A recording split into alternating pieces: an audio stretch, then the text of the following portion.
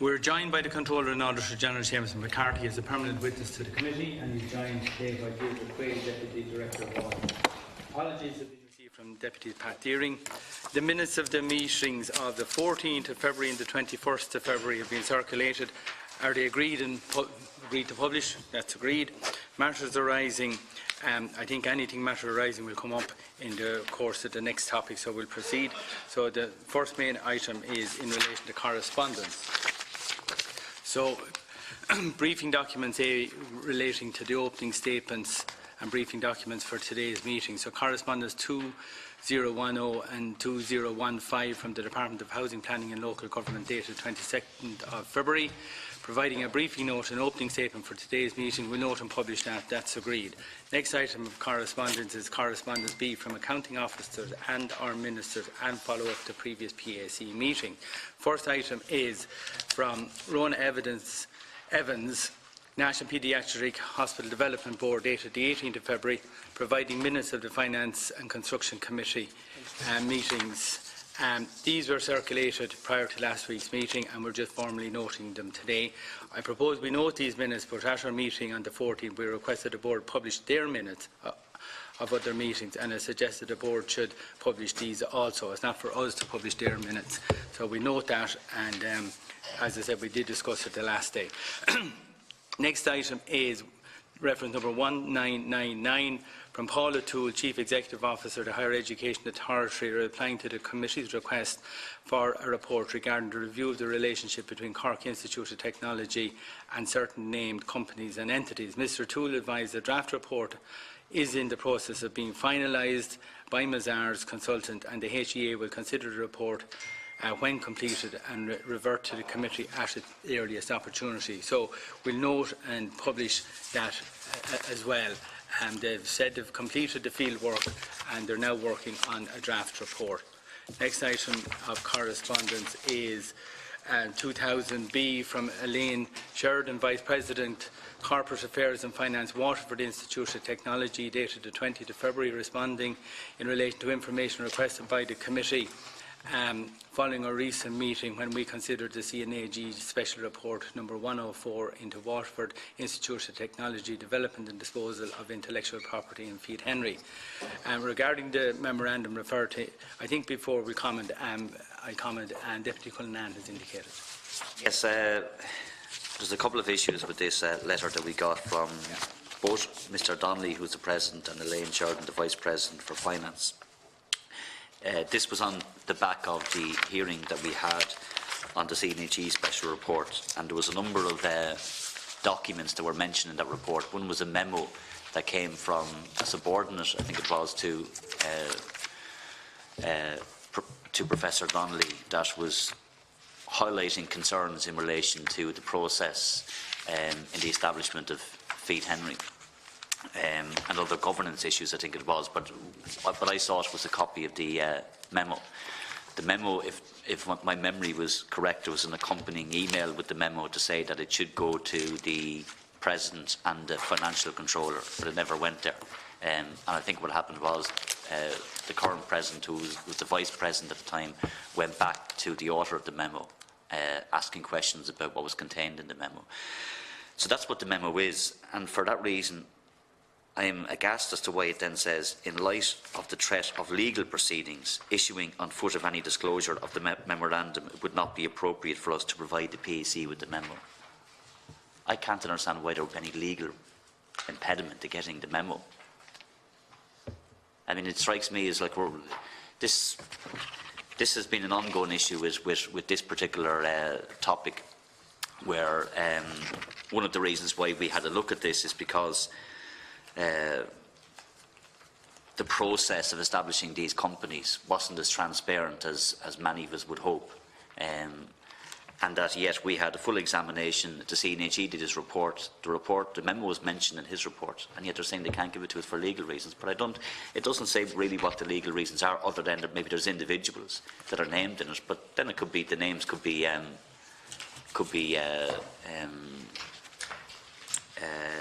blanked out. It also says then we asked for an information note on the shareholders in Feet Henry. given that WIT was one of the shareholders, and it says, well, we can't give you that either. We're not in a position to give you a note on who the shareholders of the company were. It's on the CRO website, but we're not in a position to give it to you. I don't know. This goes back to, again, that we have the HEA report, which was stalled, and I think we need to go back to the department and ask, have they considered appointing a statutory inspector to deal with this? Because if it is the case now that every piece of information has been sought, there's a legal impediment or a legal advice offered up as to why we can't get it, then I think somebody with the authority to be able to look at all of these memos and look at all of these documents is what's necessary if the PAC can't get them. Okay. So I'm proposing that we again write back to the department, giving the department a copy of this letter that we got, or the letters, the correspondence we got from WIT, and asking them where they're at. Well, sorry, it's the HEA, sorry, and the department, where they're at with having a re-look at the report which is stalled at the moment. Right. Okay. And what the next steps will be. Okay, I just want to ask the Controller one thing. In your report, you referred to this document that we're calling the memorandum. You've obviously seen that as part of your work. Correct. And we'd be guided by yourself. If it is suitably redacted, the committee haven't seen it. You might need to check it out, and you might need to come back. I wouldn't give a view. Off the top of your head, I understand. No. Yeah. So if you've obviously had access to that as part of your audit, if you feel with suitable redactions it's safe to give to us with names redacted, you know, if you feel it's safe for us to ask, can't give it. I can't give you the document. You can't give us the document, but if you, I would take your view into consideration as to whether we pursue it directly again with Waterford Institute of Technology on the basis of the names being redacted. We were right back to the Institute and ask for the document with whatever redactions they feel are necessary. Yeah. But I still go back to the point, I don't understand why it can't be given. I mean, it strikes me, even some of the email that we got where it's citing legal reasons. Yeah. Well, they do say they received a letter on the 2nd of February on behalf of 2 individuals saying that their position would be, it said there are a number of false allegations and potentially defamatory statements. They say that. In the memorandum? No. I'll read the second paragraph of the letter. We'll put it up on the screen. Yeah. The second paragraph of the letter. The Institute is eager to facilitate the proceedings of the PAC. However, on 2nd of February, we received legal correspondence on behalf of 2 individuals. Yeah, the memorandum contains a number of false allegations. In the memorandum. Yeah. In this letter, counsel for the individuals communicated their client's position that the memorandum contains a number of false allegations and potentially defamatory statements which could put their client's good name at risk and materially prejudice the commercial interest and professional reputation. The letter suggests that any disclosure of the memorandum would breach the individual's constitutional rights of privacy and their right to good name and be actionable on that basis. So that's where the caution. But my understanding of the memorandum is, in general terms, that somebody in the research office had written to Woody Donnelly, who was the Vice President, raising concerns in relation to the process now it was about, and then asking that memo be circulated higher up, but it was never circulated higher up. In fact, I think what happened is Mr. Donnelly came back to him to ask him to substantiate the concerns that this person had raised. Okay. But I still can't see how that would be. Your request is a difficulty. Your request now is, just repeat it again, just after that, is I don't think they're going to give it to us based on this, because I think, and again, I'm not even going to say, but I can speculate who one of the 2 people are that has concerns with what's in the memo. I think that we just need to go back to the department at this stage and the HEA and ask them where they are with their report, and if they are going to embark on a different course of action if they can publish the report that's in draft form. Okay, and one thing I just want to clarify, you know, they say the information given to us in relation to the shareholding, they've asked us to remove it. That is not accurate, but I think we received that from them. Who?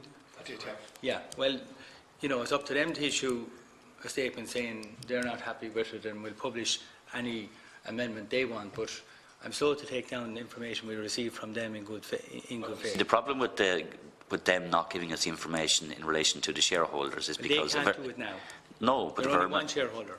No, well, this was historically when this was about the relationship between the institute and the company, and obviously the institute was one of the shareholders. I think what happened, again from memory, was that there was a confidentiality agreement reached between the shareholders and the company, or with the institute, there wouldn't be any disclosure.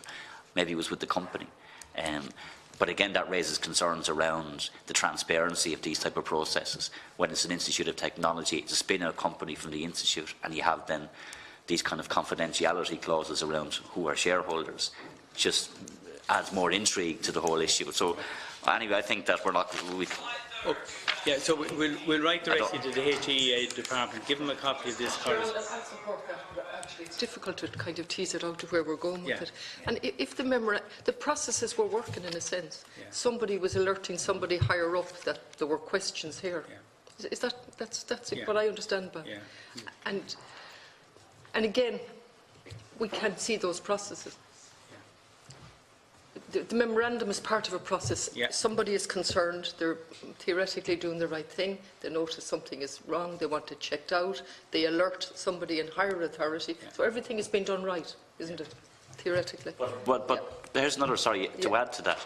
That memo was in the CNHE's report. The CNHE cites the memo, and what he cites... The memo isn't in the report. No, but the memo, sorry, the memo is referenced. The context of it is there. The context, and it's referenced in the report. So I would imagine that the Controller and Auditor General would have received similar correspondence then from WIT in relation to concerns about the memo when you were doing your report. But you still referenced the memo. I reference the memo. I don't reproduce the memo. No, but the context of what's in your report is that this individual raised concerns. That it's in your report which says, and the reason why we know what happened with the memo is because it was in your report, and your report says that Mr. Donnelly received the memo as Vice President. It was to be sent higher up the chain. It didn't go there, and it went back down to the person who sent the memo, where the Vice President asked for clarifications. So I'm saying it was, if the memo could have been referenced in the CNHE's report, our job, like whatever about the function of the PAC, and there's a lot of questions about that at the moment, referencing and examining special reports from the CNHE is certainly one of them. Okay, we'll go back to the department and the HEA as you suggest, giving them a copy of this correspondence, and you were saying ask them where precisely they are in relation to these matters at this stage. In relation to the shareholding, they say the information may be misleading. We'll ask them to clarify what precisely they mean, and maybe if they give us precisely what they're talking about, we'll publish that letter when we get her back at that stage. But it's not for us to guess what's misleading and just asking us to remove it. We're not happy to do that, you know, just on the basis of somebody saying it's potentially misleading. They have to spell out what's misleading, and we'll publish their letter if they give us. What we also asked for as well, by the way, was the emails that would have been exchanged between the individuals. Who are you? So when this researcher who sent the email, and then the responses that would have came back from the Vice President, there was correspondence as well around the memo. There's an email attached to this letter with a lot of redactions on it. So I'm proposing we don't publish that at this stage. I think at this stage we'll forward this correspondence directly to the department and the HEA. I'm happy with that. And we're asking them precisely where are they in relation to and following up. We'll give them this and we'll ask them, the department and the HEA, to follow it up and come back to this matter as soon as possible. And we're writing to Waterford Institute specifically on the issue to refer to the shareholding to clarify precisely their issue, and we'll publish their letter. And we could ask them for a redacted version of the memo. Yeah. They've given us a redacted version of the memo here today. No.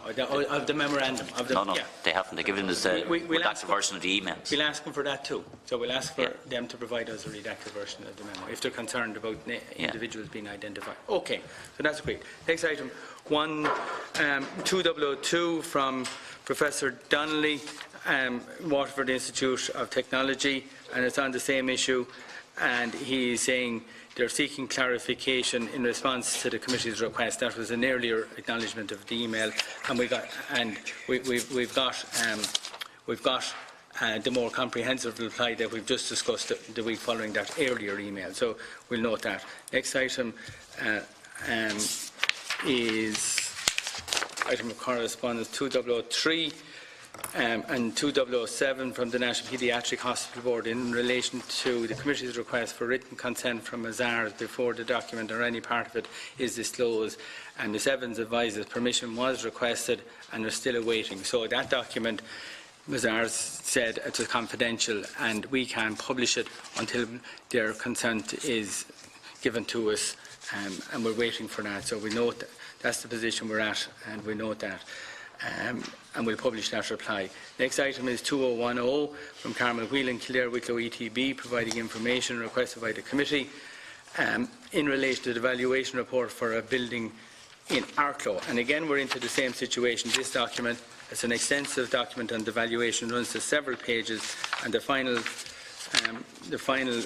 paragraph of the letter says, in accordance, and this is from the valuer, and it says, in accordance with your standard practice, please note that neither the whole or the part of this report or any reference thereto may be included in any document circular without a prior consent. So now we have to ask Wicklow ETB to get the consent from the valuer before we can publish it. But I think from standard practice now from this committee, any time we're seeking a report from a consultant, when we're writing to the organisation, we're asking the first letter going out from now on, get the consent, rather than us getting it and then spend another couple of weeks writing back, will you go and ask for consent? We now need to know, as a result of these type of issues, we need to put that in our original request to get the consent. So we have it, but we can't publish it because we don't have the consent of the valuer. We've seen it, we can discuss it, but we can't publish it without their consent. Deputy. Yeah, and I think we should just make that standard practice from now on. So, while acknowledging we got the valuation report for that building, there was a number of other items that we requested from the ETB which haven't been coming. So, if we can just follow up on them in the same letter. There was 3 other things. There was the Block E Civic building in Bray.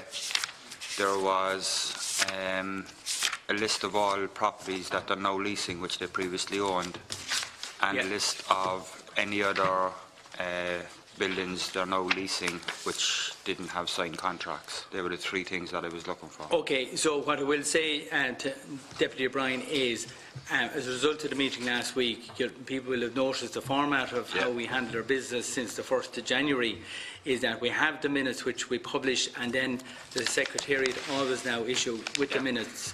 It's just an internal briefing note for us. It's not a public document, it's our own working document. Members note follow-up items and other matters. So I hope the points you've requested are covered in that. If they are, it's being actioned as we speak. So, and if there's anything not included in that, we'll ask the Secretariat to issue a further letter. Deputy Cullinane. Yeah, just a question on the leasing of the Block E in the Civic building in Bray. I think it was Dr. O'Brien was asking questions in relation to this. Was it the case that that wasn't signed off on by the board? And that's extraordinary. The CNG is looking at years 2017 and 18, I think it was. No, sorry, it's 16 and 17. Yeah. Will you be examining these issues in the context of that audit? Any issues that arise we will consider in the context of the audit. Okay. But would that then be, could there be a supplementary report on some of these issues? Or would it be the case? If there's a matter that warrants it, certainly, yeah. But in the case of a lease of, I think it was €8 million was the cost with a fit out and lease and not signed off on by the board, would that be a normal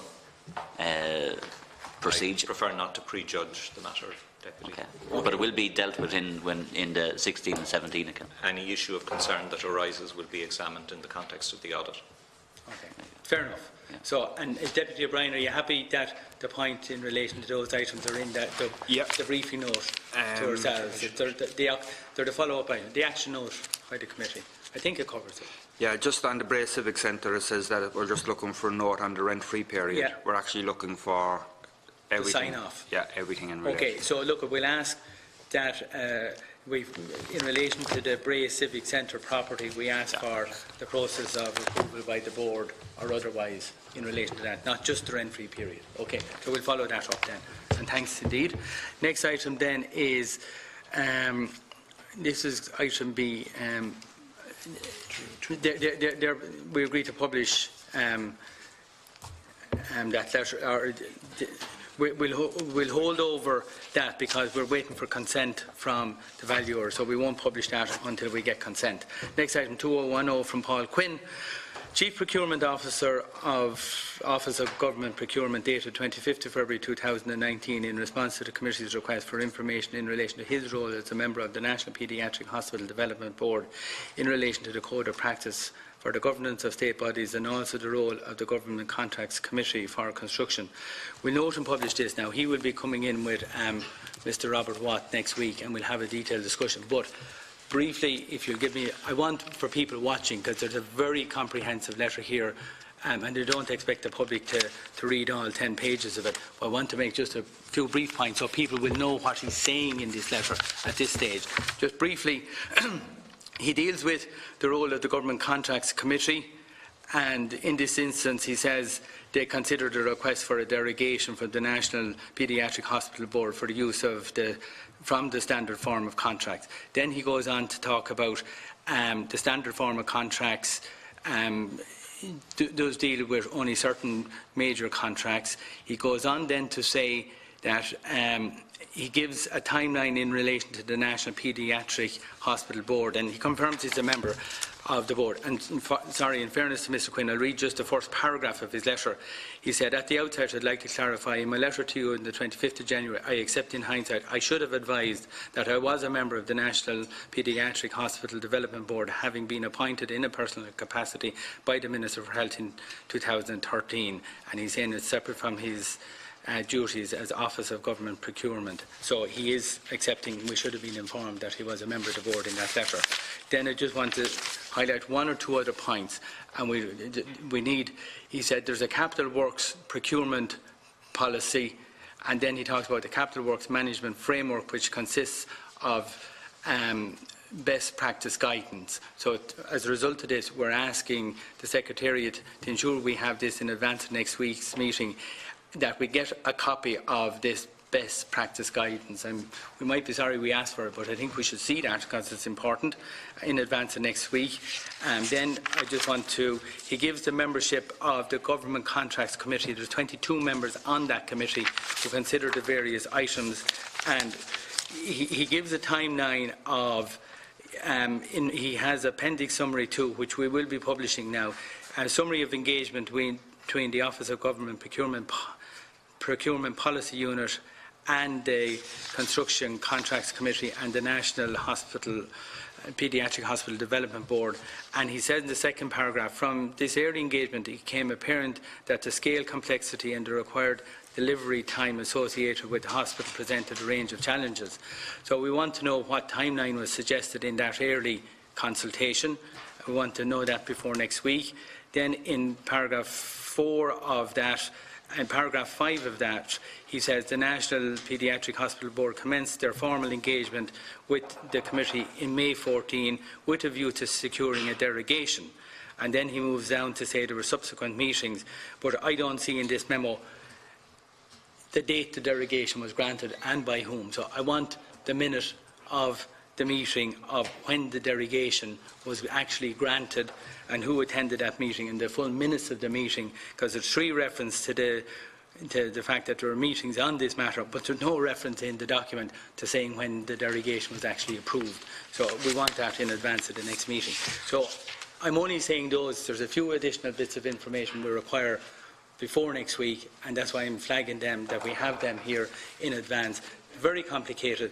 And in essence, what he is saying, because there will be a big issue which we will take up with him, but in essence what he is saying in this letter is that he was appointed to this by the Minister for Health, and as a civil servant, the Minister he was responsible to in respect of his membership of the Paediatric Hospital Development Board was to the Minister for Health, not the Minister for Public Expenditure. He is appointed, the Minister responsible for this, and he is essentially saying he is satisfied, based on the cost overruns, and no Deputy O'Brien wants to come in on this, that came to light during that summer, that he was saying he's satisfied the matter was being progressed up to the HSE and the Department of Health in a proper manner, and that's why he obviously felt no reason to raise it with the Minister. And he again reiterates from his point of view, as the Minister for Health is the line minister for this project, and he's also saying he need to raise it with the Minister of Public Expenditure and Reform or the Secretary-General, because they weren't the line minister. And given, in fairness to him, his side of it, because there's been a lot of criticism on that issue, and we will tease this out, next week again. But just to be fair to everyone, I want to put that. I think Deputy O'Brien has indicated. Yeah, and I think it should also be noted that the GCCC, we don't know when they signed off on it, but we do know that Mr. Quinn was appointed in July 2013. And one of the things which I'm sure we'll get to put to him next week is, while they sign off, they give the derogation, that doesn't give any indication or any direction on the negotiations that take place beyond that. That's down to the contracting authority, which I presume in this case is the Development Board. Yeah. And he was a member of the Development Board while those contract negotiations were taking place. So next week maybe we can get a bit of guidance from the Chair in relation to what exactly he's coming in to discuss, because I certainly want to discuss some of the issues with Mr. Quinn as a member of the board, around the tendering process and the strategy that took place, not so much his role as the Office of Government Procurement. Yeah. So maybe just a bit of direction on whether that's... No, so obviously he's a member of the board and he's a civil servant. So from that point of view, he's here in that category. He's there as a nominee of the Minister for Health, not as we've now kind of put on the record. Some people mightn't agree with his point of view, but it's his point of view that he was responsible for the Minister for Health. So we're asking him in relation to his role on the board, rather than OGP. But we'll just clarify those points. We will just run through those points again, because some people mightn't fully accept what they might say as a Jesuitical interpretation of his role, but he puts a good case on that particular point. Deputy Murphy. Yeah, I looked for I didn't know his name at the time, but I do now. I looked for the head of the Office of Government Procurement to come in as part of some of our consideration around this issue, but it was a wider point, and the wider point is that there appears to be an institutional gap in terms of some large capital projects, and that is an aspect that I think it would be very useful for us to explore, and that I think is in the context of process. I think that is part of the reason why it is very appropriate for us to have him in, but it's not exclusive to the National Children's Hospital, but it's useful to have an example to kind of explore how something happened, but it's not exclusive to that. It's much wider in terms of capital projects and institutional gaps, because if there is an institutional gap, if there isn't institutional memory, then what's going to happen is that the mistakes will be repeated, and that has to be the central part of what we're doing. Absolutely, and the invitation to Mr. Watt is specifically exactly as you've indicated. It's relation to capital projects, and there's a section here in this letter dealing with capital works procurement policy, and as I mentioned, they have the capital works management framework, which I mentioned a moment ago. We want a copy of that. I'm sure it's a big document, but we need to see what is the capital works management framework. That's essentially what we're here to talk about, capital, and that's why we've asked Mr. Watt to be here. Not specifically on one project only, that's part of it, but there are several other projects that we know we want to see how they are being managed and how this capital works procurement policy is working, and that's why we want to talk to Deeper and Mr. Watt here the next day. And we're very clear on that from our invitation from day one. We're clear on that issue. So, okay, fine. Deputy Cullinane. Can I get clarification on the follow-up meeting we'll have with the department? Yes. That we asked that the department come back in. Which department? Department of Health. Health, yeah. Yeah, we have a day set for that, don't we? No, we want to move that there. We'll come to that in the work programme. Oh, we don't yet? Yeah. Sorry, I thought we did. We'll come to it in the work programme. Essentially, the date we had penciled in was the week before the PwC report is out, which I see no benefit. We have to. So we'll come to that in a moment. Yeah, perfect. We'll come back to it. You're absolutely right. Yeah. So that's why we have deeper in next week. And just for the record, we're starting at 9 a.m. because we're going straight into deeper without correspondence, because he's another commitment with the finance and public expenditure in the afternoon. So he's requested to be out of here, you know, by the lunchtime situation. So yes, we'll facilitate that on the basis we start at 9 o'clock. Can I just ask, And I think from 9 to 1, and we'll have to have a short break somewhere in the middle, should be enough for us, for our work. yeah, those frameworks, I've looked at relationship frameworks for banks, for example, and they can be quite large documents where a lot of it is not really, you know, it's quite routine stuff. When you're looking at them for the first time, they could absorb all of our time. Yeah. It would be quite useful to have a short synopsis of, you know, a short synopsis of that document, if that's at all possible. But presumably they have some guidance, you know, while they have the big folder, I would hope they have some guidance notes or for operational manuals. Yes. So we'll ask for any of the documents that would summarise or list the key points, or, you know, guidance for officers on the key issues. So in addition to the big document, we'll ask for that as well. And to be here, I'm sure it's probably technically it's probably on their website if I looked for it. I'm sure it is. So we want this early next week, so the next day or two, so we have time to have a look at it, not to arrive kind of next Wednesday evening. Okay? I think we're all happy where we're going on that one. So next item then is 2014. It's from John McCarthy, dated 26th of February, providing details requested by the committee in relation to housing payments, housing assistance payments, and detail. And we'll discuss that with him at the meeting shortly. So we note and publish that. And we'll also note 2017 from John McCarthy, received yesterday, providing a copy of the Social Housing Delivery Report 2018. That's one of the reasons he's here at 10 o'clock. So we'll discuss that report as part of their documentation. We note and publish that. So correspondence, we note and publish those. Correspondence C, these are from private individuals. We have a letter from Deputy Cullinane dated the 18th of February in relation to Our Lady's Hospice, Harold's Cross.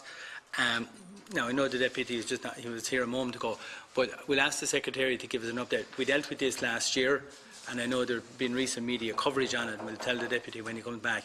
So we'll ask the Secretary to follow up where we are on this, because that's an issue that has been on our work programme, and we'll get an update on where we're on that, because we have received correspondence on that in recent times as well.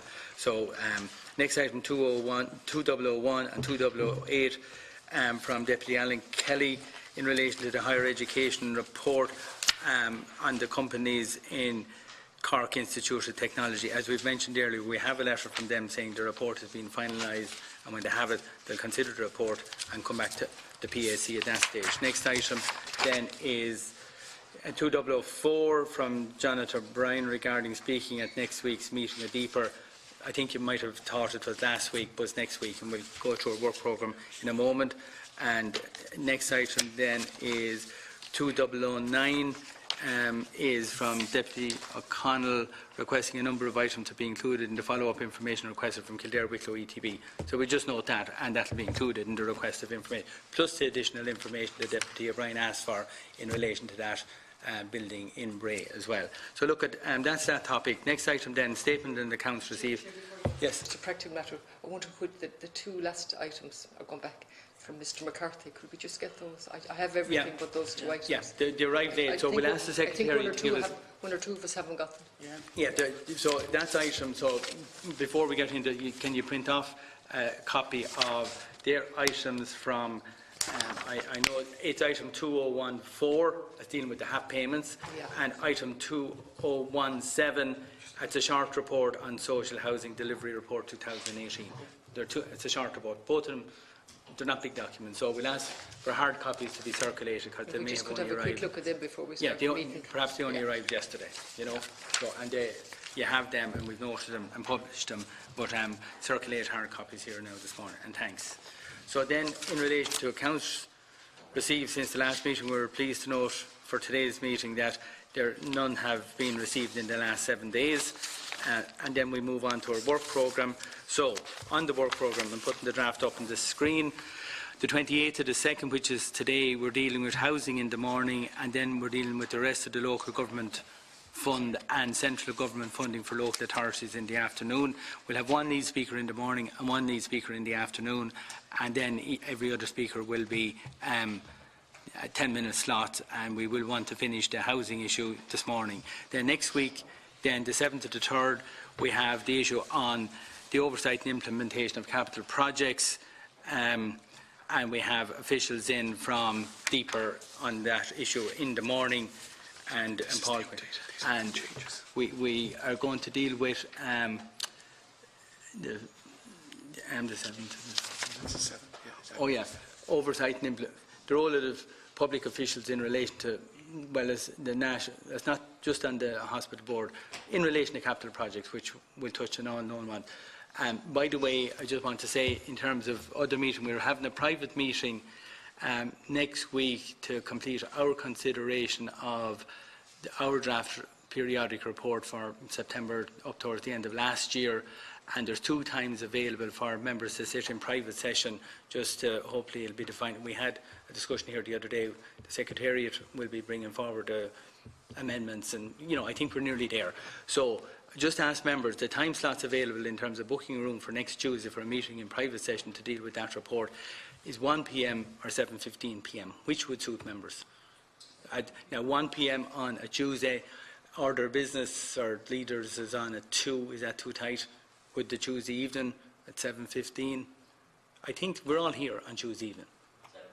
7:15, and it won't be that. We did have a run through, as only if somebody else has something additional to say. So we might not all be here.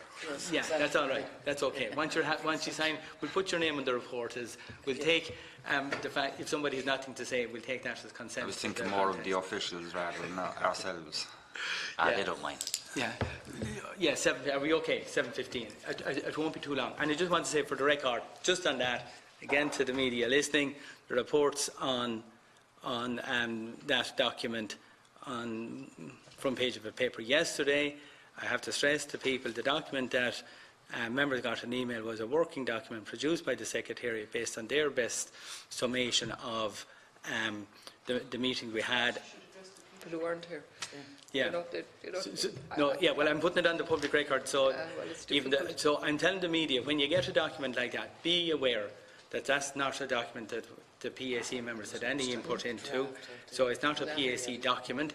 And secondly, I can say for the record, from the report I read yesterday, what was printed yesterday may not concur with what we might issue, and we intend to publish it on Wednesday, the 13th of March. We'll sign off on it next week. And I will say that next week, those who come will get a hard copy. There'll be no further electronic copies done at this stage once the PAC members have it, and some member has proven, has acted unfairly by circulating it at this stage. So I don't know what I can do about that. There are 13 members. Some member has done that. So there won't be any further hard copies until the launch. Okay. So I'm just moving on then to the fourth. Hard copy that caused the difficulty, was it? Yeah. Let's try to be clear here. I attended the meeting the last day. There was nobody here, but the electronic copy had gone out. Yeah, the electronic copy that went out was just a document, a working document. That's obviously what was leaked. Oh, it was on the paper yesterday. Well, I understand that, but that was the source of it, the electronic, or somebody here was this. Oh yeah, it was the electronic source was given to the journalists, because there's 3 references in that may not be relevant when we come to do a report, because it was an original, it was only a discussion document prepared by the Secretariat, circulated in electronic form, because I know there are 70 or 80 pages in it. We needed time to read that before we will. You should put a little thing on each one that both sides need to give permission. The way we're cut all the time. Yeah. Very good. Yeah. Or maybe include something very off the wall. That's bound to get into the papers and make them look like very, very. There's a good suggestion. I think we're not checking things out. I could be tempted to. We could be tempted to do that. We'll think about that one. Okay. Change one word of the document given to each member, and whichever one is published. Yeah.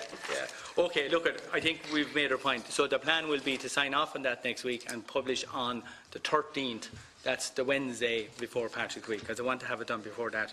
Next item then is on the 14th to the 3rd, which is the following Thursday. We're back dealing with communications, action and environment, and and essentially the National Broadband Plan. We want to bring our consideration of that topic to a conclusion so we can incorporate our views in an interim report. That will take some time. We have penciled in the CSO for that afternoon.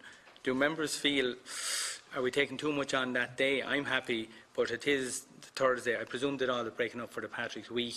Is that afternoon a good afternoon to start into a new topic? I think we'll just hold over that CSO to another day, the Central Statistics Office. Yeah, so we'll finish out the broadband thing on the Thursday morning, okay? Yeah. But we'll hold over we'll get a new date for the CSO, okay?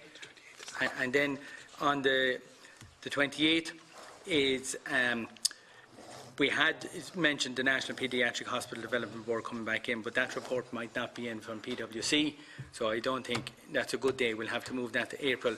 And there's one, I've had a look at some topics we haven't had, or departments we haven't had in, and I'd suggest, I make this suggestion, there's two key departments haven't been in recent times under vote. One is children, Department of Children and Youth Affairs, and the other one is agriculture. So I suggest we go with the Department of Children and Youth Affairs on that 28th of the 3rd. Can we agree with that? Department of Children and Youth Affairs. And then the 4th of April, we have Justice in, again on their appropriation account. Also, there is a chapter about Garda overtime in the CNAG's report. We'll try and deal with that on that same day. We might have to schedule it, slightly different time. And then there is the question of the Irish Prison Service.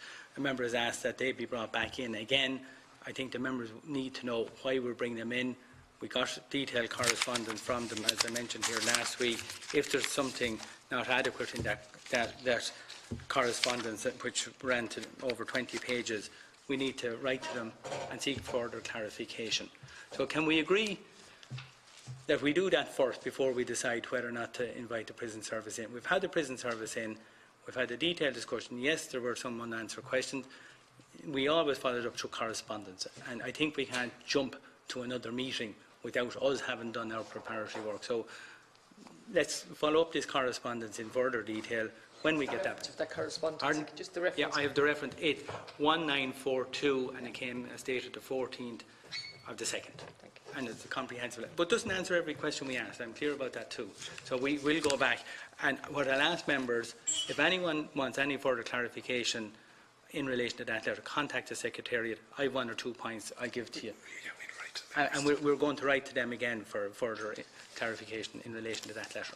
Deputy Cullinane, then Deputy Moore. Just if some of those issues are in relation to policy, do we then circulate some of those responses to the sector committee? We can, in terms of which, yeah. And the only issue on welfare of prisoners was because, and to be upfront, we had the issue which we're dealing with the State Claims Agency, medical negligence. And we've now established there's only 4 doctors and 63% of prisoners are on medication. We've had correspondence, I've had correspondence privately from people saying they're not getting adequate medical treatment. I don't want this to land up in the State Claims Agency. We want all these bodies to have procedures in place to log all these issues so the State Claims Agency is in advance and can deal with potential medical negligence cases that could cost the state money down the road. And we're looking at that broad issue. Fine, we give it to the other committee as well, but we're here through the medical negligence issue and put costs to the state through the State Claims. I'm not getting into how our prisons run. Don't want to know that on this committee. The issue I wanted to actually raise was the State Claims Agency. Yeah. We're going to be coming back to that. Is there, any kind of an idea? Yeah. So we will definitely signal them, the State Claims Agency and the National Treasury Management Agency, of which they are a key constituent part. In fact, there's a chapter in the CNAG's report. So just so people will follow the sequence, the NTMA were quick about their business. They had their annual report done, and we had them in, I think, before the summer break on their annual report. CNAG's report came out at the end of September with a chapter on the NTMA. So we need to bring them back on that chapter, but a key element of that day will be the State Claims Agency and the medical negligence. And we've been assembling a lot of information, so we need to kind of at least close that off as part of our next periodic report as well. Yeah, okay. I mean, and we'll set the date as soon as possible. Are we doing the State Claims Agency? Is it going to be exclusively to do with potential medical negligence. Up We to know member. that there's a huge contingent liability there, but it's not the only areas that the State Claims Agency will be covering. I mean, and for example, the Air Corps, there's a significant issue there. And so, are we going to try and capture, you know, more than the contingent liability, or are we narrowing the focus? No, the State Claims Agency in their last annual report had recorded what they believe was an estimated liability of 2.6 billion, of which approximately 2 billion was medical negligence. So it's the biggest element, but it's not the only element. So I think we'll look at the full 2.6 billion, the main element being health, but there are other issues. So I think we'll do the full state agency, not only the one key aspect. I think that is probably going to be one of the most significant things that we do this year, because it does lead to things like, for example, a change in culture in terms of open disclosure. There's serious recommendations that we can make that would, you know, that would be valuable into the future, and given the extent of the liability or the potential liability, it would strike me that it should be a priority, that even if we've got to spend a number of days on this. Okay, well, we'll schedule that then. Chair, just on that, it's something I raised and I was to come back to you about it, and you left it open, thank you, in relation to medical negligence, and just the step prior to that where independent inquiries are carried out.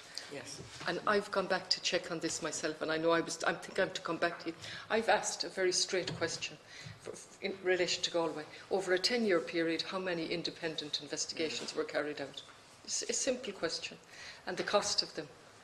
And I got back a letter saying that information is not recorded. How independent were they then? If I'm left with my mouth open. I went back twice. I went back to two different ways. I went back to the minister then to ask him, was he happy with the situation where they weren't? And so I'm going to refer that to you now, actually, that question and answer. That's you too. There are two. Okay. So before we get to medical negligence, so something happens, as inevitably happens, because we're only human. And so you learn from that, and you set up an investigation, internal, external. I only asked about the external independent investigations, how many there were, and the cost of them. And they weren't in a position to give me that. They had no record of that. So how can we learn? How can we know what it's costing? How can we avoid costs in the future? Where does it tie into subsequent medical negligence cases arising from those? Yeah, I think the deputy. So we're going to write again. Will you send us on your correspondence? We'll follow it up. They're just it's questions. You send it on. We'll follow it up. And I think let's between now and next week just have a quick look at the State Claims Agency's accounts to see have the information on the non-medical negligence in their overall bill. And if not, we'll agree next week to write to them seeking this information as soon as possible, so we have it well in advance of the meeting. But in relation to the deputy's point, we have letters from the HSE essentially accepting there's no learning process in the system. You know, our conclusions are going to be, I think, very obvious when we come to conclude our work. We have to go back to their correspondence. They're saying the opposite, aren't they? They set up and they learn, and their implementations and their recommendations. There's no but training. if they don't even have a record of how many investigations have been carried out. So we can see where this report is going. Our interim report is going. The thing about it is that too often when something fails, we're told it's a system failure. This actually is central to the kind of fragmented approach that's been taken. And it is about process, it is about institutional gaps. At the very least the HSE should have is a register, but it's not exclusive to the HSE. It's perhaps something that, that crosses, and it's probably something that deeper is it may well be something that we could raise with them even next week, but it strikes me that they're the overarching government department in relation to the public service, and you know that if there's going to be an outside investigation, at the very least there should be a requirement to register it, that you know that it's there. The health services have this NIM system, they call it. It's an acronym for medical issue.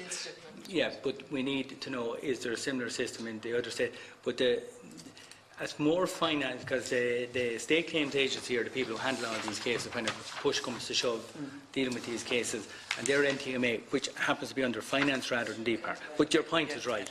So look, we'll do a little bit of research to see what information we can get in relation to the state claims agency and what questions we need or information we need before they come back in. So look, I think at this rate we're going, I think there is... so if justice there, and then just this is now on that date. Yeah, so we're proposing then that that was the 4th.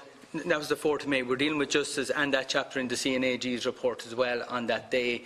And we're going to write to the prison service in the meantime, and if we're not happy with the replies, we can consider putting them on the work programme for that day. But until we get information, we can't jump to that conclusion at this stage. And then we're moving the National Paediatric Hospital Development Board to the 11th of April, because that report is scheduled at the end of March, should be out there or thereabouts, or should be out at that stage. And then I think we'll move straight on then to the State Claims Agency. I think will be our next meeting after that. One other thing I just wanted, so we've agreed that we will have the Department of Children and Youth Affairs in as well. And Deputy, just while you're out, we mentioned one thing, you had an item of correspondence about the Harold's Cross. What we've agreed is that's in our system. We had correspondence and followed through on that before Christmas last autumn. I know it's appeared again in the media. So I'm asking the Secretary to tell us precisely where we are on it, and we'll action that then for the next meeting. So we just did that in your absence. So last thing then I just want to say before we take a short suspension is the CNAG issued a report yesterday, a special report on Ireland's transactions with the EU in 2017, and look at it'll be circulated. We'll discuss it maybe the day we have the Department of Finance in, and it deals with, we all now know we're a net contributor to the EU in recent years. So look, I haven't had an opportunity to study the report. Have a look at it. I think it's no harm in the public interest and public information that people see that, and we will schedule it for, I think, the day the Department of Finance are in. Would that be reasonable? Yeah, I think that's perfectly reasonable. I think the part of the reason for compiling the report was that there isn't a single place where you can get an overview of the transactions with the EU. And I felt it might be useful to have that, to present it as a framework. There is a set of financial statements that are coordinated by the Department of Agriculture, the FIOGA accounts, which I think you've looked at on previous occasions. To be quite honest, I think they don't really give that much useful information. I was trying to suggest an alternative presentation that might be more useful and more of more value to the public. And I think one of the issues, the FIOGA grants, or that Department of Agriculture grants, is the main receipt. They're audited by the European Commission auditor, not by yourself. So, that's correct. So, you know, it's actually subject to the European Parliament Audit Committee rather than this PAC audit. But it's important, at least we have the picture, even if it's not all being domestic. It is European funding, so they do the audit on what they give. So, and presumably the audit in other countries, our contribution into their fund that is well spent in the other countries as well. Okay.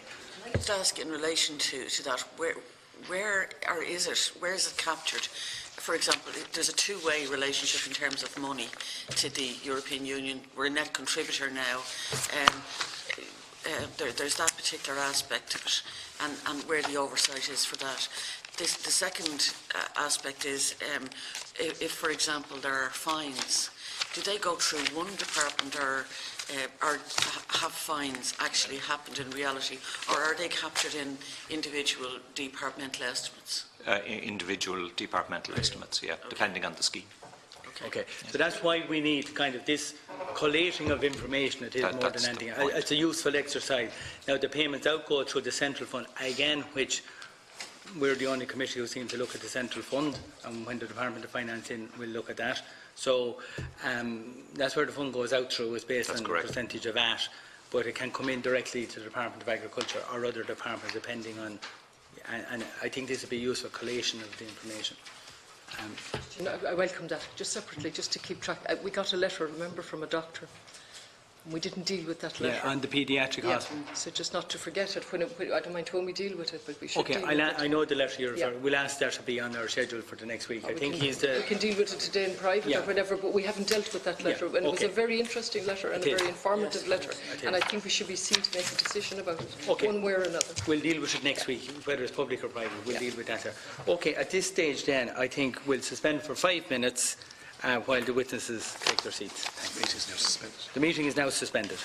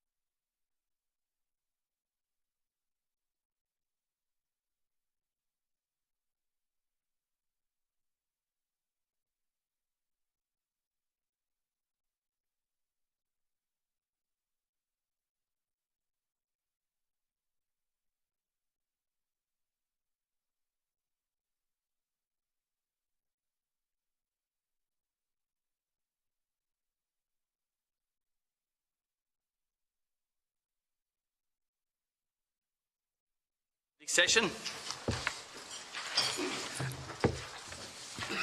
Today we continue our examination of vote 31 with the Department of 34 with the Department of Housing, Planning and Local Government.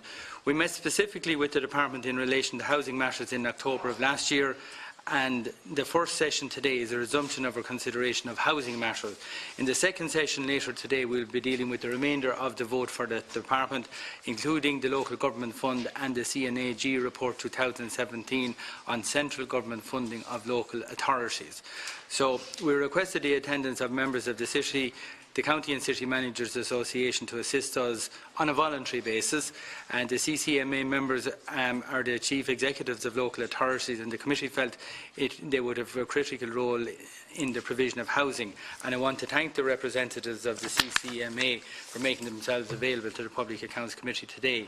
While we initially invited them in relation to housing matters, I do believe you'll probably stay on for the remainder of the meeting because I hope you might find it interesting. And I think we've just mentioned already the sourcing of funds from central government to local authorities has become more convoluted as the years go by, and we're having difficulty getting our heads around it, and that's why the CNAG has a specific chapter on this, so it might be helpful all around. So I wish to remind members that local authorities do not fall within the remit of the Public Accounts Committee. We're absolutely clear on that.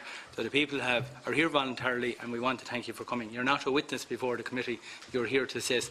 Mr McCarthy is a witness, but you're here as an invited guest to assist us. Okay? The representatives, as I said, are just here to assist us and provide information to us that could be of benefit. And we're joined by the following: from the Department of Housing, Planning and Local Government by John McCarthy, Secretary General, and by Marguerite Ryan, Principal, Mary Hurley, Assistant Secretary General, and Nina Murray, Principal. And we're also joined by Teresa Donoghue, Aidan O'Reilly, Maurice Coughlin and Janet Jacobs. And from the Department of Public Expenditure and Reform, we're joined by Claire Costello and Margaret Dunn.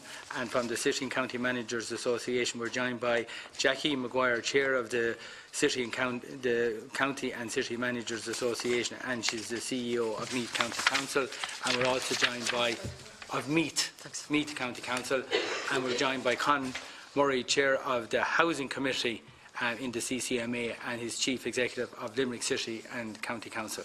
So can I remind members and witnesses and those in the public gallery that all phones are to be switched off, and that means put on aeroplane mode, as merely putting them on silent will still interfere with the recording system. I have to advise witnesses that by virtue of 17(2)(1) of the Defamation Act 2009, witnesses are protected by absolute privilege in respect of their evidence to the committee. If you're directed by the committee to cease giving evidence in relation to a particular matter and you continue to do so, you are entitled thereafter only to qualified privilege in respect of your evidence. You are directed that only evidence connected with the subject matter of these proceedings is to be given, and you are asked to respect the parliamentary practice to the effect that, where possible, you should not criticise nor make charges against any person or persons or entity by name or in such a way as to make him or it identifiable. Members of the committee are reminded of the provision of Standing Orders 186 that the committee shall refrain from inquiring into the merits of a policy or policies of the government or a minister of the government, or the merits of the objectives of such policies. So while we expect witnesses to answer questions put to the committee clearly and with candour, witness can and should expect to be treated fairly at all times with respect and consideration in accordance with the witness protocol. So at this first stage I'll ask Mr McCarthy, have you an opening statement? I do. Yeah, we'll take Mr McCarthy's opening statement. Okay, thank you, Chairman. The appropriation account for vote 34 and the local government fund account need to be examined together to get an understanding of the scale and nature of operation of the Department of Housing, Planning and Local Government. The appropriation account for vote 34 records gross expenditure of €2,087 million in 2017. This was substantially greater than in 2016, when gross expenditure amounted to just under €1,400 million. You just have to, it's not on the screen and we don't have a hard copy. Sorry about that, Deputy. We'll have a sort of opening in a couple of minutes. Yeah. Yeah. Thanks. Will I continue? No, continue. Yeah. And that was a 49% increase year on year.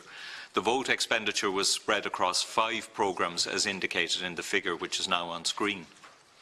Programme A, Housing, accounted for €1.3 billion, amounting to almost 2/3 of the vote's gross expenditure in 2017. Programme C, Local Government, accounted for €388 million, or 19%. The bulk of that expenditure was accounted for in the form of a transfer of €365 million to the Local Government Fund. Programme B, Water Services, accounted for expenditure of €326 million, or 16% of the total, of which €292 million related to payments to Irish Water. The income of the Local Government Fund in 2017 was €1.86 billion. This comprised motor tax receipts of €1.02 billion paid directly into the fund, local property tax transfers from the Exchequer amounting to €477 million, and the funding of €365 million from the vote, as referred to earlier. Members may wish to note that significant changes have been made in the fund's income streams from January 2018, and I think the accounting officer will be outlining some of those changes for the members. The fund expenditure in 2017 amounted to €1.83 billion. It should be noted that this included a payment to the Exchequer at the direction of the Minister for Finance, amounting to €230 million. As a result, the net expenditure from the fund on programmes and services was just over €1.6 billion. Almost 40% of this was accounted for by a subvention to Irish Water. About 38% went directly from the fund to local authorities. 22% went to the Department of Transport, Tourism and Sport for roads-related spending, and a substantial part of this was subsequently transferred to local authorities for road construction and maintenance. Because of the complexity of the various funds flows, Chapter 4 is compiled to present an overview of the level of net funding provided by central government to local authorities, the purposes for which that funding is provided, and trends over time. Central government transfers to local authorities amounted to a total of €2.66 billion in 2017, and that was up almost 20% year on year. Most of the increase was in relation to housing and urban regeneration, which accounted for almost half of the transfers. There was relative stability in the funding provision for other programmes in 2017. Finally, members may wish to note that Chapter 1 of my report for 2017 includes a summary of the Exchequer funding provided to Irish Water. This amounted to a total of €1.2 billion and comprised payments of €292 million from the vote, €639 million from the fund, and a capital contribution of €270 million paid directly to Irish Water from the Central Fund of the Exchequer. Thank you, Chairman. Thank you indeed. And Mr. McCarthy, can we have your opening statement? Thanks. Thank you, Chair. This morning, as Accounting Officer, to assist the Committee in its examination of Vote 34, Chapter 4 of the Controller's report for that year on central government funding of local authorities and the Local Government Fund account for 2017. I'm joined by a number of colleagues in the Department, and you have already introduced those, Chair, and I'm pleased to, on this occasion, to have been able to facilitate the Committee's request to have attendance from the local government sector by having our two colleagues from the CCMA present as well, who you've introduced. As requested, Chair, I provided some advance briefing for the meeting, and I will therefore keep these comments short. At the outset, I should note that in 2017, a transfer of functions took place with the movement of a number of community-related programmes to a new Department of Rural and Community Development. A further revised estimate for the year made the necessary technical changes to the estimate to reflect the transfer, and also provided funding in the vote of almost €293 million for Irish Water, arising from the Water Services Act 2017, to take account of the revenue shortfall due to the abolition of domestic water charges and the cost of related refunds. Also, in the course of 2017, a supplementary estimate of €100 million was approved to meet costs arising under the local authority housing capital programmes. The Department's gross expenditure in 2017, as set out in the appropriation account before the Committee today, totalled some €2.087 billion.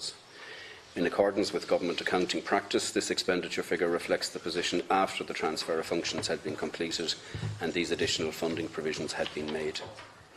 Chairman, the Department had significant achievements in 2017 in delivering on key policies and programmes, and I will comment briefly on a number of these. As the committee is aware, implementation of the Government's 6-year Rebuilding Ireland Action Plan is the core focus of our daily work in the Department, and indeed across central and local government, as we strive to make meaningful, tangible and sustainable progress towards a better housing landscape. At its meeting on the 25th of October last, the committee examined in some detail housing supply issues arising in the context of Vote 34 for 2017. The Department's gross voted expenditure on housing programmes, as set out in the appropriation account, totalled some €1.3 billion in 2017, including the additional €100 million provided by way of supplementary estimate that I referred to earlier. A further €98 million was also available from local property tax receipts to fund housing programmes of certain local authorities whose LPT allocation exceeded their funding baseline, bringing the overall total resourcing for the Department's housing programmes to over €1.4 billion in 2017. As regards 2018, gross voted expenditure on housing programmes totalled some €1.97 billion. An additional €92 million was also available from LPT receipts, bringing the overall total resourcing for the Department's housing programmes to over €2 billion last year. Table 1, which I have circulated in the briefing paper for the committee today, sets out the key Rebuilding Ireland targets for the period 2016 to 2021 and details the progress that has been made to the end of 2018. At the October meeting, we shared with the committee information on progress achieved in 2017. During 2018, significant further progress was made to deliver on the commitments in Rebuilding Ireland. In overall terms, housing supports were delivered to over 27,000 households in 2018 through the range of social housing measures in Rebuilding Ireland, significantly ahead of the target of just under 25,500. Roughly 1 in 4 new homes built last year was a social housing home. The new build figure was 85% up on 2017 and 8 times higher than 2015, the year before Rebuilding Ireland began. Wider housing supply also continued to grow in 2018, with the number of new homes becoming available for use in the full year reaching 21,458, an 18% increase on the corresponding figure of 18,209 for 2017. Significant progress was also made in 2018 in advancing many social housing projects through the range of delivery mechanisms and programmes. By the end of the year, a substantial construction programme of over 19,000 units was in place to deliver further increases in the number of new social housing homes being built in the coming years. While the number of homeless households supported into more sustainable housing continued to increase significantly last year, regrettably, this did not match the numbers of new households presenting to homeless services. This area of our activity, working with housing authorities and NGOs, will continue to be the focus of priority and sustained attention in 2019. The 2019 estimates provision for housing amounts to nearly €2.4 billion, including LPT receipts, the bulk of which will be devoted to the achievement of the overall 2019 target of supporting almost 27,400 households across all our social housing delivery streams. While much has been achieved in the first half of Rebuilding Ireland in addressing the issues in our housing sector, there is much work that remains to be done. There are demanding targets to be achieved in the years ahead, and these will continue to be the focus of the absolute highest priority by the Department. As the committee is aware, responsibility for the provision of public water services transferred from local authorities to Irish Water on the 1st of January 2014. And detailed information regarding Irish Water's progress in delivering water services is set out in its annual report for 2017. The Government decided in September 2017 that, in line with the recommendations of the Joint Oireachtas Committee on the future funding of domestic water services, that all state funding for domestic water services should in future be provided through the Department's vote. These new funding arrangements came fully into effect in 2018. As regards 2017, over €930 million in funding was provided to Irish Water from the Department, made up of almost €639 million from the Local Government Fund and almost €292 million from the vote. The latter amount comprised €114 million to take account of the revenue shortfall due to the abolition of domestic water charges and almost €178 million for related refunds to customers and necessary administrative costs. 2017 was the second year of operating under the new multi-annual capital funding programme for the Rural Water Programme. The new structure provides greater funding certainty for priority investment needs and supports proper planning and sustainable development in rural areas. the Department recouped just over €15.3 million to local authorities during the year for capital expenditure across the 6 measures of the programme. The chapter of the Controller's annual report concerning central government funding of local authorities, which we will discuss later today, provides an overview of local authority expenditure and income, detailing the range of programmes for which local authorities are responsible, including housing, roads and environmental services, and the range of related funding sources. As the chapter shows, transfers of funding from central government sources to local authorities in 2017 totaled some €2.66 billion, an increase of nearly 20% on 2016. The Local Government Fund accounted for 36% of this amount. A range of departments, including my own and the Department of Transport, Tourism and Sport, as well as other organisations, are involved in providing this annual funding to local authorities. The Local Government Fund account for 2017 gives details of the operation of the fund during the year. The income sources to the fund in 2017 totaled €1.86 billion, made up of motor tax of just over €1 billion, local property tax receipts of €477 million, and a payment of €365 million from the Exchequer through Vote 34. The main payments from the LGF in 2017 were LPT funding to local authorities of just over €500 million, a payment of €639 million is subvention to Irish Water, which I mentioned earlier, a payment of €333 million to the Department of Transport, Tourism and Sport for works on non-national roads and public transport infrastructure, and a payment to the Exchequer of €230 million. As the Controller has mentioned earlier, in January 2018, responsibility for motor tax transferred to the Department of Transport, Tourism and Sport, with consequential implications for the Local Government Fund. In particular, motor tax proceeds are now paid directly into the Exchequer rather than into the fund, which is now primarily a means of channelling LPT revenues to local authorities. Funding for Irish Water is now routed through the Department's vote. Funding for roads and public transport infrastructure, formerly routed through the fund, is now channelled through the vote of the Department of Transport, Tourism and Sport, and a payment to the Exchequer from the LGF is no longer required. Further details of these changes are in the briefing paper circulated for the meeting, and when taken together, the changes result in much greater transparency in terms of the various flows of funds involved. In terms of accountability, under the existing policy and legislative framework, the Local Government Audit Service provides statutorily independent scrutiny of the financial stewardship of local authorities and other local bodies. The LGAS audits local government bodies in accordance with the statutory code of audit practice, thereby fostering the highest standards of financial management and public accountability. Where the annual audit has been completed by the local government auditor, the local authority is required to furnish a copy of the audited financial statement and any associated statutory audit report to every member of the local authority for their consideration at the next practicable council meeting.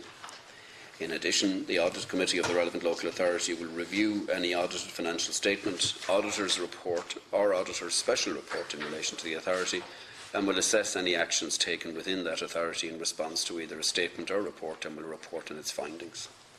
Scrutiny arrangements for local government were also enhanced in recent years with the establishment of the National Oversight and Audit Commission.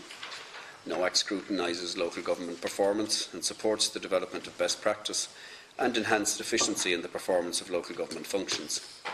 The Controller notes in his chapter the increase in oversight of local authority spending since 2014 brought about through the operation of the Commission. Further areas of expenditure set out in the 2017 appropriation account include, in the planning area, meeting the costs of An Bord Pleanála, some €17 million, as well as Met Éireann costs of €18 million. To conclude, Chairman, the matters I've referred to illustrate well the broad range of programmes and activities for which the Department had responsibility in 2017. I and my colleagues will be happy to respond to questions or issues that emerge in the course of the Committee's further work today. Thank you. Thank you indeed, Mr McCarthy, and I noticed there's a sore throat there, so thanks for taking your time.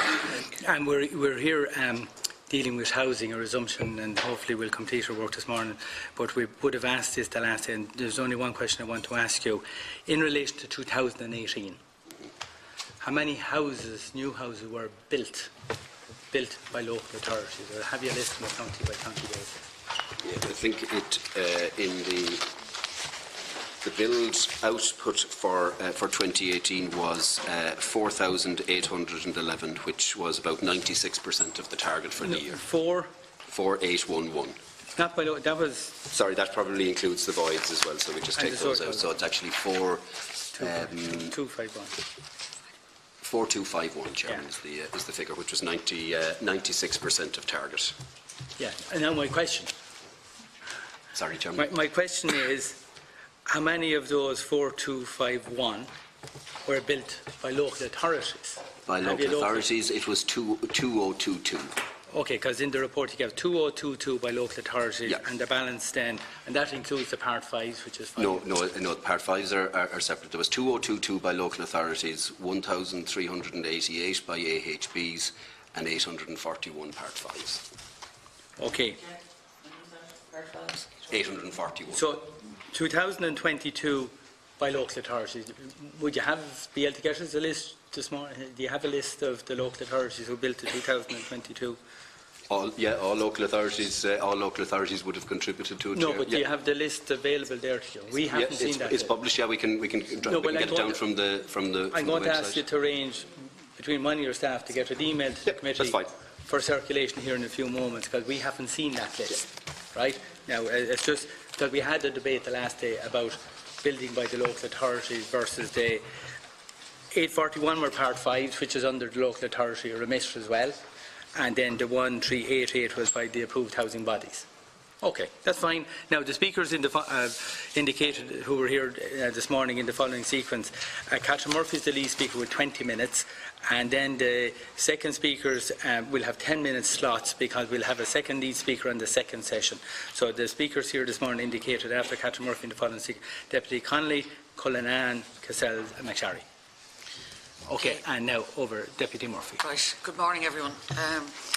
I just want to actually pick up on that same thread in relation to the actual figures and where they're generated. I'm looking at the document that you provided as Rebuilding Ireland, Social Housing Delivery 2018, and there's a note at the bottom. Obviously, we get a table on page 2, and there's a note on the bottom.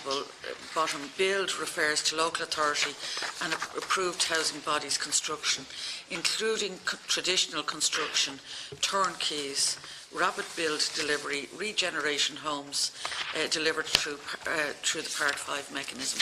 Can you break that down for us in terms of, say, 2018? Like, how many of those local authority bills were turnkey? How many were regeneration? Why don't you divide them up? Because in actual fact, within that, in terms of our work, maybe not necessarily this year, but in future years, in terms of value for money, we need to know which is which, so as that we can see, where there's value for money. And I can totally appreciate, for example, parts of the country purchasing, for example, would be, sensible, but in other parts of the country that may not be available. Okay, thank you, Deputy. In terms of the figures there, the 2022, there were 200 of those were regeneration. 768 were turnkeys, and then the balance were, if you like, sort of standard build. So 968, that accounts for. Okay, here's 4, 7 from 5. So just over 1,050 were built by the 31 local authorities directly last year, or in 2018. Do you agree that that's the number? Well, the regeneration were built by the local authorities as well. So they were, yeah. So they were. So that was. So that's 1,200. 1,200 houses, not, and then the turnkey ones. And can you give us a breakdown of those in terms of it? Maybe that you give us a note after today about costs per house, and you might give us that per, by local authority, because essentially, I mean, there's different values in different parts of the country, so as that we consider the value for money aspect in relation to that. Could I ask that you do that when you're providing with you know, these statistics? Why are you not given that breakdown? You used to give that breakdown. Why are you not given that breakdown you know, anymore? Because it's actually very useful. It's just for the purpose of the table to the committee. This, I suppose, we were giving it in as kind of high level as possible, but we publish this every quarter, and we still continue to do so. We can make that available. There's no issue with that. But the sub breakdown in relation, I think that's very important that we see that. You did talk about an 85% up on 2017. What was the figure in 2017? The figure in 2017 was 2297. 2297. And how many of those were direct bills by local authorities? In 2017, there would have been... including regeneration. 94, 594. I think if my maths are right, about 626. 626 were built, and then it was an 85% increase, and we ended up with 1,200. I think that's, yeah, we ended up with 1,200. It does show that, I mean, there's a bit of spin with the 85%, given the extent of the housing lists and the challenge ahead of us. I think we could probably, it gives the impression that we're really getting ahead of a crisis that's there. And I think we could do without kind of, you know, presenting it in that particular type of way, because I think that I don't think it's a fair reflection on. I don't think it's a fair reflection on the extent of the crisis and how that crisis is being tackled. Would you accept that that's... No, absolutely, Deputy. I wouldn't accept at all that there's any element of spin involved here. Maybe just to step back for a minute. I mean, when Rebuilding Ireland was put in place, there were very clear targets set for what was to be built and what was to be bought, what was to be leased, and for targets for the rental accommodation scheme and for the housing assistance payment. When it comes to build, we've always published every quarter for the last 8 quarters. We've published a detailed construction status report showing all of the build projects, the turnkeys, the traditional builds. Okay. So there is a very clear build figure, and when I talk in terms of build, every one of those houses is a new build, local authority or AHB house. Can I just stop you there, because I'm going to have very limited time here. It's probably the Minister I need to address, because essentially you're dealing with what you've been given in terms of funding, and you're saying that you are meeting your targets. Well, I suppose just to clarify, I mean, if the issue is whether the target is ambitious enough or whether there's sufficient funding, that's certainly for the Minister. But okay. I don't want there to be any misunderstanding. I mean, what we are reporting on is reporting on versus the actual targets. Okay. So the numbers are matching apples with apples rather than any apples with oranges. Right. Can I just go through? I'm going to skip through a few different aspects of the report.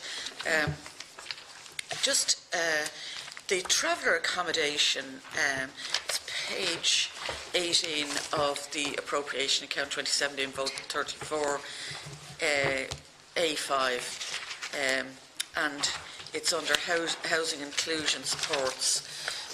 And savings of 4.2 million arose on traveller accommodation as a number of capital projects did not progress as anticipated. Have they progressed since? Because that obviously relates to the account of 2017. Yep. Thank you, Deputy. The spend on traveller accommodation and the progress in that space has continued to be a challenge, continued into 2018. So, for example, in 2018, the capital estimate provision for traveller accommodation was 12 million, and just under 6.3 million is what was actually spent. Did the projects that couldn't proceed in 2017 that were accounted for by the 4.2 million, did they proceed in 2018? Some of them would have proceeded, but I suppose do we know how many? I'm trying to. Well, I don't have a detailed list of the individual projects, Deputy, but I suppose I'm trying to acknowledge that the difficulties in that space have continued on into 2018 because it's not a huge amount of money in the context of the budget. I mean, how many projects were there that accounted for the 4.2 million? I don't have a list of the actual projects, Deputy. Can I ask that you come back to us with a list of the actual projects? Can I ask that you give us where they were in 2018 and where they are now? And can you come back to us with that in a note? We certainly can, Deputy. I suppose the issue of traveller accommodation and its delivery continues to be a concern for us because it hasn't gotten anywhere near where it needs to be last year either, and there is a group looking at that and is due to report back to Minister English in April. Yeah, that's fine. If you send us a note, I'm just trying to be efficient with the time I have available to me. Just going back to Rebuilding Ireland, and I'm just wondering in relation to the estimate for the Rebuilding Ireland home loan, which is a very welcome initiative. Was that where did the 200 million come from in terms of the estimate? That's over 3 years. There's Kildare, Fingal, Meath, Waterford, for example, have all exhausted their funds and started refusing people on the basis of insufficient funds in 2018. So it's the fund is depleted. Now, I completely understand that's not that is for the department and the minister and budget and all that. It's not your area. But what analysis was done in terms of borrowing that money and what would be required?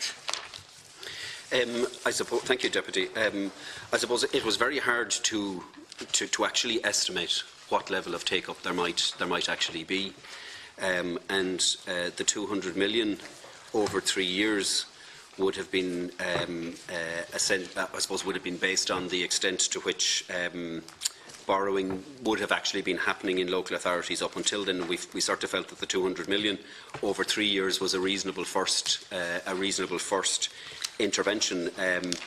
And it was really a case of let's put this out there and see what progress is made.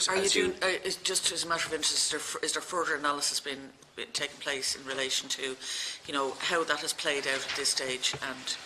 And I presume that'll work its way into policy then. Absolutely. I mean, what we are doing at the moment is we are looking with and have looked with all of the local authorities in relation to the numbers of applications that have been recommended for approval by the housing agency, how many have been drawn down by local authorities, and it's clear that that it has proved to be more popular than would have been earlier estimated. In relation to housing delivery, and when you're talking about social housing supports, are hubs included in those social housing supports? Not in the they're not in the 27,000 figure. The 27,000, the annual target that we have for supports are for build, acquisition, lease, housing assistance payment, and the rental accommodation scheme. Okay. And in relation to homelessness, which is continues to be an incredibly serious issue, and we saw the figures yesterday on that.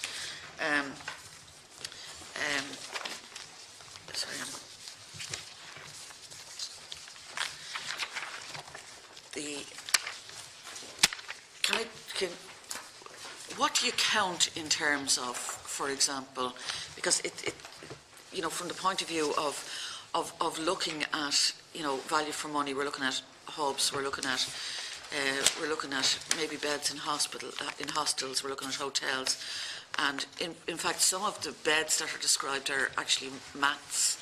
you know, rather than beds in, you know, in the cold weather initiative and that. How is that broken down? Or do you break it down in terms of and some of it will be spent from local authorities as well. Is it captured in the department budget? The main line of funding in the department's budget, Deputy, in relation to homelessness is subhead A53. So in 2017, the outturn was 109 million, and generally local authorities would match that by a further 10% themselves, but in many cases they actually fund further services beyond that. So in terms of hubs, at this stage there are approximately 26 hubs operational nationally, the bulk of them in Dublin, and they provide over 600 units of family accommodation. How many? 600? 600. And I suppose in terms of your point rightly, absolutely rightly, Deputy, to the extent to which homelessness remains a very, very serious, really serious issue for us. And I suppose one of the main reasons for the hubs is to try and provide a better, and obviously an inadequate, but a better short-term support for families than would be available in hotels. And I suppose not only are they better than hotels because I really don't. I just wanted to break down, and in fact, it would be quite useful to have a breakdown in relation to hotels, hubs, and cold weather initiative and all that. It would be quite useful to have just a specific breakdown in that. Can it be sent on to us? We can certainly send it on. Okay, and if there are figures with that, it would be very useful to have those figures. Obviously, there's in your opening statement you refer to some local authorities because of the baseline, and we'll deal with this in the afternoon. Some of the local property tax is used in the area of housing. How many local authorities would be in that category?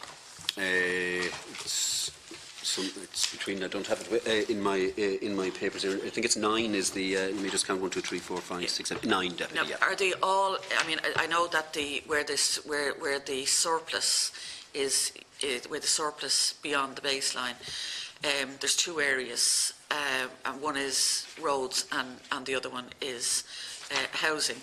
Some of them are, of those 9, some of them would they be exclusively roads? Which ones are both roads and housing? I can't say how the housing, because it breaks down between the 9 because it's the Department of Transport to that, but I can certainly say that all 9 are in the housing space. Right. Okay. Maybe we could have a list of those as well, yeah. and what the amount that is going from local property tax to housing. And as I say, we'll be having another discussion on the local property tax and the baseline and some of those issues in the afternoon. Just the housing, the private housing grants, the amount that was budgeted for in 2017 was 34 million, and the amount that was spent was 44 million. And you'd say it's a demand-led scheme, and I've seen it work very effectively for people in terms of, you know, making housing that may become unviable, viable for people to live in. So it's a very good initiative.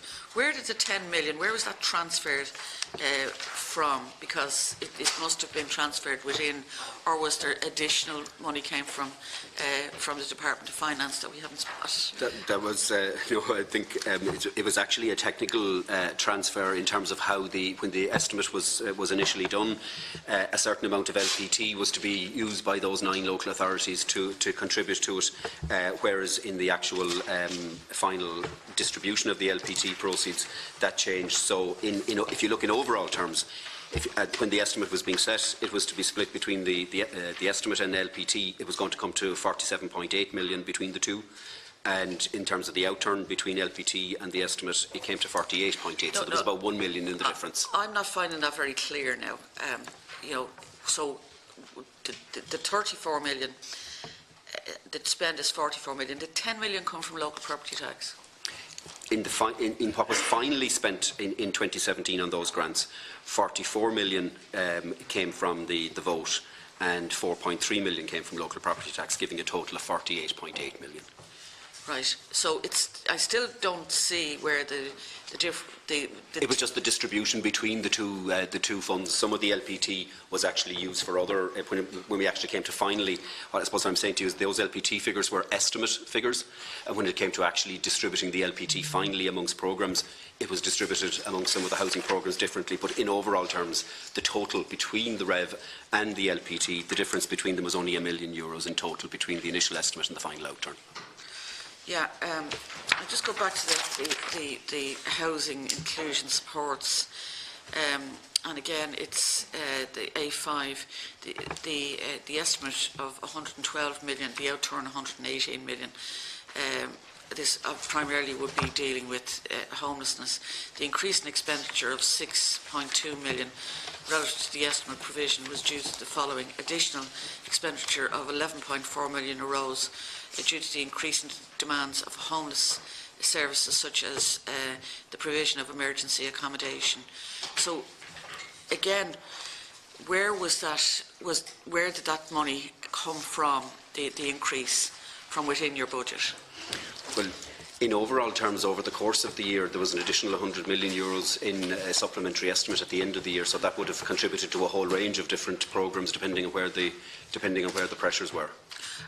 Was that 100 million was specifically aimed at homelessness? No, it was for housing rather than specifically for homeless, but it would have contributed to a whole range of programmes and pressures. And obviously there would have been some moves within individual programmes as well. But the 100 million, I suppose, was where the additional capacity really arose in 2017. Thank you.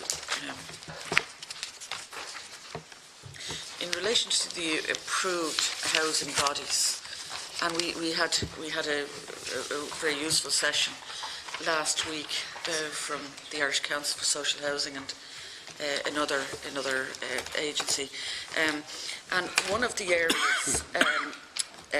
areas was they talked about the possibility of being able to leverage funds from other sources.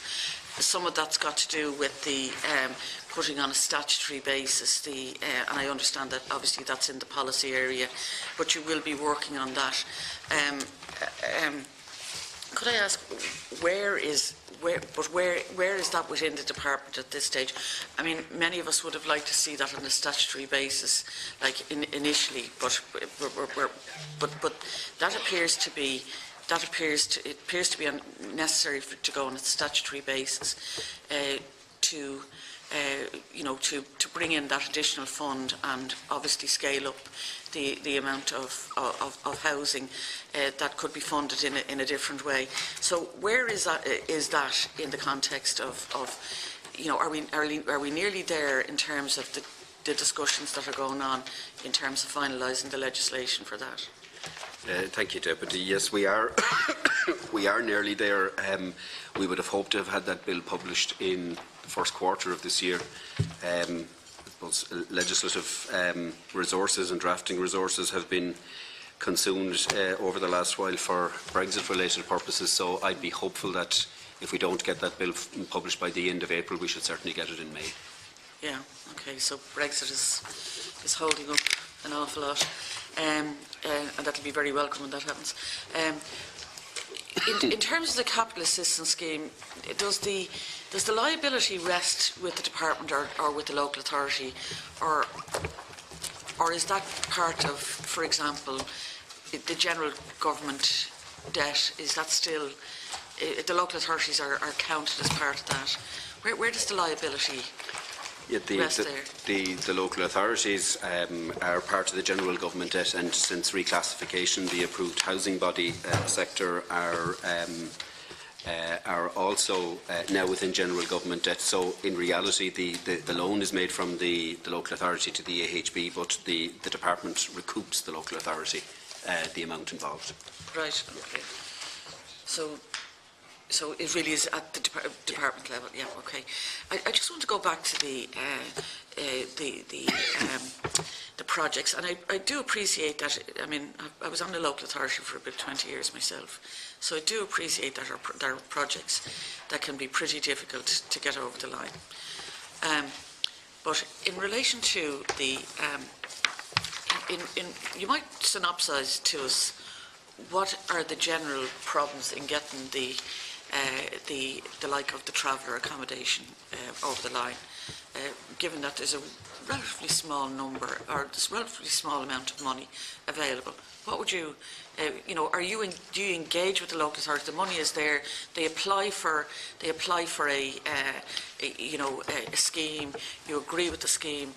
Presumably, it is pretty much locked down at that stage. Yeah, thank you, Deputy. I suppose the issues involved are they're varied, and maybe with your indulgence, Chair, I might ask maybe some of, because in terms of what the actual practicalities are, I suppose what we would see from our engagement with the local authorities is issues around local communities and local engagement with trying to get projects across the line. Sometimes I think there can be issues in relation to engagement between the local authorities and the traveller community.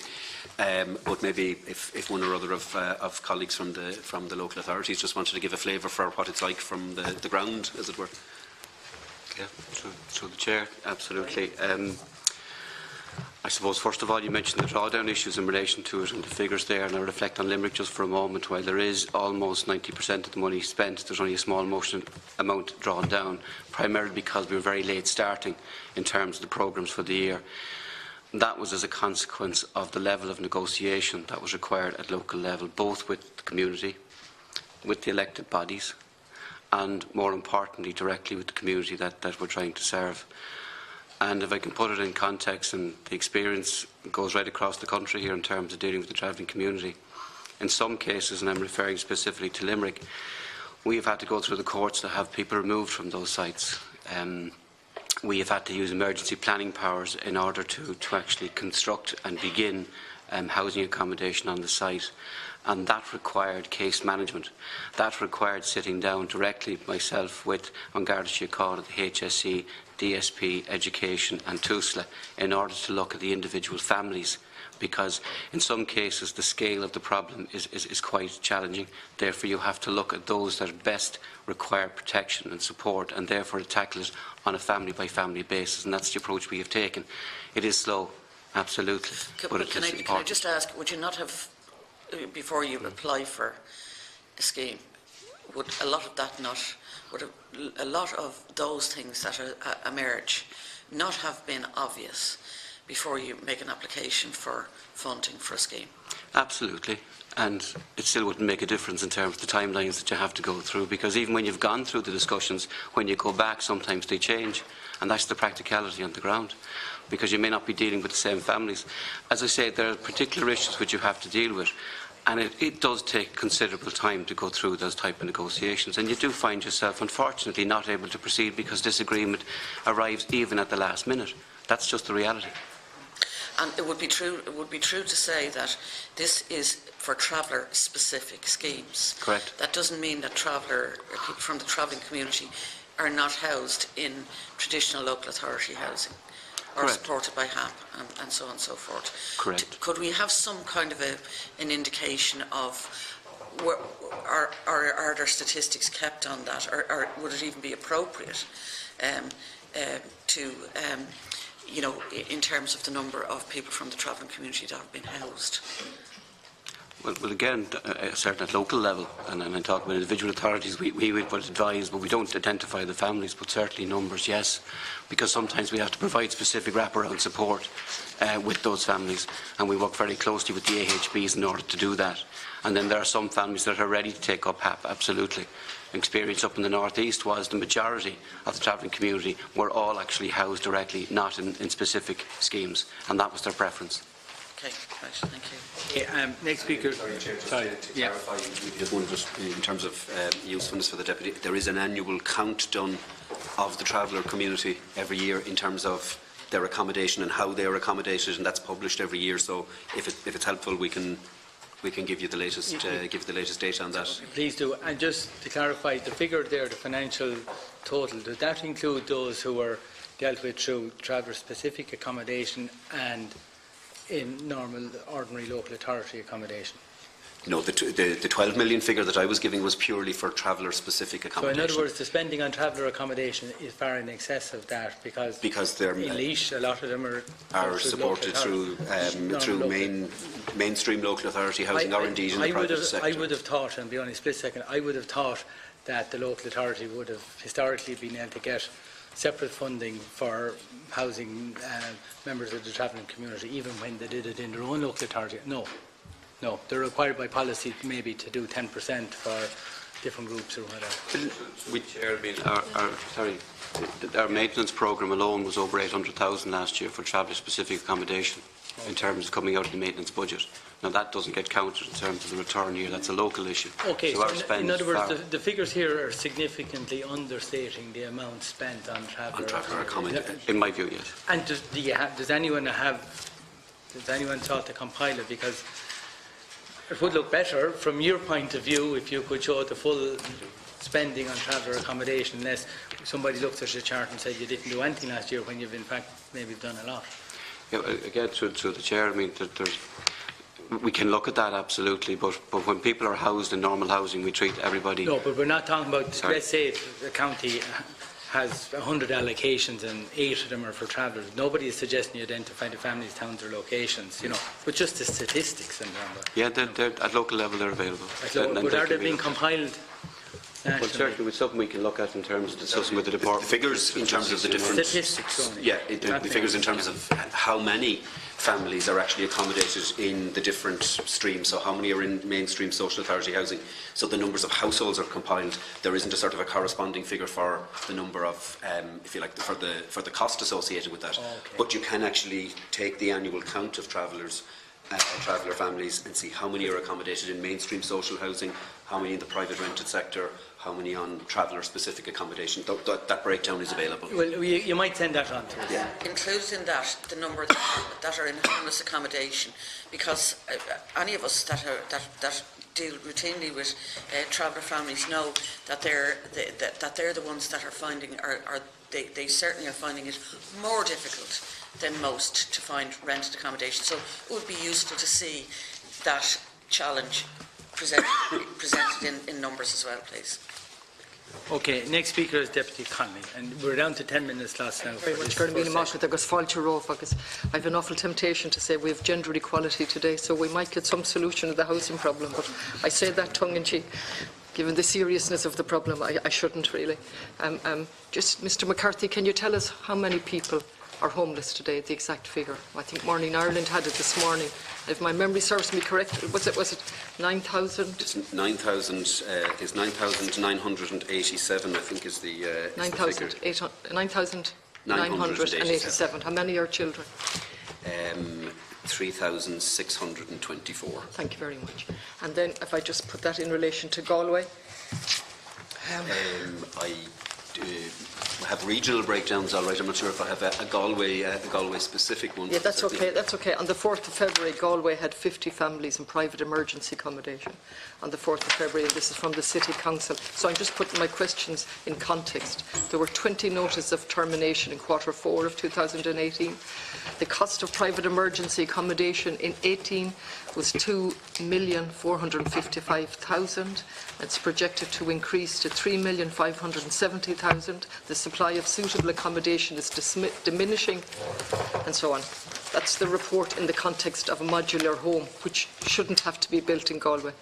That's the context in which I'm asking my questions today. So while I understand you're carrying out government policy, I do believe there's a certain spin to it, although you have quite rightly rejected that.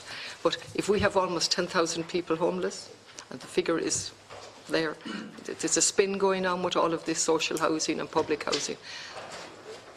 Sorry, Deputy, I wouldn't Okay, I hear your protestation. Absolutely, okay. I can't. Okay. In terms of the work that's been done. Okay, I'm going to do two things. I'm going to ask a number of questions, and I'm going to just on housing. But first of all, I'm just going to look at the accounts and vote 34. That's what we're dealing with here, isn't it? Yeah, housing planning and local government. Yeah. So if we just look at just governance issues and internal financial control on page 5. And I just want to go quickly through this. There was issues from an internal financial control issues in relation to management of accommodation and homeless funding, and there were weaknesses identified. So let's take the management of accommodation. How much money was in how much money was in question there in relation to the issues identified? Then you're talking about a procurement register, which should include expiry dates for contracts, very basic stuff, and a revised procedures manual. So, very quickly, how much money was involved? The faults identified, are they now rectified, and are those in place? Just 1, 2, 3. In terms of the management of accommodation, the issues that arose there were... No, I see the issues. I see the issues. They're listed out. Is there a procurement register in place, which includes the expiry dates? Is there a procedures manual in place? And how much money was involved?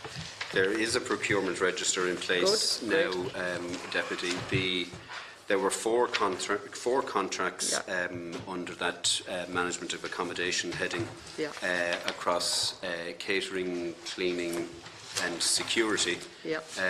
The total between them would have been 145 to 23, about 400,000 euros. If my maths are 3 of those contractual arrangements have since been regularised, and the fourth one is in the process of being regularised. The tender process should get underway next. The money amounted to 400,000. 3 have been regularised. 1 is in process. And is there a procedures manual in place, a revised? There is, there is, Deputy, and we're in the process of recruiting a professional procurement advisor as well to make sure that we get those issues right. Okay. In relation to homeless funding, how much money was involved here? Issues were identified here as well. I suppose there wasn't the issues that were identified, Deputy, weren't in relation to any sort of specific transaction. They were more looking at governance issues and and some of the... Well, I'm just asking you to reply. I'm reading it and I don't want to take up my time. Homeless funding, an internal audit of the management of homelessness during 17 noted a number of areas where control relation to the oversight, which is our function here. So what has been done in relation to that? How much public funds was involved there? The protocols have been reviewed and so on. The internal audit didn't identify any public funds specifically at risk. It identified where there were issues around process, issues around governance, and so the internal audit report is produced, and then there's a set of actions that are put in place. Have those actions been acted on? Those actions have been significantly. What hasn't been acted on? Maybe it might be easier. There were, in fact, in that one, the latest update from the internal audit unit is that there were no outstanding recommendations. No outstanding, great, well done, thanks very much. Now, just staying on those accounts, I'll just move back, and in relation to the Urban Development Fund. Sorry, I'm going to leave that for a moment, and I'm going to come back to that one. If I have the time, I might come back in the second round. I want to go to HAP. Housing Assistance Payment. And I want to go to all of the money, including HAP, that's going in to sustain a private market that's simply unsustainable. So let me ask you, Mr. McCarthy, to clarify something here. And thank you for all the documents. They're extremely helpful. I want to say that. And it's a good way to proceed with this. And so the detailed, I'm looking at your 26th of February 19. From your department, from yourself, and on the second page, the detailed results of the 2018 SSHA were published. Now, it showed that 71,858 households were assessed as in need of social housing, and presumably that's rising, is it? That figure is actually down from the previous 2 years. That's good. Now, when you say 71,000 households, do they exclude HAP? Yeah, I think if you go down through, sorry, if we could just scroll further down through the, sorry, just back up a little bit. It lists the main exclusions. Sorry, if you could just go up a little bit further. See, it excludes duplicate applications. Well, just listen to my question, because I just want it clear. HAP, which has grown, and with this a huge figure, I come to it in a minute, I think it's 43,000 households on HAP. Are they excluded from that figure on the waiting list? They are. Good. I've mentioned that in my note. So I'm getting clarification. Thank you very much. So we have the number that you're given there on 71,858, and then we have a figure, is it 43,000 households currently on HAP? So we're at 100 and something thousand. So you're not counting them on the waiting list? No, under the law. I understand. That's my interpretation too. A terrible law where it was brought in under the last government that the HAP was the only game in town, and you were considered adequately housed. We've been there before. You don't have to disagree with me, but that was the legislation brought in. HAP is the only game in town. We asked repeatedly then, what happens when these applicants go into HAP? And we were told they're taken off the housing waiting list. So that's correct. Is that right? They're taken off the housing waiting list, and they're put on a limbo list, aren't they? They're put on a transfer list. Okay. So how many are on that transfer list? We don't collect the numbers that are on the transfer list, but we can certainly tell from the data from the Shared Services Centre as to how many HAP recipients have moved on into social housing. Now, I understand there's total confusion about this around the country, and maybe I'm wrong, because initially officials were absolutely crystal clear with me in my previous life, said absolutely right, off the waiting list. Since then I was told, no, they're all included in the figures. So here's the department telling us, no, that's great, that's clear. So you're saying that somebody that's under a HAP scheme for a year, 2 years, if they have 5 years, that's the maximum security of tenure they're getting. Some get 1, 2, 3 years. They're off the waiting list, and they're considered adequately housed by this department and by the government under government policy. Under policy. Isn't that shocking? That's the policy. That's the policy. Great, lovely. Lovely, thank you. And then on that HAP, how much is going to it? Housing assistance payment from the Controller and Auditor General's report, 153 million in 2017. Isn't that right? That's correct. On HAP alone? On HAP. On HAP alone. Right, yep. On the rental accommodation scheme alone, 143 million.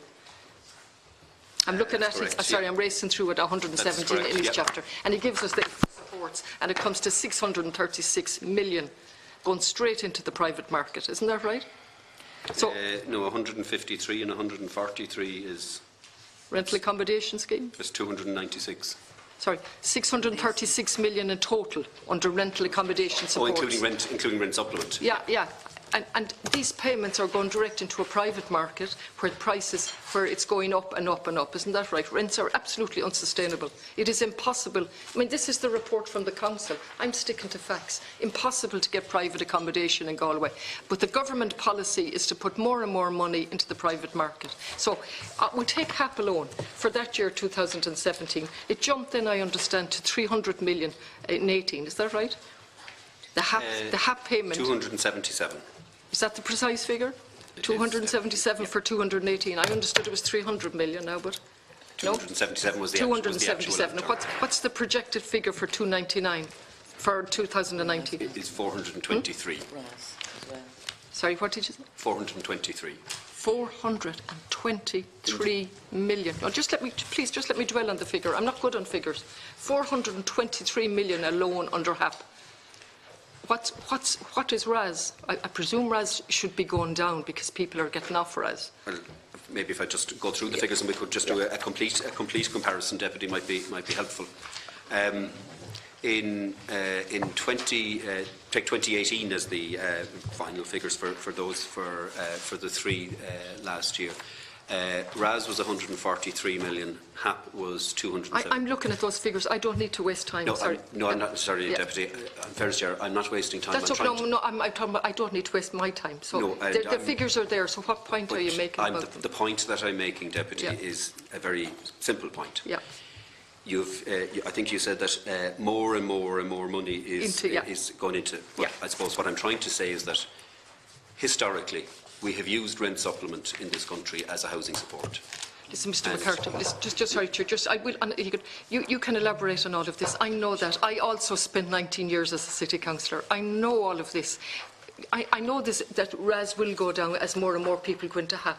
We know that.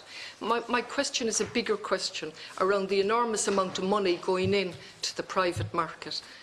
And I suppose my response, Deputy, is around just to respond to what you've said around more and more money. And I suppose the basic point that I'm making is, if you look back to 7 or 8 years ago, in 2011, and you put RAS and rent supplement together at the time, HAP wasn't there then. That's right. The amount that was put into those schemes was €619 million. 600. Which year was that? That was 2011. 2,619. And Now, coincidentally, just prior to that, in Galway City Council, we were told that no more funding was available for public housing, and not a single public house was constructed in Galway. I'm very familiar with it. I bore people here by repeating it. From 2010 onwards, not a single public house was constructed in Galway City until last year, when 14 houses, I understand, were completed. Isn't that interesting? At a time where money is going into the private market. In 2011, Deputy, I mean, the reality is that the country was in a very bad space economically. So in that year, for example, the 619 going towards rent supplement and the rental accommodation scheme, the corresponding amount that was going in at the time to, if you like, build and acquisition sort of lease programmes was 314 million. Just let me stay with you, Mr McCarthy. Nothing went into Galway City for direct social housing, because we got quarterly reports. Just please now, it's all a factual, and we got columns to say what was proposed, the amount of money, and final column was construction suspended on every single quarterly report from 10 forward. That's one of the major reasons why we have a housing crisis. One of the ingredients, because the state stopped building houses. So now we're going forward, and we're looking. You're telling me now for what did you say? 423 for this year on HAP alone. Correct. Okay. Yeah. What is the figure for rental accommodation scheme this year? 134. 134. And we'll get all the other figures, and you can see we're going straight into the private market. So when you, on behalf of the policy that you have to implement, talk about social housing, you're talking about private houses. Isn't that right? Well, with no security of tenure, very little. What I'm talking about, and the point that I'm trying to get across, Deputy, is that when we look at the implementation of policy now and what are the different policy elements, in 2011, or since 2011, the amount of funding on an annual basis going into schemes like HAP and RAS and rent supplement is gone up by 11%.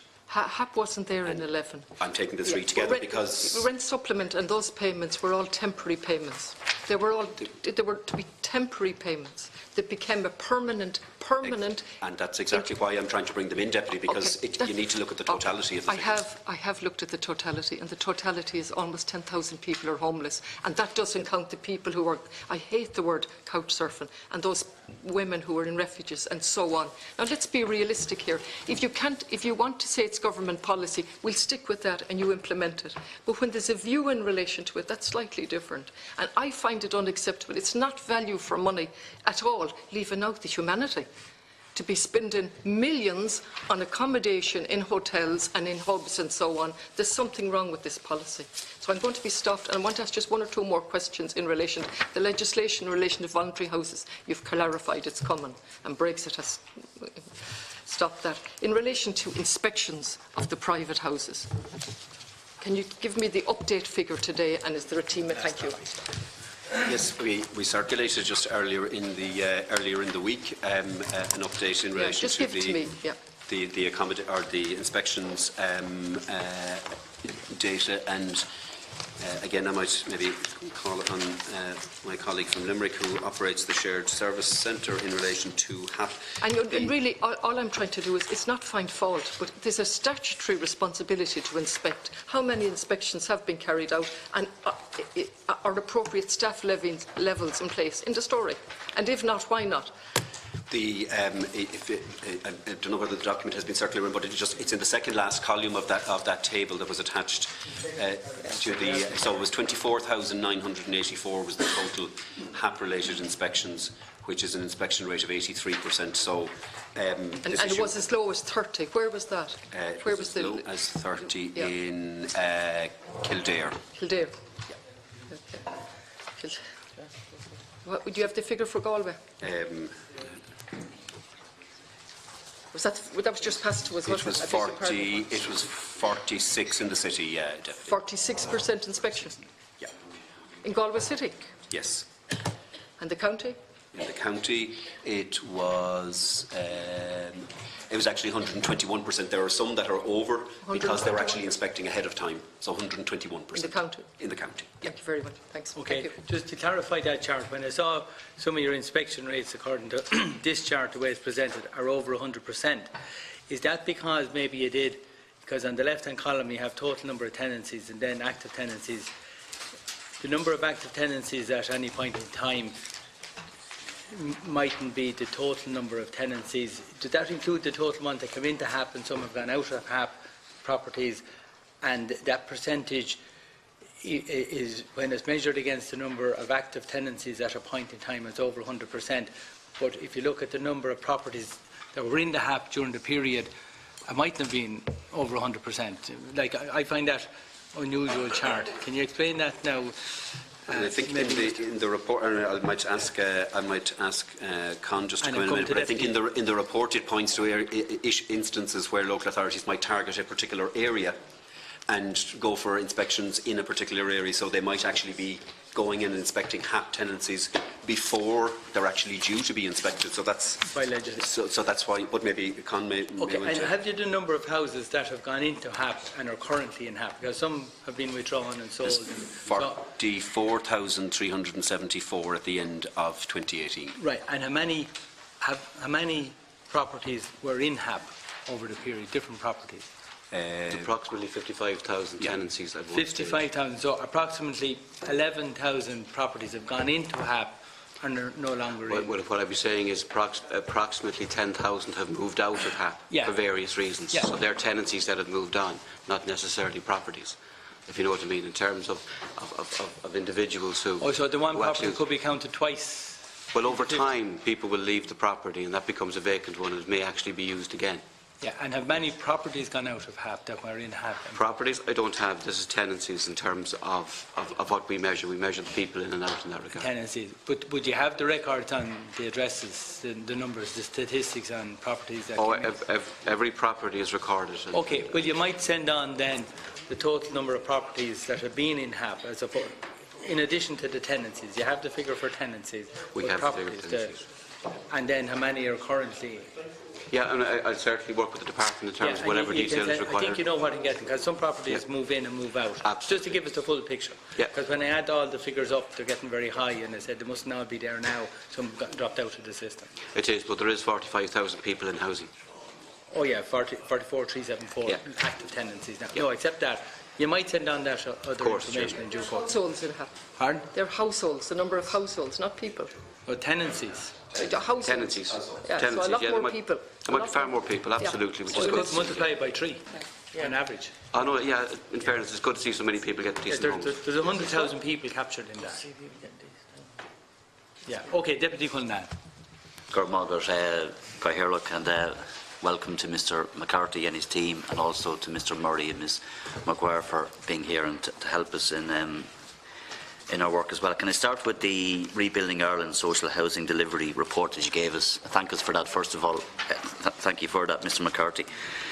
On page 2, it breaks down the overall delivery in terms of the delivery method. So you have build, voids, acquisitions, leasing, RAS and HAP.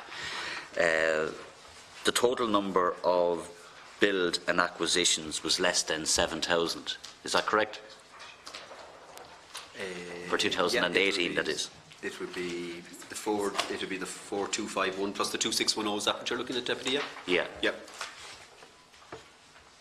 And it was a 96% target for builds, and we exceeded the target on acquisitions. It was a 290%. But what's interesting about the figures is that some have come under, so there's been obviously problems with leasing. 50% of the target was reached. There was more acquisition. So my first question is, if you have to move from one delivery method to the other, do you have to get permission from the Department of Public Expenditure and Reform to do that? It would depend, I suppose, Deputy, on the extent to which there may be a financial issue associated with it. So, for example, sometimes There are many parts of the country where, and we had this when we met with some of the local authorities recently, where you can actually continue to buy vacant stock much cheaper than you can actually build. So we wouldn't need to... Okay, maybe I can put my question a bit sharper. Has your department ever had to seek permission from Deeper to move from one delivery method to the other to meet targets? No, we would engage with Deeper on an ongoing basis, and according as the financial implications of some of that would come to light, we would engage. So, as I said earlier, we got additional funding in... What does engage with? In 20... Just tell me what engage means. Because I asked, did you have to seek permission, or what's the methodology? You said you engage. Is it that you would inform them this is what you're doing? Do you need the permission? Is there like a tug of war or tension between the two, or is it that it's primarily your own function and you're informing them this is what you're doing? So when you say you're talking to them, I just want to understand what the relationship is. It would be primarily our own function, as long as we're operating within the sanctions that we have. Then we're fine. If we do need to look for additional sanction for a particular issue, then we would engage with the Department of Public Expenditure Reform. But we engage with Deeper on I'd say probably nearly on a weekly basis as we're moving on through the year. Okay. Have you read the European Commission's country-specific report in relation to housing? So I have a copy of an Irish Times report on the 27th of February. The European Commission has strongly criticised the government's housing policy, suggesting rapidly rising rents, insufficient residential construction and a lack of affordable and social housing were driving increased rates of homelessness in Dublin and elsewhere. We also had the homeless figures published yesterday, which showed 9,987, I think the figures that you gave, 3,624 of which are children. So even the European Commission recognise, from what I can see from that report, that the targets which have been set in 2018 and delivered lacked ambition, and in fact is playing a part in what is a continuing housing crisis. First of all, have you read the Commission's report? I would have seen it at close to final stage. I don't think I actually read the final version, but I don't think it was. You accepted findings? I think what I would accept is that the ambition that was set out in Rebuilding Ireland flowed from an Oireachtas committee report. There was an Oireachtas committee report in early 2016 that talked in terms of needing to aim for 50,000, to increase the social housing stock by 50,000 homes. And that is now, we weren't able to aim for that initially in Rebuilding Ireland, but we subsequently upped the ambition, and that 50,000 target is one part of Rebuilding Ireland. But the European Commission's report, Mr McCarthy, and the figures that were published yesterday by your own department in relation to homelessness, again, almost 10,000 record levels of people, children and families who are homeless, doesn't suggest that the department is getting to grip with the housing crisis. If we have record levels of homelessness, and if we have a report which says that the lack of residential construction, the lack of social and affordable housing, as we know, and we had a lengthy discussion about this the last time you were in, has a knock-on effect of driving up rents, which is making our capital city very uncompetitive in many ways. The reports and the evidence suggest that you're actually not getting to grip with the housing crisis to the extent that is suggested. So what I'm saying is, have you accepted what the Commission is saying in relation to the lack of social and affordable housing, the impact that has on driving up rents, and do you accept that the figures that were published yesterday in relation to homelessness shows that the Department is far from getting to grips with the housing crisis? Rebuilding Ireland was a 6-year and is a 6-year plan, and it had two overarching targets. One was to get to an overall housing supply position of 25,000 homes per annum, and the other was, as I say, the 50,000 social housing additional homes over the 6 years. At this point in time, we are where we should be, or indeed slightly ahead, halfway through that 6-year plan. Housing supply, I mean, we've talked here before, Deputy, and we've talked in terms of, and you've pointed to it again, the extent to which issues in the housing space and the sub-parts of the housing space are all connected with each other. So if there is inadequate housing supply, there are more people obviously competing for the supply that's available. That has knock-on consequences for rents. It has knock-on consequences for house prices. It has knock-on consequences for homelessness. Okay. So what we have tried to do in Rebuilding Ireland is to address all those elements of the housing space, starting from overall housing supply to get to the 25,000. And as the CSO now published the data in relation to that, it shows that we are on track to achieve that. Okay, but the problem is the targets are, in my view, lack ambition. So the targets, you can set whatever targets you like, but if the targets themselves don't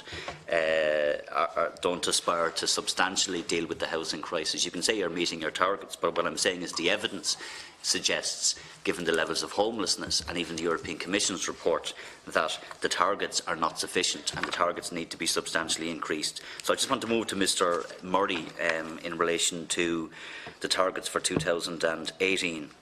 And I want to first of all just deal with bills, because 14 of the local authorities did not meet the new build targets. So that's 14 out of 31, I think, is it, local authorities? So how is it the case that 14 local authorities were not able to meet their targets under new bills, given that we have such a housing crisis, which is not just Dublin-centric, it's a crisis right across the state? I would accept it's not a Dublin problem per se, but a lot of the issues are certainly Dublin-centric or East Coast-centric in that regard for those of us who work outside of it. There are differences in terms of the build programme, in terms of what you can achieve during a year and what actually you can achieve in a pre-year. In my case, we've overachieved in a particular year, and you probably look at the stats, we didn't get our full programme across the ground this year. Why was that? Because we had difficulty getting Part 8s through the Council. We had to go back out to the community. There were slight delays, but the programmes for 2019, 2020 and 2021 will be on target. But we're dealing with 28, sorry Mr Murray, if you could hold it there, we're dealing with 2018. We're always being told and promised that 2019, 20 and 21 there'll be more delivery. We can only judge each local authority on what they've delivered this year and previous years, and we're in the midst of a housing crisis. So if your own local authority, the target for new bills was I think you reached 80% of your target. Correct. It was 112 new bills for Limerick City and County. That includes local authority approved housing body and Part 5s. Do you think 112 units in a city and a county the size of Limerick, new bills, real social housing bills, is an acceptable? First of all, the target was only 80% met. I wouldn't accept that's an acceptable target. But not even to meet that target and deliver only 112 new bills when there is a significant housing crisis that also affects people in Limerick. Can you stand over a figure of 112 new bills for 2018? Well, what I can stand over, Deputy, is 1,171 tenancies. But can you stand over the 112 new bills? No, my job is to provide accommodation at local level for people under the policies that you put in place at national level within the resources that you provide. And we will use whatever spectrum is available to provide accommodation for people. So when I look at and when I talk to my council, we look at the housing list and we look at who's getting housed and who's not getting housed. And 1,171 additional tenancies this year is something that we are actually delivering upon. Part and parcel of that is the overall spectrum of the build. And part of that, Mr Murray, I would imagine that overall figure you gave would be RAS and HAP as well. Oh, absolutely. Yes, absolutely. So what I'm talking about new bills, and if I'm going to come back to Mr McCarthy in a second in relation to the total spend and RAS and HAP, but move off Limerick for a second. Galway City Council only met 25% of its new build target, only 27% of its overall target, which would include build acquisitions and lease. Westmeath only met 34% of its target, and Wicklow met only 55% of its new build target and 58% of its overall target.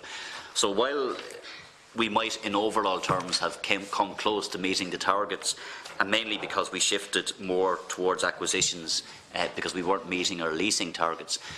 What's the department doing, Mr McCarthy, in relation to those local authorities, the 14 which did not meet their build targets, and especially those who were the worst performers and came very substantially under target? Thank you, Deputy. Just to clarify, the 96% is 96% of build. Yes. Nationally. Sorry, I thought that. I know that. That's local authority approved housing body and Part 5. Absolutely. Yes. Sorry, I thought in what you said that there was a substitute. You were suggesting a substitution of acquisitions for. No, I'm saying that the acquisitions, the target on acquisitions was 900, and you came in at 2,610. For the deficit. And the target for leasing was 2,000. You came in on one. So what I'm saying is, Sorry, that's fine, Deputy. Sorry, I misheard you. In relation to build and the local authorities, I suppose what we continually try to do is work collaboratively with our colleagues in local authorities and AHBs in order to try to ensure that those that have had difficulties in meeting their target can actually be brought up to performance so that they can deliver up to 100%. Some of that involves learning from those authorities that have exceeded their target. In some cases, it involves putting specific arrangements in place, and, for example, in Dublin, we have had a social housing delivery task force. In Cork, we've had a similar task force, and we are putting a similar one now in place in relation to Galway.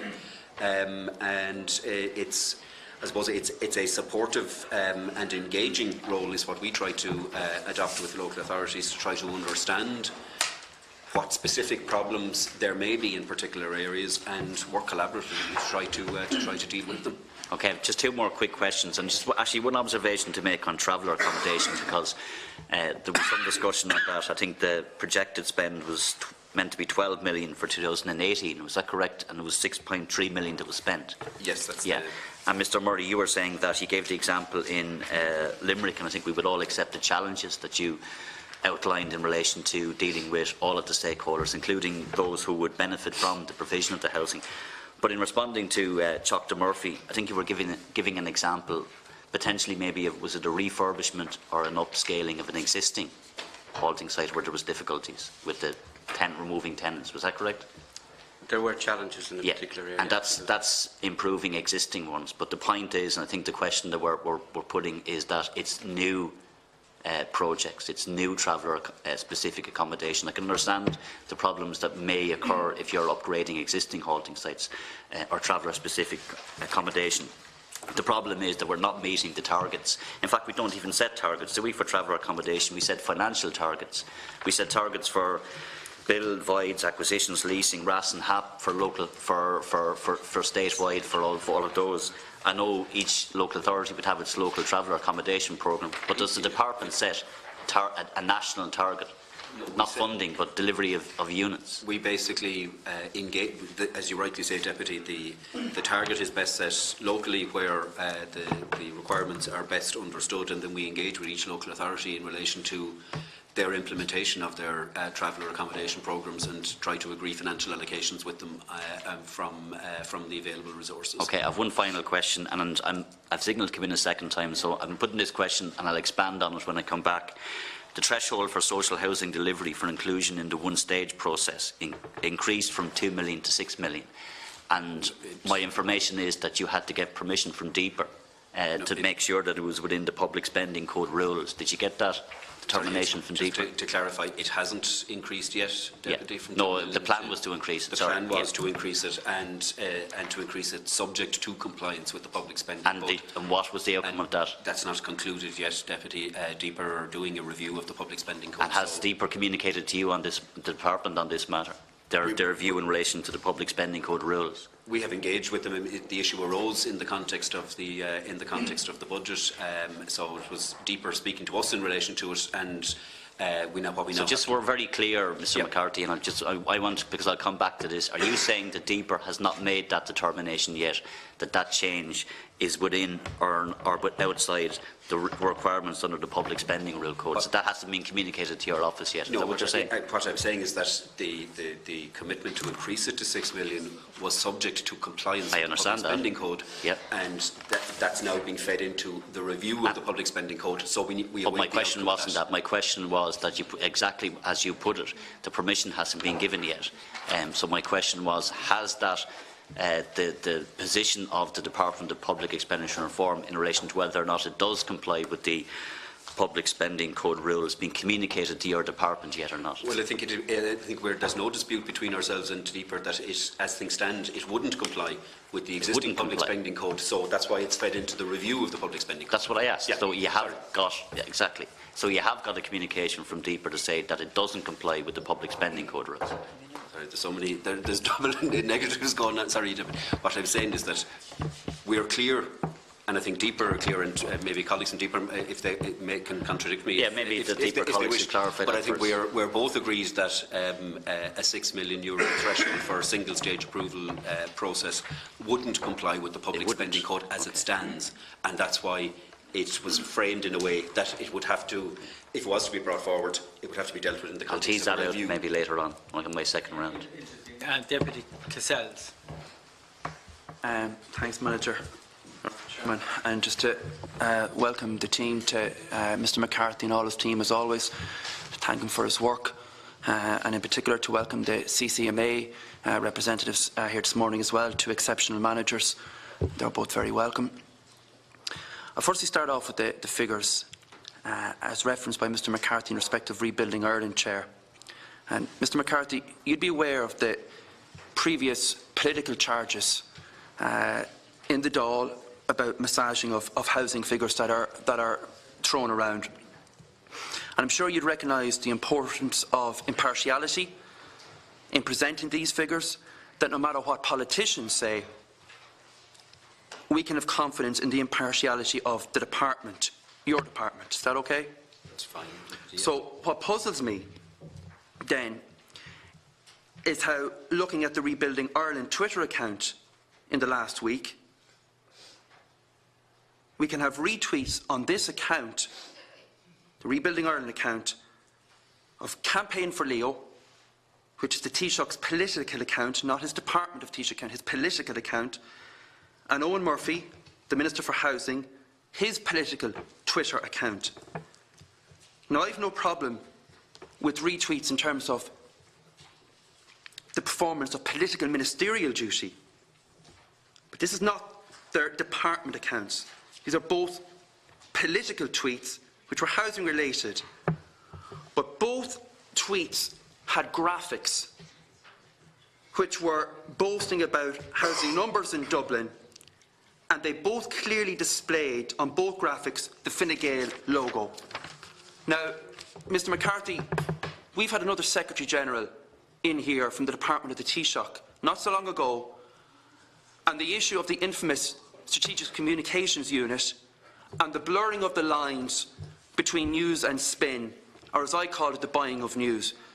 Now, I've just come from the Dáil Chamber, where we're trying to protect mainstream media with our local radio motion promoting fact-based news. And here we have Department of Housing with subliminal messaging, which any marketing manager, and I come from the sphere, will tell you imagery matters. It matters, it penetrates. And so we have a situation where retweets on the department's account with clearly identifiable the Fine Gael logo are appearing with Campaign for Leo and Owen Murphy and the Fine Gael logo on state-owned accounts. So can I ask, how come the department is retweeting political accounts carrying Fine Gael political party logos on the Rebuilding Ireland site? And are there internal social media guidelines for the carrying of such logos in that action? Thank you, Deputy. I think just at the outset, I think you talked about ministers' political tweets. And sorry, I don't know the language on this. Their Twitter handle, is that, what is it? No, their actual name. Sorry, I shouldn't. Versus, but to my knowledge, I think it would be common for departments generally to. I mean, so for example, Minister Murphy, he doesn't have a Minister Murphy political Twitter name and a departmental Twitter name. So I think it would be common. It's not funny, guys. No, sorry, I'm not at all trivialising it, Deputy.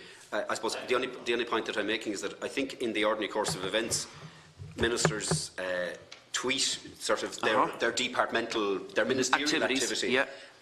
So I think that would be quite common across. And I stated I had no problem with that in terms of Minister on-site carrying out his political duty. I'm not familiar with the particular example that you're talking about. It's only last Wednesday. If there's some Fine Gael logo or political, we will there are guidelines. There absolutely are guidelines in place in terms of our social media policy. So I will certainly look at that if you can give me the details in relation to that. I will. But has there been any directive from the Minister in respect of political tweets and retweets and how these are actually conducted by the department? No, this is operated entirely by the department. Okay, because again, I mean, you refer to that. If Rebuilding Ireland, which is a standalone Twitter account for this, well, in the fullness of the picture, and you've had contributions from deputies here this morning on the failings of aspects of any account, well then surely for the fullness we could have retweets by the main opposition spokesperson Darragh O'Brien when he's pointing out failures which carries the Fianna Fáil logo, and we could have retweets of that for the fullness, so people accessing that Twitter account can get the fullness of the picture, because I do have a real problem with that. We saw it with the SCU and an attempt through social media, because marketing and imagery matters, to present a particular picture, and these guys are highly well paid, highly educated in this sphere of how you can actually penetrate a message through a graphic. Remember, this was not a minister on site turning a sod.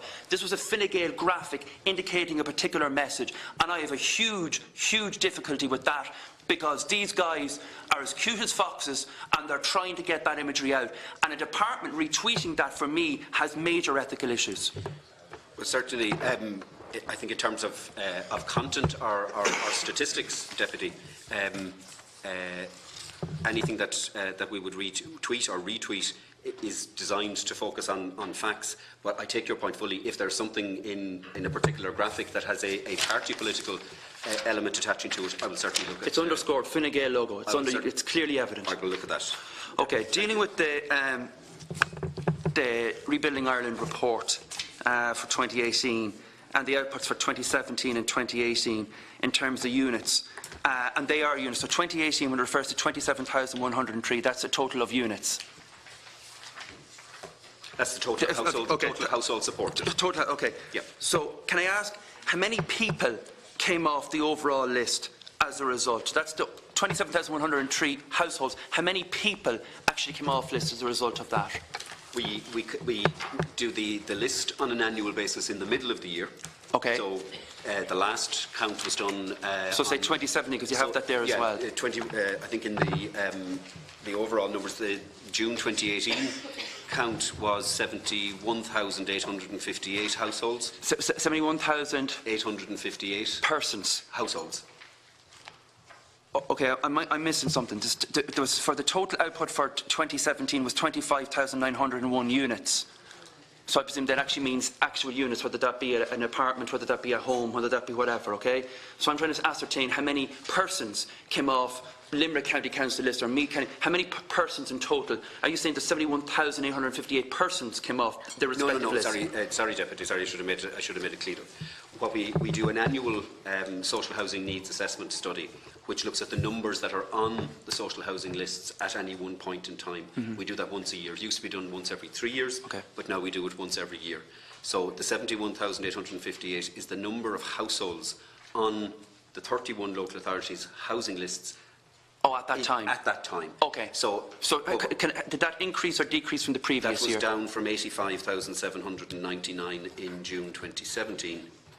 And the corresponding figure in 2016 was 91,600. Okay. And so in terms of how many people then say anticipated in terms of that increase or decrease for this coming summer, what way are you looking at that? Have you anticipated figures? Or? Well, on the basis of the delivery achieved in 2018 and what's expected to continue to be delivered in 2019, you would expect that the number would go down again. Okay. But and within that, it's a continually sort of flowing thing according as new households come on the list and others come off. And within that, are you, say, achieving significant gains in some areas of the country where you've significantly reduced lists, but that's maybe being countered by increase, especially, say, in the eastern coast? Like, I mean, in terms of looking at that breakdown. Yeah, I think, and one of my colleagues can correct me if I'm wrong, but I think in the 2018 count, all the numbers on lists, I think, it decreased in all bar two local authorities. Yes. Yeah, there were just two. What were the two? The numbers had gone up, Cavan and Monaghan. Okay. Maybe not two you'd expect, but Indeed. okay.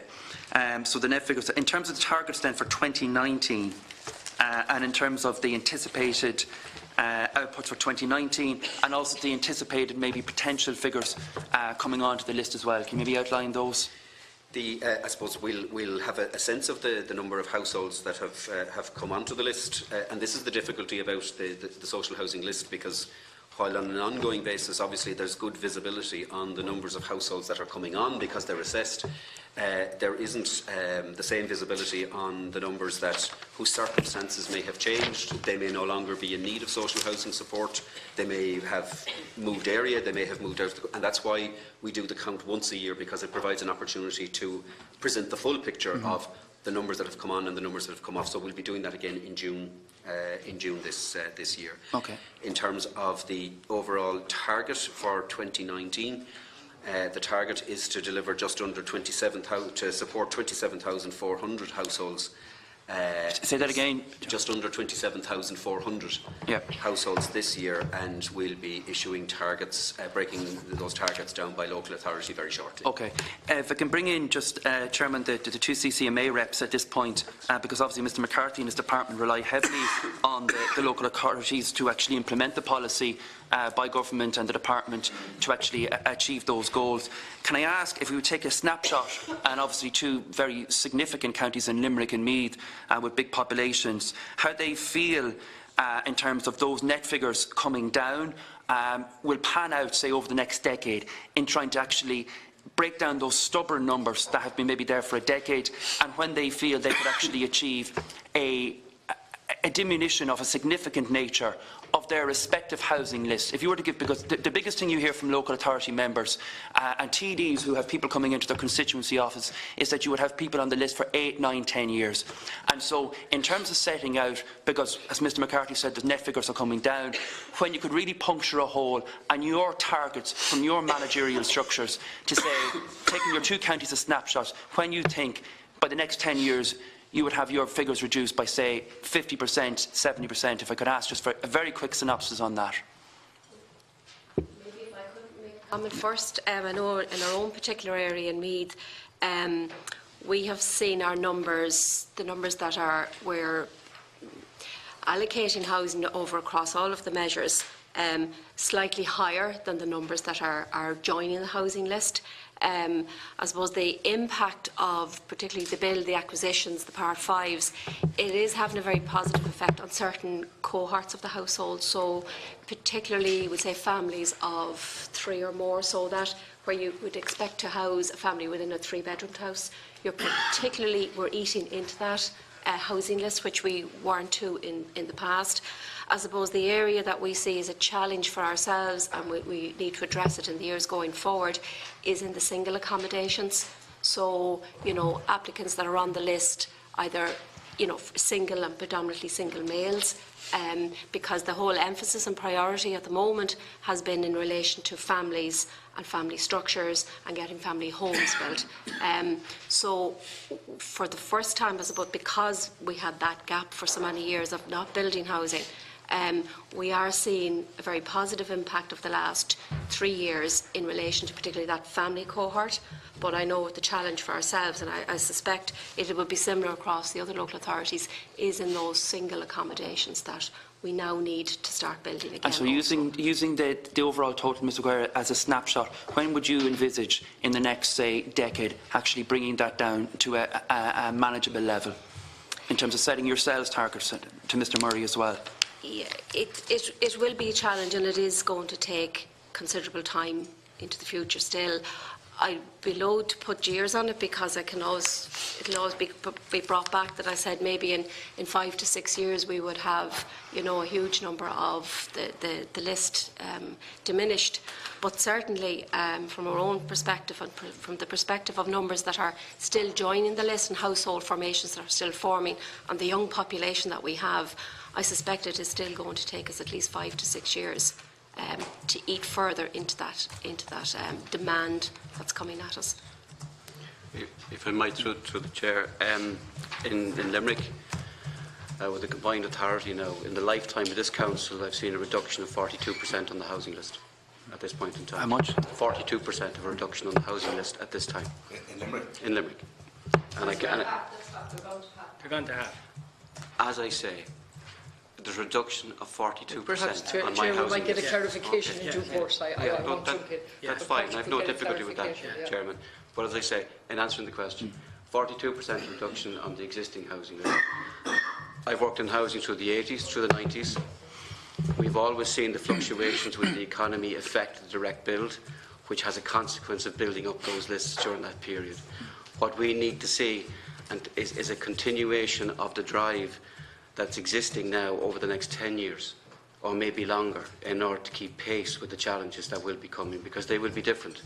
We're dealing with different diverse cultures, different diversity within our cities and our counties. So what we need to do is continue the drive in the context of housing over the next number of years, and understand that there are going to be different asks at different times in terms of delivering that. Just one final question, Chairman, for the two CCMA reps. This is my final question total. In terms, we had the CEO of NAMA in here before Christmas speaking about the properties that were made available to local authorities and take up, and in fairness, both the department and NAMA provided stats and on that. One comment that annoyed me at the time from the housing agency was a phrase in respect of over-concentration of supply of social housing in particular areas, and that comment irked me. Can I ask both representatives, in terms of their authorities, and I recognise they're representing authorities across Ireland and all managers, so I'm going to ask this in generality, not just their own counties, their attitude on that. And I'm conscious that we have a manager from Limerick here, and I've covered the issues in terms of the regeneration programmes down there and addressing historical issues there, but I also know that you're both very well aware of very good council estates in my own hometown of Navan, where I was reared, and the good council estates. So I have a philosophy that maybe is different to the housing agency on this issue, because I do believe in affordable social housing on a significant scale. I don't believe we're ever going to maybe get to even, and I recognise the progress being made in puncturing those numbers to the level that we do. And I would ask for just maybe a comment from both representatives in terms of large-scale housing. Again, through the Chair, in addressing that, it's hard not to look at, as we come from both similar backgrounds in terms of where we came from. I understand perfectly and understand the importance of local authority estates and how good they are. But I've also lived the challenge of Limerick in the context of what has been a traditional policy of the 70s or whatever it might be, which has destroyed many lives and therefore have had to be rebuilt. Now, in the context of those NAMA figures, and I've seen them bandied about as well, and I would have looked to see exactly what was offered in my location, and just put 20 of those happened to be holiday homes and golf estates. Absolutely unacceptable in the context of what we're trying to do. Others actually were sites, not houses. So when we say that they were rejected, there were good reasons as to why they weren't acceptable for the type of need, location that is required at this point in time. We would not refuse houses unnecessarily, I can assure you of that. Our job is to try and provide as many people with homes as we can, but we have to do it as best we can in the context of what's on offer. Deputy MacSharry next. Thanks for clarifying. Thanks, Chair. Deputy MacSharry. Thanks very much. And welcome everybody, and particularly Dragon Maguire and Conmurray. Not too many people come in here voluntarily. so well done. To be drying up. So thanks for coming, because it's very helpful from our own from our own perspective. But just, I suppose, following on a little bit there, with that a great reduction and great work being done in Limerick, no question, and it's a credit to you and your team. But is the consideration of HAP and RAS and that those schemes, if you're in receipt of support, is it the same policy nationally? Does every local authority consider you off the list, or are you still on the list if you're in receipt of HAP? Or, my sense is different local authorities take a different approach to that. I don't mind whoever wants to. Just and maybe the colleagues might want to give a local perspective on it, Deputy. Under the I think it's the 2014 Housing Act. Basically, if you're supported through the housing assistance payment, your housing need is considered to have been met, so you come off the housing list. But all HAP recipients are given the option of going onto the transfer list, and the transfer list is the mechanism that local authorities use to provide for movements within social housing supports locally. There may be somebody in a mainstream social home that their needs have outgrown, so they might need to move to another larger home. So that's the transfer list. So that's the purpose of those, and it's operated locally. But maybe one of the colleagues, in terms of the operation of the transfer list locally, may want to say a few words. Well, again, to the Chair, just picking an example in terms of the use of choice-based letting, which exists in most authorities at this point in time. One particular authority carried out a study recently, and in offering to the transfer list, which are people who are sitting on HAP, only 1/3 of them were interested in actually coming back into local authority housing. They actually preferred to stay where they are. So that is a genuine reflection in terms of where some of the communities are actually at. Now, I can't say that's reflected across the country at this stage, but it is something that we are looking at. And choice-based letting is an opportunity to actually enable people to focus within their own community and where they want to be. Right. And where they are at the moment might actually be more suitable. So in your own experience, if you're on HAP, you can apply for a transfer, and on the transfer you could be considered for an actual council house or apartment if there was one available. Is that the case? It is, and as I said, the use of choice-based letting means that when it is advertised, if you have specified an area, and the house comes up in that area, you get a shot at that. Yeah, okay. No, because I don't think there's a consistency across all local authorities on that. So it's something we'll certainly address that. Something to look at. Sorry. I know, and I suppose just a comment, like certainly in our own case, but I would imagine it's the same in all local authorities. When you enter HAP, you are given that choice. Do you want to go on a transfer list? And by and large, I think most of the tenants will accept that initially, but you will find, I know we have found, that some will come back and say, remove us from that.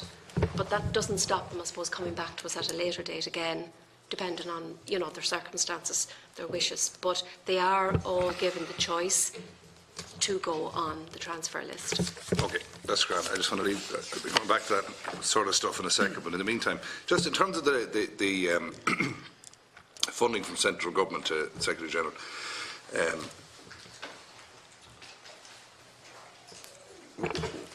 what criteria is used to decide, what amount local authorities get? I mean, is it horse trading, or is there a set criteria of, this is Leitrim or this is Wexford, we're going to give you X and you Y? I mean, how is that arrived at? I suppose the most recent target setting exercise that we did was for 2018. We'll be issuing 2019 targets now very shortly, and we basically use the housing needs assessment study, which I was talking to Deputy Cassells about, the outcome of that to proportionately break down the overall national target between individual local authorities. So it's sort of evidence-based around the proportionate share of need across the country. Do we take any cognizance on or prioritise where they might be ready for action in one county and not so ready for action in another? Well, I suppose what we've said to local authorities in terms of the targets is that, and you'll probably see that, or that is part of the reason maybe why you see some local authorities having come in beyond 100% performance last year.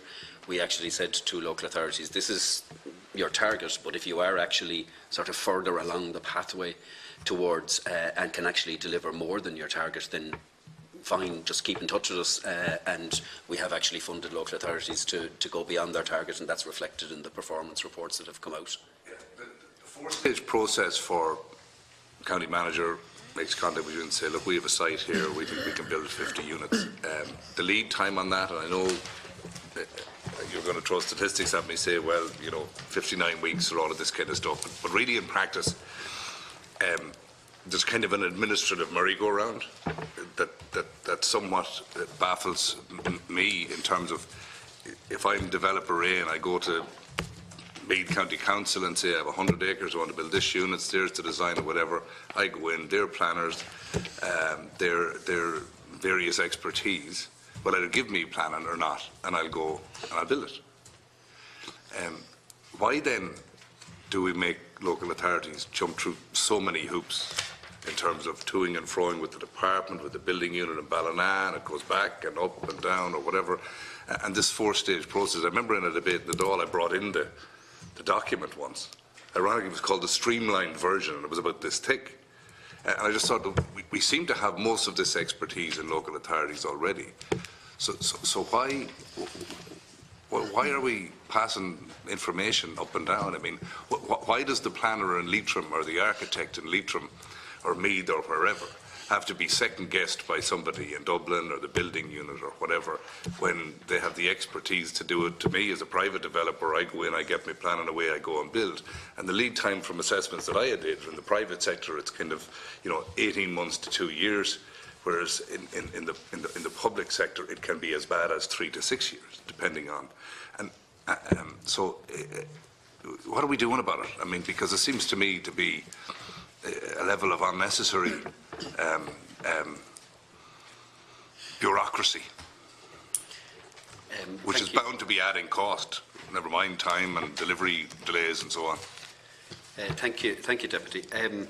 I suppose just to acknowledge at the outset, I mean, you refer there to projects that might have kind of taken 3 to 6 years from gestation to completion, and inevitably there would have been projects of that kind. And I think what happened after, sort of in the crash and in the years immediately afterwards, there were a lot of projects that were in the system at that stage, and they just ground to a halt. So it was quite a few years before they came back. You rightly point to the importance of there not being sort of stuff bouncing backwards and forwards between the Custom House and local authorities, because I know you and other representatives rightly find that frustrating. I find it frustrating, and I know that the colleagues down here find it frustrating. And that's why we sat down and between ourselves and the sector to actually agree timeframes for the completion of the four-stage approval process, so that we could all be held to account for what we're actually doing.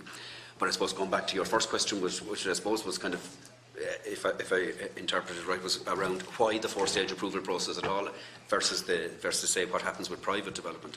And I suppose the real issue is that this is public funds, and it's public funds that I'm here rightly to be accountable for, and there's, in order to protect public funds, generally there is the public spending code that applies across public programmes generally, is in place in order to try to ensure that public fund, we get best value for money for public funds.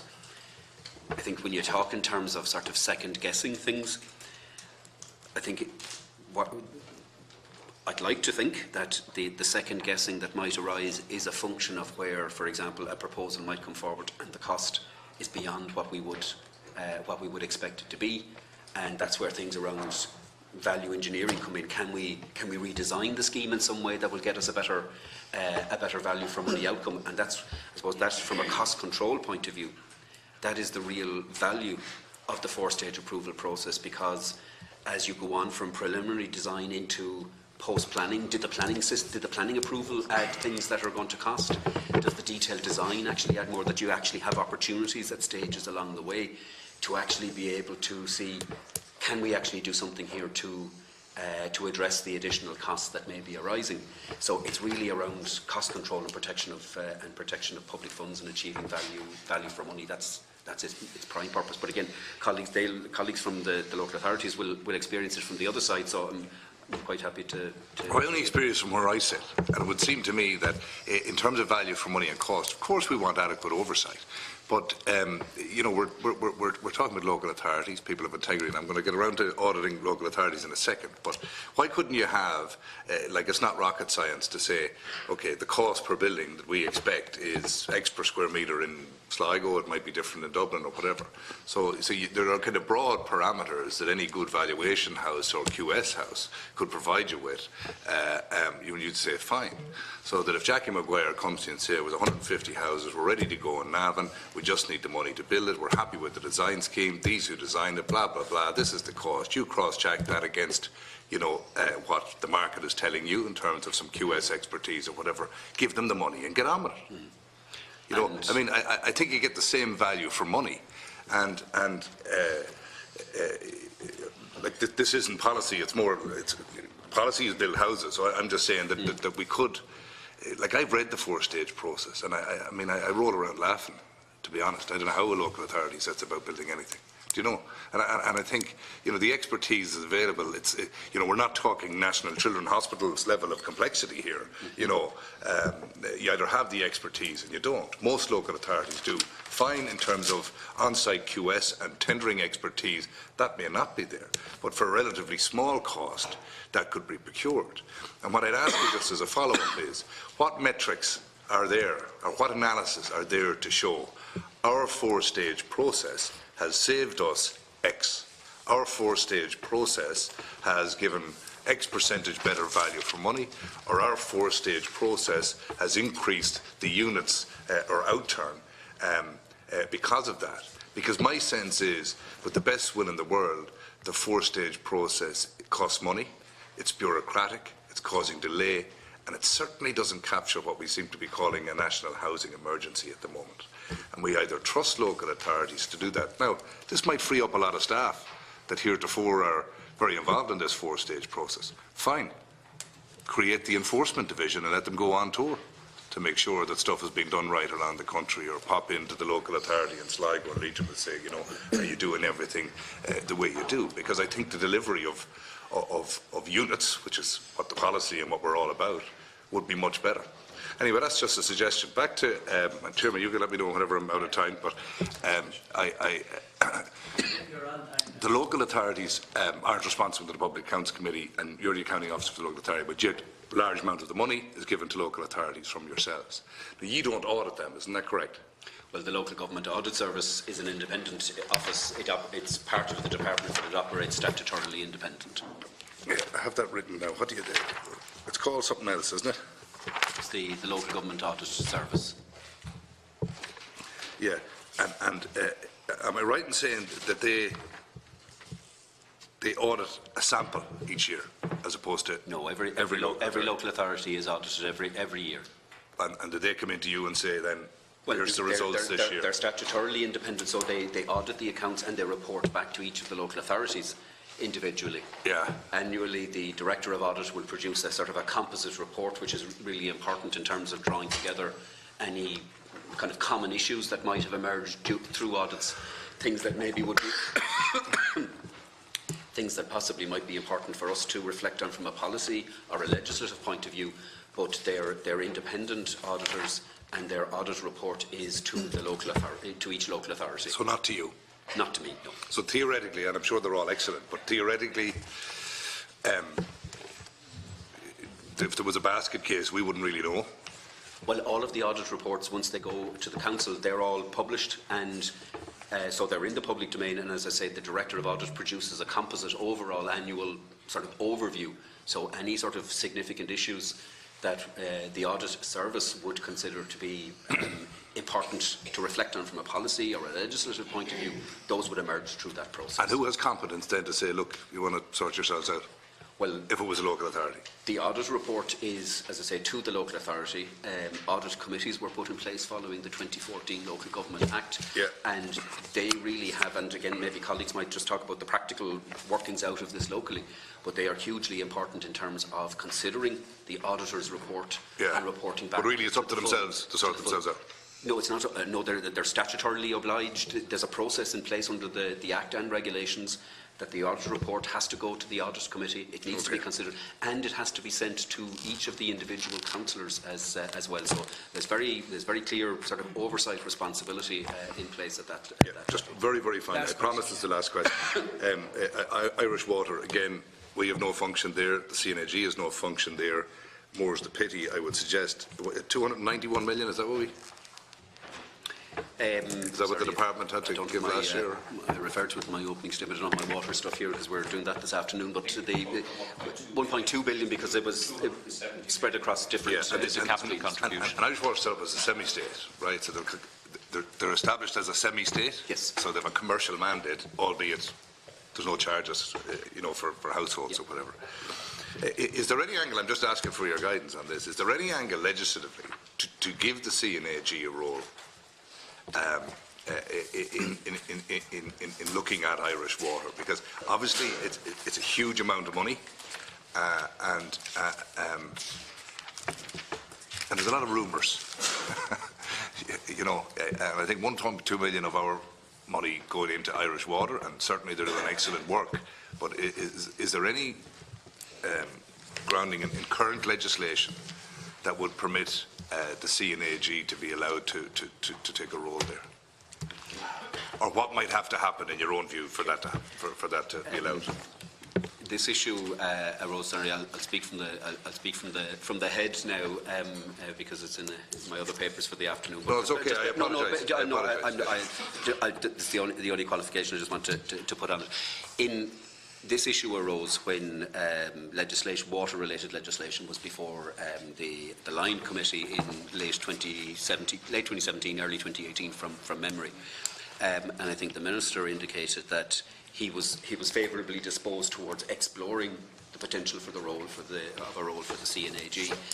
And again, the Controller can correct me or contradict me on anything that I say here in case I'm not entirely accurate. I suppose there's a couple of complexities. Irish Water is established as a company, and under companies law, it has to be audited by what's called a statutory auditor, and the CNAG is not a statutory auditor for those purposes. It's also, I suppose, the complex in the sense that Irish Water is a subsidiary of Ervia, which also has to be audited and dealt with in accordance with the Companies Acts. And I suppose, thirdly, the issue that needs to be considered is some of the things, maybe not so much from a formal audit point of view, but some of the things around sort of value for money that the CNAG might do in relation to bodies that he audits. There are already value for money system oversight arrangements in place through the Commission for the Regulation of Utilities. So all of Irish Water's operating expenditure and our capital plans have to be submitted to the CRU, and the CRU has to approve that expenditure and will only approve expenditure that it regards as being efficiently incurred. So if you like, there's a very elaborate value for money regime in place through the CRU. So depending on what these issues are being looked at the moment, but that's one of the things that obviously would need to be considered. You just forgot to answer one bit from earlier there, which was, have you established metrics to show that the four-stage process has saved X amount of money, Y X amount of money, has increased the number of units available, or is there no such analysis? I can certainly give you case studies, and I don't want to mention the name of the local authority because I don't want to get specific. Yeah. But look, there's one project where at its highest point the budget proposal was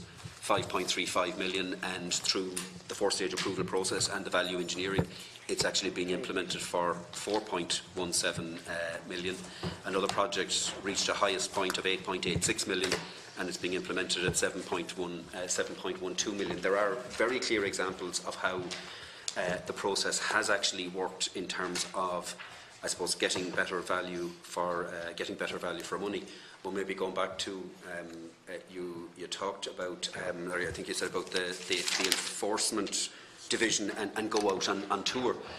And I suppose the issue with that is that what the four-stage approval process does is it gives us an opportunity to be able to kind of capture and consider potential increases in cost before they actually happen, and see can we actually strip some of them out.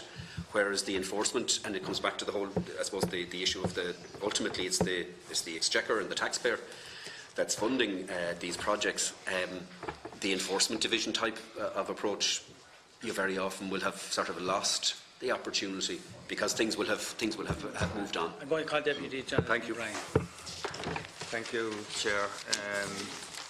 This is for Mr Maguire and Mr Murray in relation to HAP. It's in relation to HAP. So the documentation that you gave us indicate that there was 24,984 inspections either carried out or arranged last year. When you say arrange, what do you actually mean by arrange? Is it they just haven't taken place yet, or there's a date set for them? There's a requirement within a certain period to arrange for an inspection to take place within the first number of months of the tenancy itself. So when we say it's arranged, then you have to follow through and actually carry out the inspection. Okay, and that happens in all. Okay. So of the 24,984 inspections which were carried out, how many failed? I don't have those stats in front of me, sorry. Okay. Do you know, even from your own local authority, you carried out 2009 inspections? Have you any idea, just from your own knowledge of your own local authority area, how many failed? No, I don't, but we wouldn't allow a HAP to take place if it wasn't appropriate. So therefore it wouldn't happen. The problem with HAP is sometimes the tenants are already in there, and then the inspection takes place. Sorry, I don't have those stats. As I say, we operate as a shared service. So what happens when a tenant goes into a property under HAP and an inspection takes place subsequently and it fails? What happens in those scenarios? Well, my understanding is now, and I don't have a specific case in mind, is that we'll find an alternative location for the individuals involved. Okay, so they would stay in that property and they would be prioritised then for alternative housing. And we use the place finder in order to do that. Okay. Here's the difficulty I have with all of this, right? I'm not doubting that that's the system that's meant to kick in. I don't believe it does kick in. I know from my own experience in Cork City, where I was on the council for 11 years, and I know from people coming into my constituency office that some of the most squalid tenancies we have are HAP tenancies, where there are actually health and safety issues, and we're paying a fortune to private landlords. In most cases, the inspections don't take place. When they do take place, if they fail, they're just left there. I have yet to hear of one case, and maybe other members of the committee might have heard of, and if they have, they can correct me, but I have yet to hear of one case where a HAP tenancy has failed an inspection, or where that inspection has failed, somebody was transferred out of that property as a matter of priority. I just do not believe it happens. But I can only speak for my own authority, Deputy, and I know it does. And from Ms Maguire, from your own local authority, do you have any figures of how many HAP inspections have failed? I don't have the exact figure of how many might have failed, but I know the issues we would find in relation to the inspections is that you need maybe perhaps do them a number of times. It can be difficult, maybe gaining access by landlords or making arrangements, so it might take 2 to 3 calls. In some cases, we look at the totality of it, and you may find that some of the issues are minute in nature. You know, they're not of a health and safety nature. Do you have any recollection of any tenant in your local authority being moved out of a HAP property no, I don't have that to hand. Poor conditions? I don't have that to hand. So you can't recollect any case where that has happened? No, I don't. And you can't recollect either? Well, no, I'm aware of cases that have happened, sorry. Where people have been moved out? Actually, because of the issues that have arisen, yes. Okay. We didn't get the cooperation at local level, so we had to take action, of course. Okay.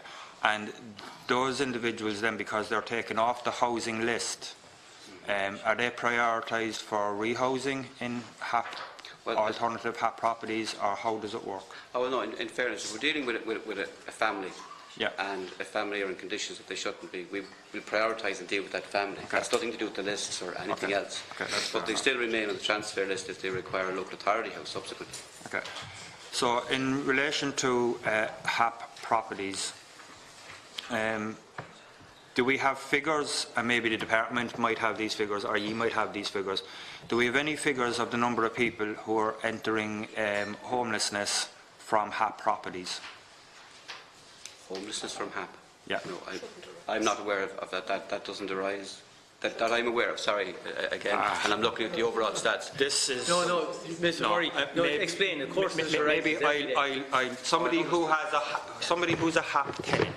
Sorry. Yeah. Okay. Yeah. And for whatever reason, they have to leave that HAP tenancy, usually because they get an order to quit. Oh, sorry. Under the 3 grounds that a HAP tenancy can be terminated. Do we have any numbers of individuals or tenancies which end up entering homeless services from HAP properties? No, I don't have the stats now in relation to the the general sector. As I say, as a shared centre, we're a transaction-based operation here, and we provide the stats from a national perspective. If you don't have the information, you don't have the information. I don't have it now. Is that data that the department are aware of? Is it even collated? No, we don't have data in relation to that, Deputy. Just going back to your property standards issue. Yeah. In terms of the exits from HAP that are reported to the Shared Services Centre, 343 is the latest figure of tenancies that were terminated for reasons of property standards. 343. 340. No, cumulatively. Over many years. It started in a pilot base in 2014. It became fully operational. Last year? I don't think it breaks it down. I don't have the breakdown annually here, Chair, but it's 343. So in 4 years, we're talking maybe, what, 70 a year, roughly? It probably wouldn't have been even, because obviously it was rolled out on a phase basis over 3 or 4 years. I think in practice, what would be reported to us is that in many cases the issues that arise in terms of inspections can be dealt with in conjunction with the landlord in a reasonable period of time, and I suppose the 343 would be a reflection of those that were obviously seriously in non-compliance. But do we have the data to back up that claim that many of the issues can be resolved very quickly? But certainly in terms of, I may not have it here, but in terms of broader inspections of private rental accommodation beyond just HAP tenancies, that would be the reflection back to us from local authorities. I don't think I actually have the figures here, but there would be an element of granularity there that we can certainly. Because I would put it to both yourselves and the representatives from the city and county managers that we have a huge issue when it comes to the quality of HAP accommodation. I mean, speaking from experience and the number of people coming into my own constituency office who don't have basics such as heating, hot water, leaks, windows falling out, I mean, major health and safety issues, who are getting no support from local authorities, who are basically given the option of staying in the property they are in or entering homeless services.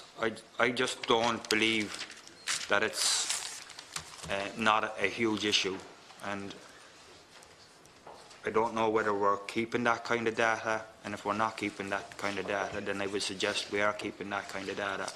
The biggest reason, and again this is just from my own experience, the biggest reason people, in my opinion, are going into homeless services is because their landlord has given them a notice to quit on the grounds that there's a family member moving in, they're carrying out major refurbishment works, or they're selling the property.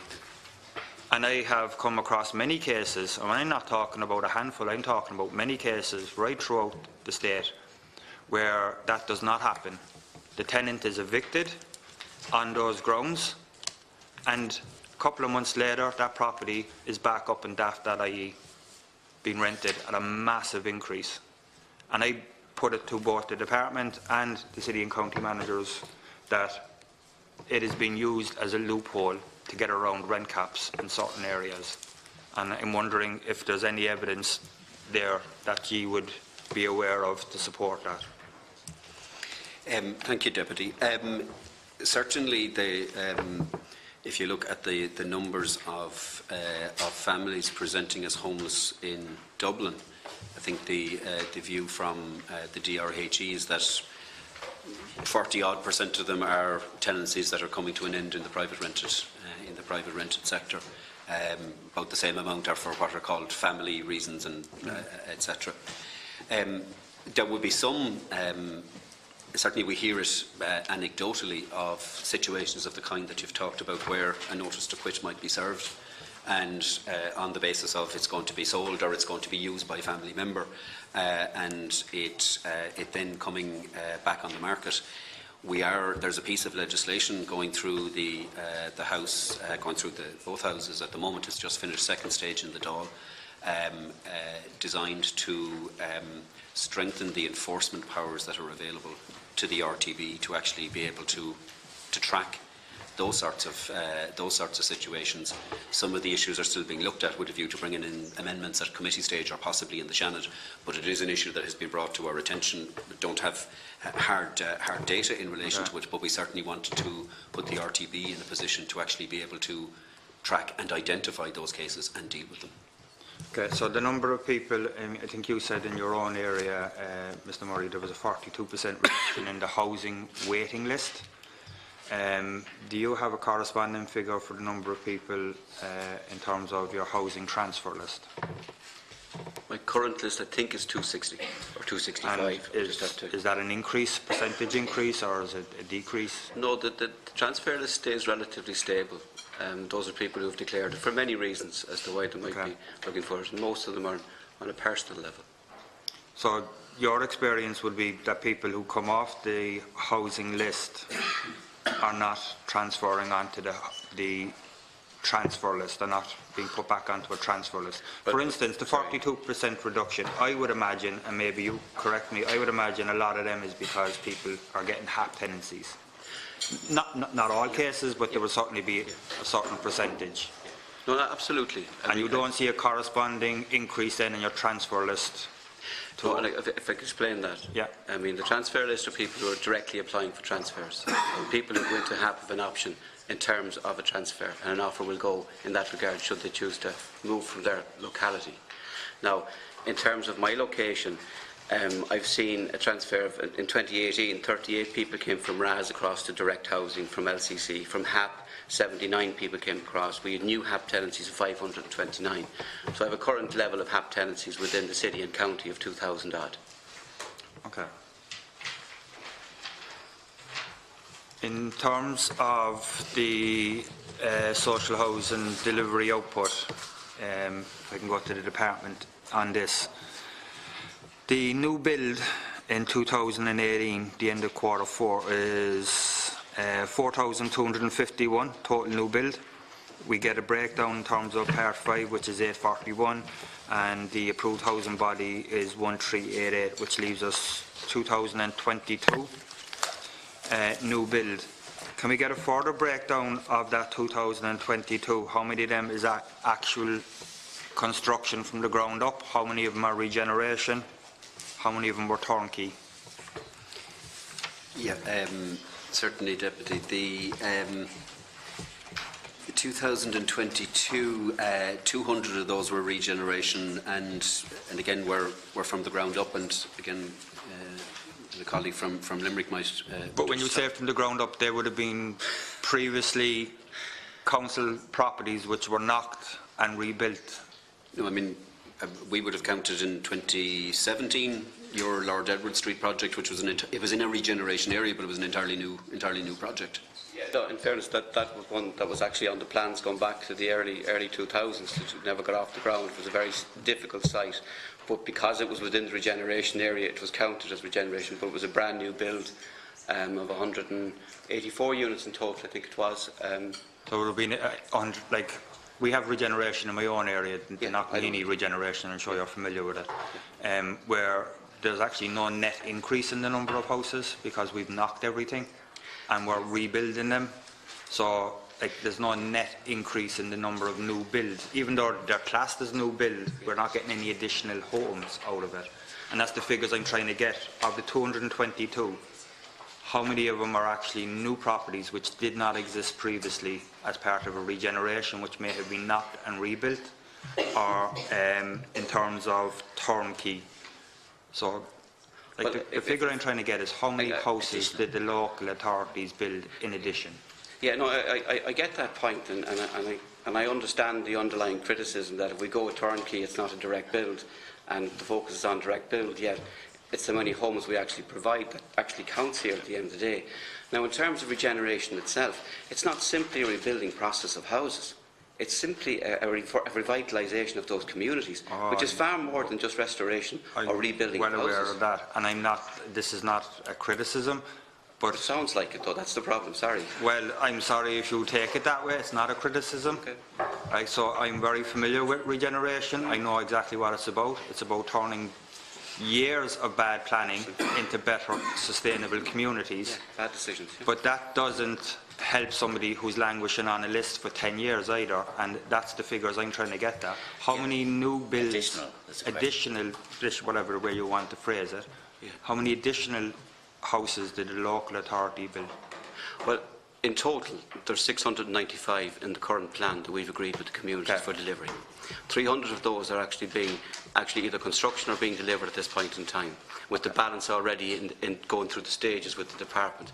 And that's a 10-year plan, and we're already 4 years ahead of that. So overall, that's the units I have to provide. Can I go back in the history and tell you how many were demolished? I can't at this point in time. All I know is what we're doing to work with the community to deliver homes. Fair enough. Does the department have, and that's the final question because I definitely want to come back, does the department have those figures? You were about to give me the breakdown. I think it was 200 regeneration. That's right, yeah. I think these are the figures that we talked about with Deputy that list and the Deputy Murphy. Yeah, we discussed this earlier. So the 2022 is 1,054, if like standard build, if you want to call them that. 768 turnkeys and 200 regeneration. I think that comes to the 2022. Okay. So the local authorities built an additional 1,054 houses last year. Sorry, say that again, Deputy. So the local authorities built an additional 1,054 houses last year. No, Deputy, they built 2,022. No, I'm talking about the local authority direct build. But I mean, we're very clear in Rebuilding Ireland, whether a local authority, if a house is added to the local authority stock, whether it's built on local authority land or whether it's through commissioning a private developer who has land maybe in a place where a local authority doesn't, it's still additional local authority stock. So it's absolutely, we've been very clear in Rebuilding Ireland from the outset. These multiple different strands of delivery are all part of the equation. Okay. Now at this stage, because we're here since 10 o'clock, we'll just take the 5 minutes sus, right? 5 minutes only, and we're resuming, and the voting situation is at 1:30. So we're going to finish housing this debate by 1:30, and then we'll set a time at 1:30. We have to go and vote and get a bite to eat or whatever. We'll be back as soon as practicable in the afternoon. But we'll agree a time before we leave. So we're now suspended for 5 minutes only, and we'll resume with Deputy Kate O'Connell.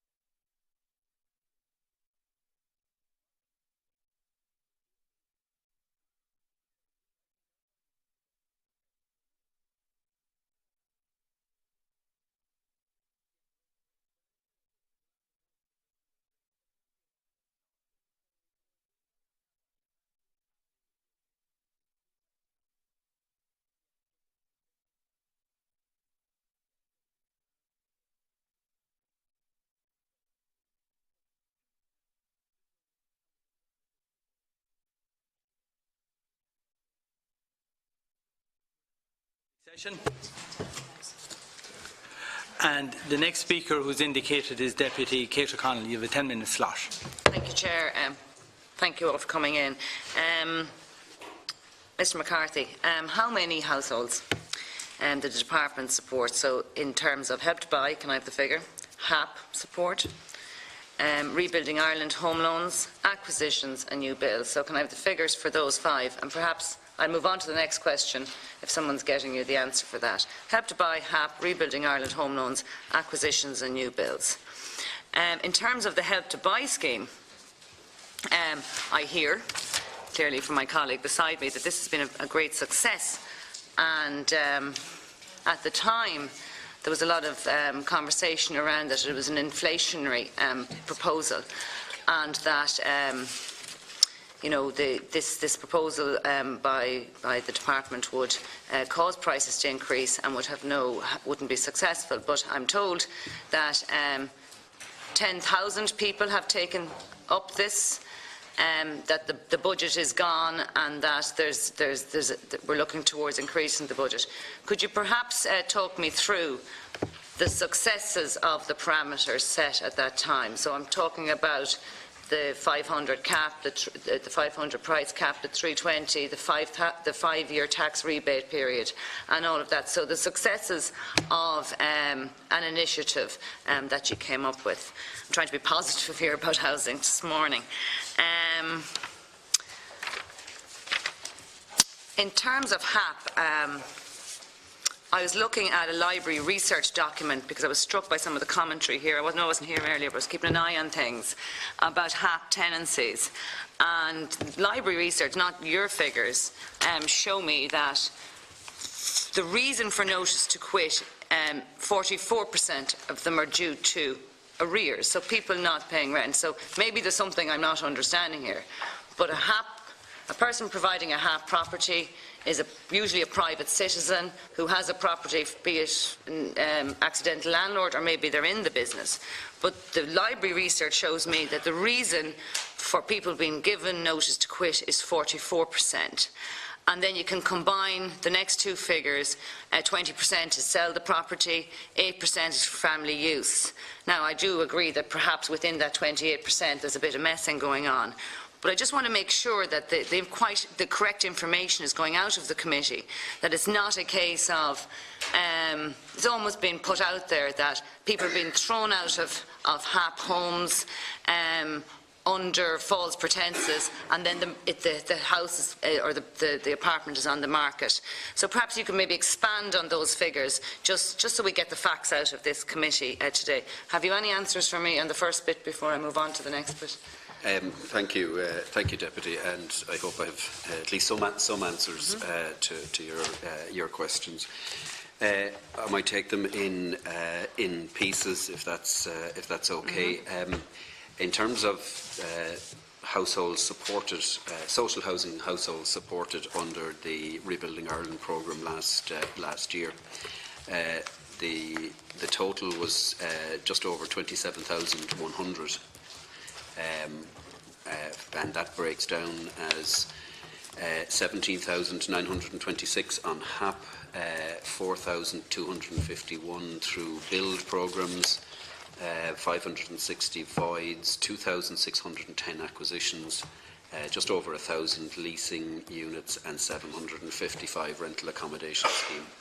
So that was just over 27,100, which in overall terms, although some of the individual elements, some came in under target, some came in over target, but in overall terms, the 27,103 was 6% ahead of the overall target. And these are homes. This isn't people we're counting. These are units. Absolutely, these are if you like, households. They're tenancies. So obviously, if you have 3 or 4 people in a house, then in terms of the numbers of people actually supported, you'd. And if we just decided tomorrow, let's get rid of HAP, what would it do to that figure next year?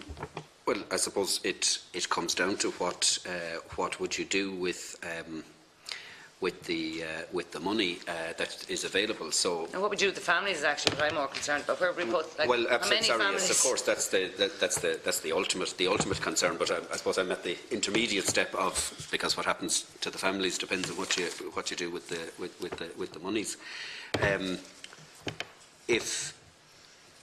If you took the amount of money that was being provided to HAP and RAS, and if you were to transfer it across to capital programmes, be it to build or to buy, you would manage to only support a fraction of that. If you like, there was over 18,000 were supported through RAS and HAP. And if you took the associated funding in 2018 for those two programmes, which between them would have come to 420 million euros, if you took that 420 million euros and you were to apply it to capital programmes, you wouldn't even support 1,000 households. So I suppose really what I'm getting at here is HAP seems to be almost like a bad thing in some people's minds. But what I'm getting at here, if we just got rid of it to be populist, I'm assuming we could put the money into building houses. But the problem is it takes time to build houses. So though if therefore in the intermediary period, what do we do with the families? And I have failed to find an answer to that off anybody from what we do with that cohort of people in the interim period while we deal with the funding. I think you have given me my answer. Yeah, maybe just to expand a little bit, Deputy, just to put it in a bit more context. If you take the 3 years, 2016 to 2018, and if you took if you like, what I might call the current funded programmes, which are primarily HAP and RAS, they were actually providing... Sorry, Chair, I can't hear properly with the conversation. Sorry, Deputy. If you took those 3 years, 2016 to 2018, those current funded programmes were supporting about 90,000 households during those 3 years. And if you took the money that was used over those 3 years, and put it into capital programmes, be it to build or to buy, you would have probably managed to assist about 5,500 households. So there would be 85,000 households that we would not have. We would not have a solution for. Yeah. Thank you. That would be the situation. I suppose it's important as well, maybe just to put it in context. If you look at Rebuilding Ireland and the 6-year profile of what we aim to achieve, I suppose we recognise that as we started out in 2016, we were coming from a situation where, and we've spoken about it earlier, the local authority building programme and indeed the approved housing body building programme had virtually ground to a halt due to lack of funding. So we recognise that in the early years of Rebuilding Ireland, we would have to, as the build programme and other elements ramped up, we would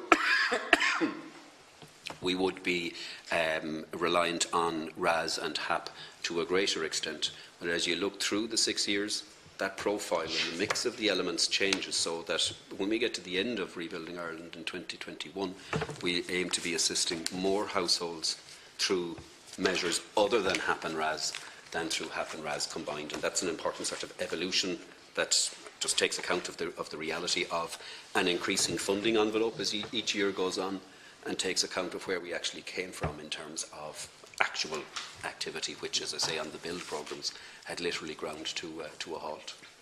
Thank you. You also raised, Deputy, the Help to Buy. I'm probably not the best person to be talking to you in relation to Help to Buy on the basis that it's a tax measure, but just I know from engagements on the issue, there are about almost 10,000 households have been approved under Help to Buy, which means that that's 10,000 people are now in homes funded by themselves, supported by this, that perhaps otherwise wouldn't be. Yeah, and we could potentially add them to the 85,000 people we found there a minute ago. Indeed. Yeah. And the You've also asked in relation to the Rebuilding Ireland home loan, in terms of actual drawdowns of the loan. As at the end of January, there was, from memory, I think it was about 575 households had loans drawn down under that loan at the end of January. In terms of arrears in the private rental sector, and the issue of notices to quit, the RTB's annual report for 2017 gives a broad breakdown of the main reasons for notices to quit, and 44% of those are related to rent arrears, 20% in circumstances for the landlord selling the property, 8% for reasons of wanting the property for another family member, and then about 8% for refurbishment. There are other factors, but they're small. Those are the main ones. Can I just hone in on something there? Just sorry to interrupt you, Mr. McCarthy. In terms of refurb, I just think it's important to say that buildings need maintenance, and there's almost this argument out there that, and I understand this, and that I do believe there are landlords out there using some of these reasons to get rid of people, but there are genuine people out there that buildings need to be maintained. And I hear from real people who are renting in the real world that sometimes it suits them to move out for a few weeks. Often people move back into the same, because if it's a genuine landlord trying to provide a genuine high quality accommodation, and if there's a good relationship there between the tenant and the landlord, they might say, well, okay, I need to do the place up in insulation, do the pipes or whatever, but, you know, we've a good relationship, I'll move in somewhere for a few weeks while you're doing it, we'll move back. So there is genuine, there's almost as though refurb doesn't ever have to happen. But we do know, when we look at the history of Dublin City and the lack of refurb in Georgian inner city and the tenements, we've had generations ago a similar situation to this problem. I'd just like to note that today. Yeah, I think that it would be reasonable to accept that. I think we all have a collective interest in ensuring, we just had a discussion around quality of accommodation, that properties are periodically refurbished so that we maintain high standards. Absolutely. There was another question I think you had raised, Deputy, and maybe I've forgotten it. Oh yes, I will leave that for a second, just because I don't want to take up too much time. Sorry, no, I'm not finished yet. In terms of interruptions in the supply chain, and really what I'm getting at here is, when we have a situation where private members' bills or something come through Leinster House, what I'm really concerned about is sometimes it creates uncertainty. So I'm looking towards things that, like the anti-evictions bills. So in terms of landlords out there, and we saw this to some extent with the review of Rebuilding Ireland a few years ago, and the changes in the rules for the apartments, where any uncertainty in the market halts the market temporarily. In terms of the anti-evictions bill, with it, the uncertainty around it currently, do you see that there could be real risks to supply here in terms of landlords pulling back from the system because of the uncertainty created within these houses? I think I'd be careful here now, Deputy. And well, I don't have to be as careful as you, Mr. McCarthy. I won't comment on any individual bill or proposals. Yes, but really what I'm looking at is But I suppose what I would say, we are in terms of the private rental sector, the number of landlords and indeed the number of properties in it has tapered away, not massively, but it has reduced a little bit over the last 18 months to 22 years. And look, there's no rocket science. Anybody who's in property or business or anything, they always say that uncertainty is worse than the wrong kind of certainty. So, but as I say, I'm looking at people leaving the market here. 2012, 8,500 private, going down to 325,017. So, like the figures, people, there is a downward trend here in terms of you know, there's a narrative out there that private landlord is a very lucrative business to be in, but if there was that much money in it, people wouldn't be leaving the market, would be my argument. Yeah, and I suppose individual landlords they're a mixed bunch. The vast bulk of them are people who own one or two properties, and their own circumstances. Yeah, I think it's 86% of people own one or two. Their own circumstances are very different. Some may still be paying mortgages on those properties, others possibly may not. So it's a very mixed. And just finally, if I may, Land Development Agency. There's a narrative out there that the state are handing over loads of land to people to build houses for, I don't know, private owners. So perhaps you might just, as quickly as possible, summarise the concept of the Land Development Agency, the mix, the minimum social housing, and what the plan is in terms of really. I believe, from looking at the figures, that social housing, it's been ramped up and we're in a good place. There's a huge issue out there with affordability in terms of people when it comes to their net pay at the end of the week, and the proportion, is it the 30-20-20? I think people, like you're supposed to, in business studies, I think it was about 30%. Is 30, yeah, 30%. And now we have a situation where people's income, families' income, so much of it is going on either rent or mortgage or whatever, and they basically can't live. So what I'm concerned about is affordability for people with young families, and I want to see if you could articulate how this use of state land is going to help those real people that are out there. Okay, thank you, Deputy.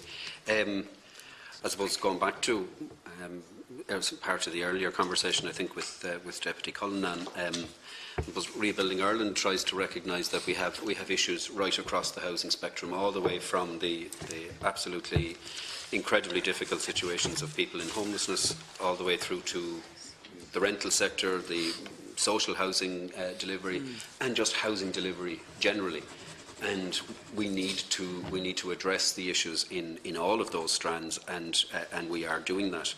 So I suppose one of the issues that was raised consistently is around the use of public land, and why is public land not being brought into use for housing to a greater extent. And there's obviously a significant uptick in the use of local authority-owned land, particularly for social housing, but there is land in wider public ownership.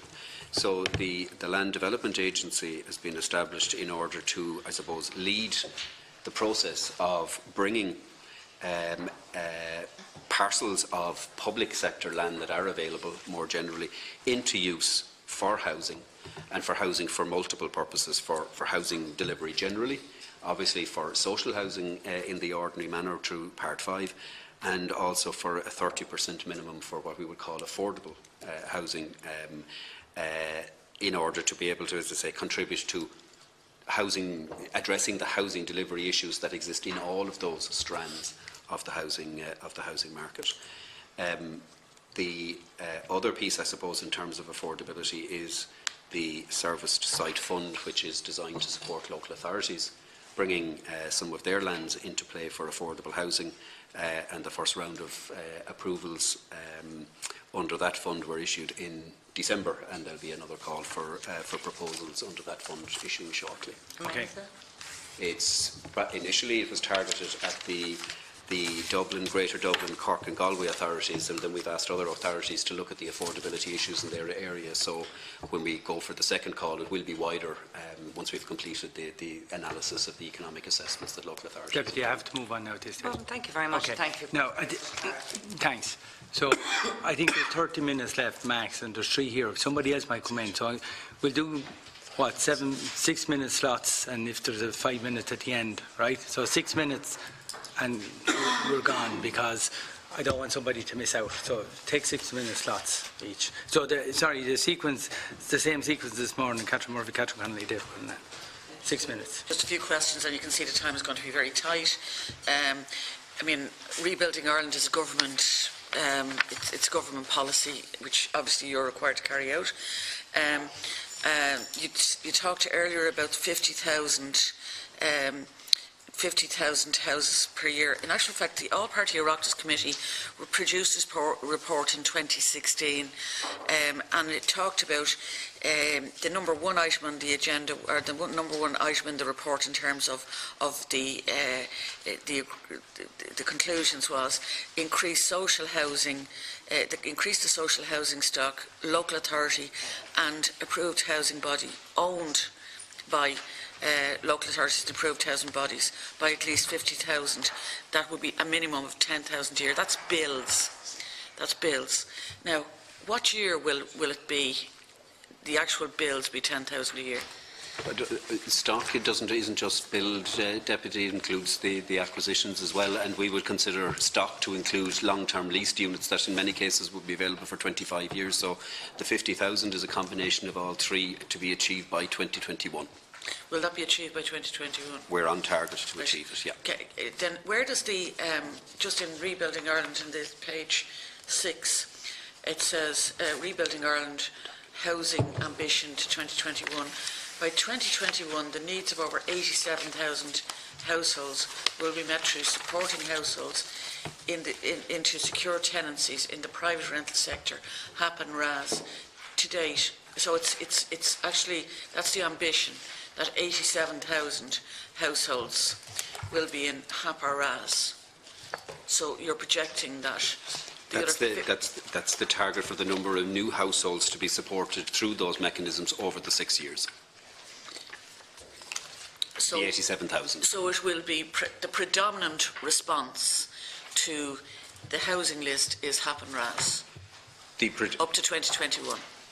As I was saying earlier in discussion with Deputy O'Connell, the mix of housing solutions over the course of Rebuilding Ireland is going to change. It is changing already.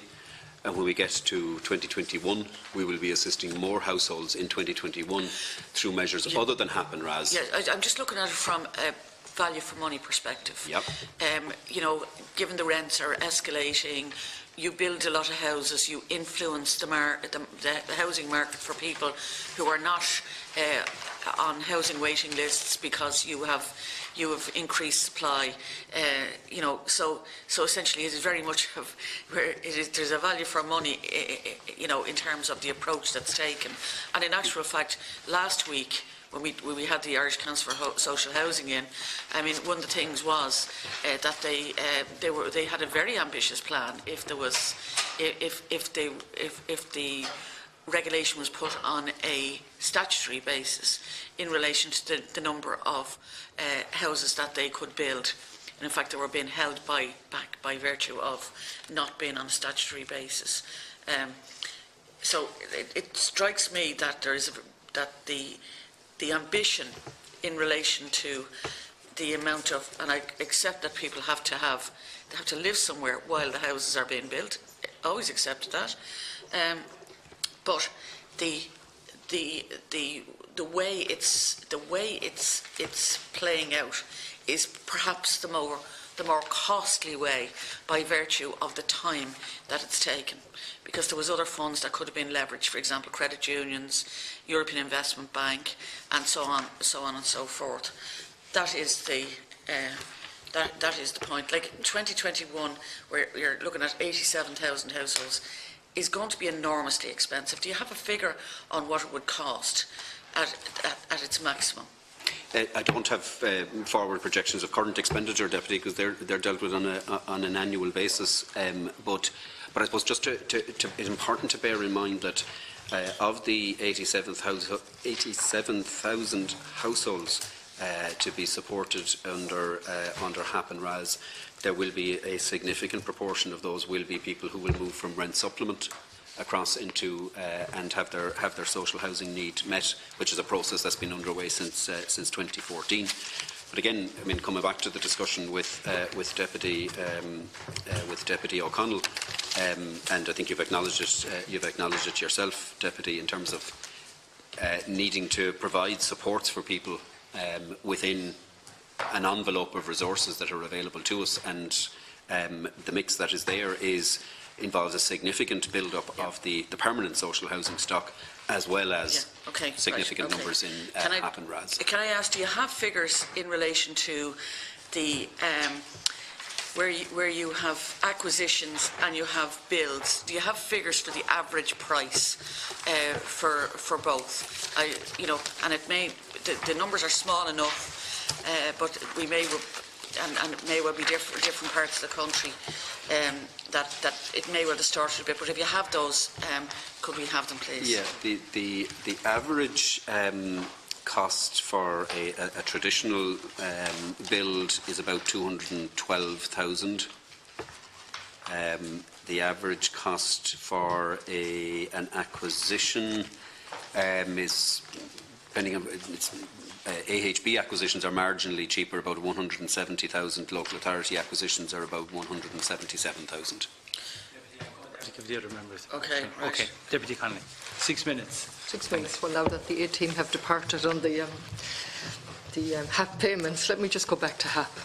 There's nothing wrong with a sense of any scheme supporting. We need to support people, yeah? But when it comes the major player in the housing market, I have a serious problem with that in terms of value for money. And when it doubles within 1 year and it continues to rise, I have a serious problem as a member of the Public Accounts Committee. Built into that is lack of security and many other problems. So that's just in relation to HAP. And it's been enshrined in legislation that it is actually the implementation was the only game in town. Mr Murray and Ms Maguire, you're from the City and County Managers Association, is that right? Had you a function over the last number of years in feeding back your experience to the government about the rising housing crisis? Yes or no? Well, where we're invited in to the various Oireachtas committees, yes, we participate. No, separate from the Oireachtas committees now. Were you invited in by the department? Did you give feedback on the rising housing crisis? If I take Galway, for example, no construction of any social house from 2010 onwards. Similarly, I'm sure it happened in others. Was that fed back through your organisation, the rising crisis that was going to be created, ever by you? No, it's a matter for each individual authority. No, did you hear my question, Mr Murray?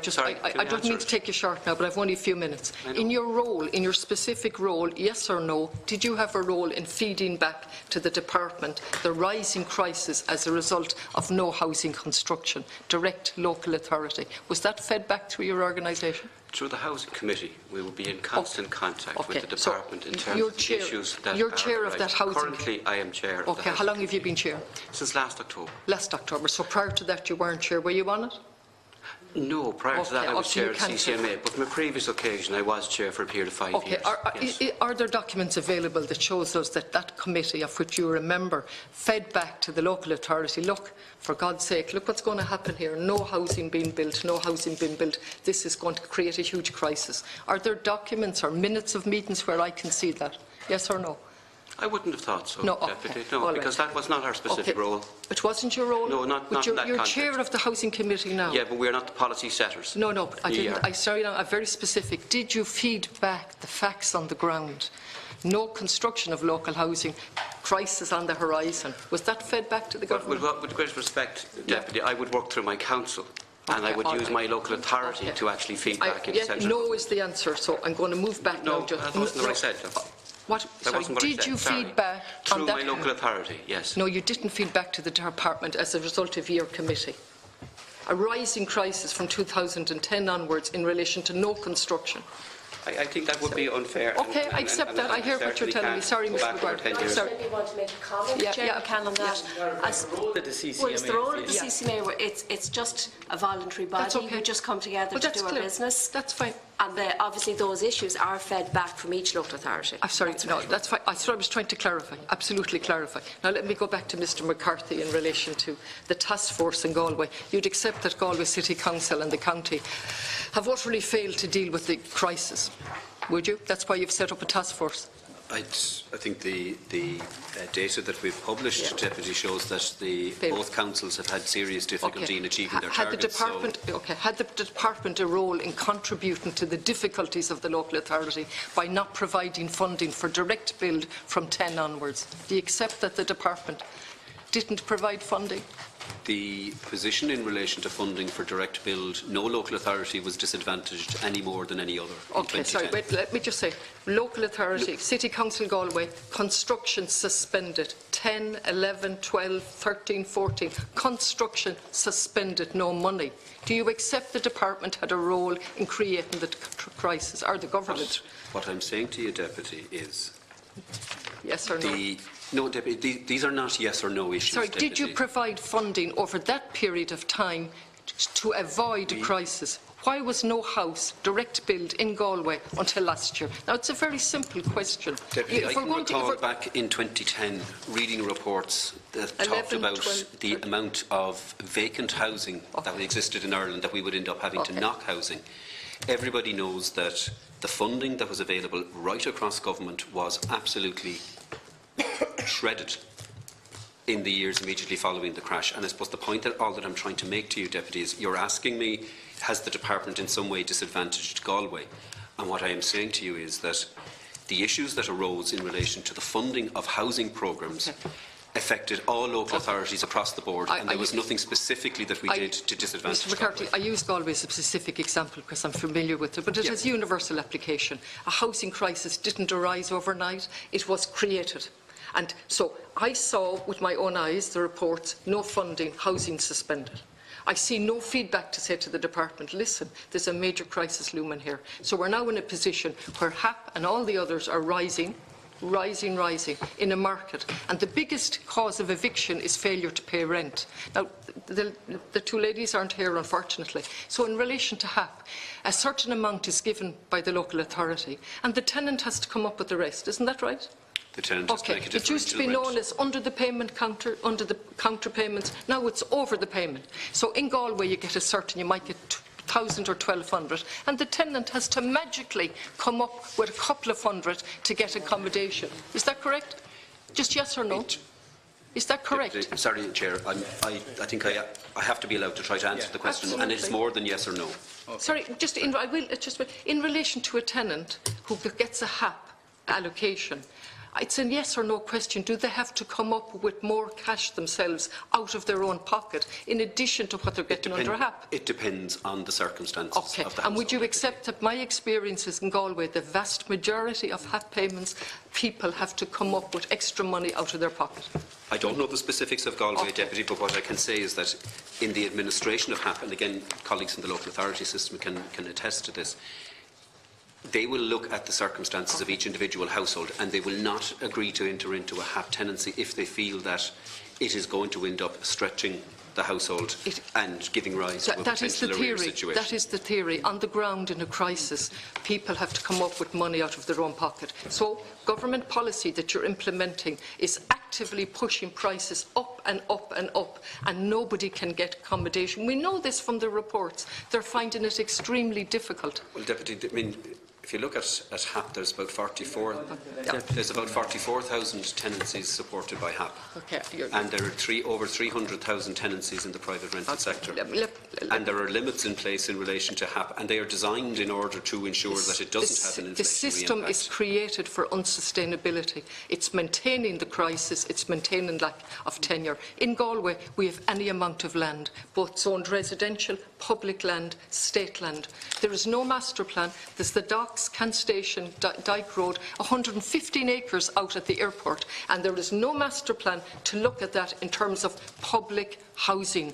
And we have one agency after another going to fiddle with pieces of land, but no commitment to doing an overall plan and public housing. It's not value for money. It's not, Chair, and it's something we should return to. I call Deputy Cullinane now because time is tight. But 4 very quick issues. Yeah, can I just come back first of all, Mr McCarthy, to traveller accommodation. Traveller accommodation is subject to the Housing Traveller Accommodation Act 1998. Each local authority has to develop a traveller accommodation plan, and it's up to each local authority to deliver then on its plan. So the department allows for an overall spend nationally, but doesn't set targets in terms of an overall figure of units. So we established that earlier. It is the case, though, isn't it, Mr McCarthy, that over the last 3 years, while the funding has increased, most local authorities are not reaching even their own targets. So we know that 6 of the 31 met their targets. 10, there was no delivery at all, and the rest did not reach their targets. So is it fair to say then, in terms of where the responsibility lies, that the failure to deliver traveller accommodation actually lies with the local authorities? I think evidently, Deputy, from what you say, if a local authority is given an allocation for traveller accommodation purposes and they end up not spending it, but as the accounting officer for the department, and the buck stops with the department when you allocate funding for a specific purpose and that funding is not drawn down, and there is a need, because under Rebuilding Ireland you will be very quick to claim credit for the fact that you've reached all of your targets. Some of the methods might be different, because we talked about that earlier. Acquisitions were up and leasing was down. But in terms of traveller accommodation, we far from reached our targets, in fact 50%. But how could it be that 10 local authorities did not do anything at all? So does it say to you there's a structural problem? It says to me that there is certainly an issue that needs to be addressed, and that's why the group that I referred to earlier has been looking at this and is due to report to the Minister in April to see what are those issues and how can we actually address them. Has your frustration with non-delivery manifested itself in you having communications with CEOs of local authorities, as either a representative body or as individuals? If they're responsible for the failure to deliver traveller accommodation, what communication is there between your department and the local authorities on this issue? There would be very, very regular engagement between the department and local authorities individually and even collectively. I think in our last engagement with local authority chief executives, it was an issue that was raised specifically around the under-delivery and the underspends. And it would be fair to say that local authorities need to get their act together and need to start delivering on their own plans and on traveller accommodation once and for all, because every time we have a discussion on this issue, and we've had several of them, the excuses are rolled out, but there isn't any changes. Now, I know you're saying there's a report that will come out in April that might or may not make some structural or policy changes, but the delivery of traveller accommodation, it has to be said in this state, is quite poor, and that the responsibility for that under the Act lies with local authorities, two of which the CEOs are in the room, and they have to take responsibility for that. But you have to make sure they do their job, and that's what I'm asking as an accounting officer. Is there very robust engagements with the local authorities to make sure they do their job? I think there is very robust engagements between the department and local authorities on housing generally, and I think colleagues from the local government system will attest to that. I mean, where there are issues in terms of delivery, be it in traveller accommodation or in any other area of activity, our collective ambition is to understand, to surface, and to address those issues in the earliest possible. Okay, and we'll await this report in April, and maybe at some point when you're in the future, we can discuss that report. The second issue is in relation to the threshold I talked about earlier for increasing social housing delivery, transferring projects over to the one-stage process, that the plan was to increase it from 2 million to 6 million. You've said that that proposal doesn't meet the requirements under the Public Spending Code rules. That means it hasn't been put in place. What was the genesis of that proposal? Where did it come from? As I understand it, it arose in discussions as part of the last budget. The last budget, but was it not something that was discussed as part of the review of the confidence and supply? Was that where the real genesis of it? It may have originated there. Yes. It was one of the two initiatives we were told was going to solve the housing crisis, or at least one of the changes that was made in housing. As it turns out, the change wasn't made because it can't be done. Is that correct? Well, it's not so much. Currently. It's not so much. It can't be done at the moment in terms of the public spending code. And the public spending code is being reviewed. So, what's the timeline for that? Is it, Ms. Costello? You're from Deeper. Is there a timeline for reviewing the public spending code? Yeah, well, it's an ongoing process, so there's been some updates in 2018. There's also going to be some guidance issued in the Q1 of this year with regards to appraisal techniques, and one of the things that will be covered will be this. And what's the timeline for that? Q1 2019, so the end of this Q1 2019, quarter. okay. Yeah. And the third issue is in relation to service-side funds. And this was, again, an initiative, another change that was made to allow local authorities to offset the cost of servicing sites and land to allow for affordable units. What's the target for affordable units for 2019? The funding that's available this year is 100 million euros from memory. in reality, in terms of housing being delivered, and the Minister has addressed this recently in parliamentary questions, it will be 2020 before houses are actually delivered, because that funding is designed. I didn't ask about 2020. 2019, was there any target set for affordable housing units for 2019? Not under the Service Site Fund, because the fund is designed to put in place and fund the infrastructure on which the houses will then be built. And what we were told was, and again this is part of the hard sell, I suppose, we're turning a corner in relation to the housing crisis. €100 million will be made available over 3 years as part of this, but for 2019, no delivery whatsoever, no target, no delivery. There is a pilot project, a cost rental scheme for affordable rents, isn't there, in Dunleary? Are you familiar with that one? There is indeed, and that's what's the entry-level rates for that? The procurement process is close to being finalised. It's a €150 project, 50 units of which will be cost rental, and it'll be targeted at the same sort of cohort as for affordable purchase, which is the up to 50,000 for a single person household, or up to 75,000 for a dual income household. Okay, my final question then is in relation to what's the total amount of funding that the state has spent on subsidising people with a social housing need in private accommodation. So I'd imagine that would involve HAP, Ross, and maybe some leasing, because there's lease to lease and lease to own as well, isn't there? There's two elements of the leasing scheme. But in terms of people with a social housing need being housed in the private sector, what's the total spend or projected spend for 2019? So that would be HAP, RAS, and I would imagine leasing. I have the HAP and RAS and figures readily to hand. For 19, Deputy, yeah. For 19. RAS is 134 and HAP is 423. Okay, and how much money then? What's the total figure? 577. Sorry, 557. Is that for 2019? Yeah. And it's projected to increase again, I think, for 2020. Did I see a figure that it was going to increase in 900 million? That's for subsidising people in private accommodation. That would include leasing as well. No, I mean our HAP is 423 this year. We don't have figures. Current funding figures will only be decided every year as part of the budget, but it wouldn't be 900. Wouldn't be 900 million for sure. Okay, but it goes up every year. But how much has been? Well, I suppose it's going back. But how much has been spent by local authorities on new builds, actual new builds, not acquisitions, but on new builds? On build in 2018, it was 742 million euros. 742 million. Yeah. Okay. I'll leave my colleague. Okay, Deputy O'Brien.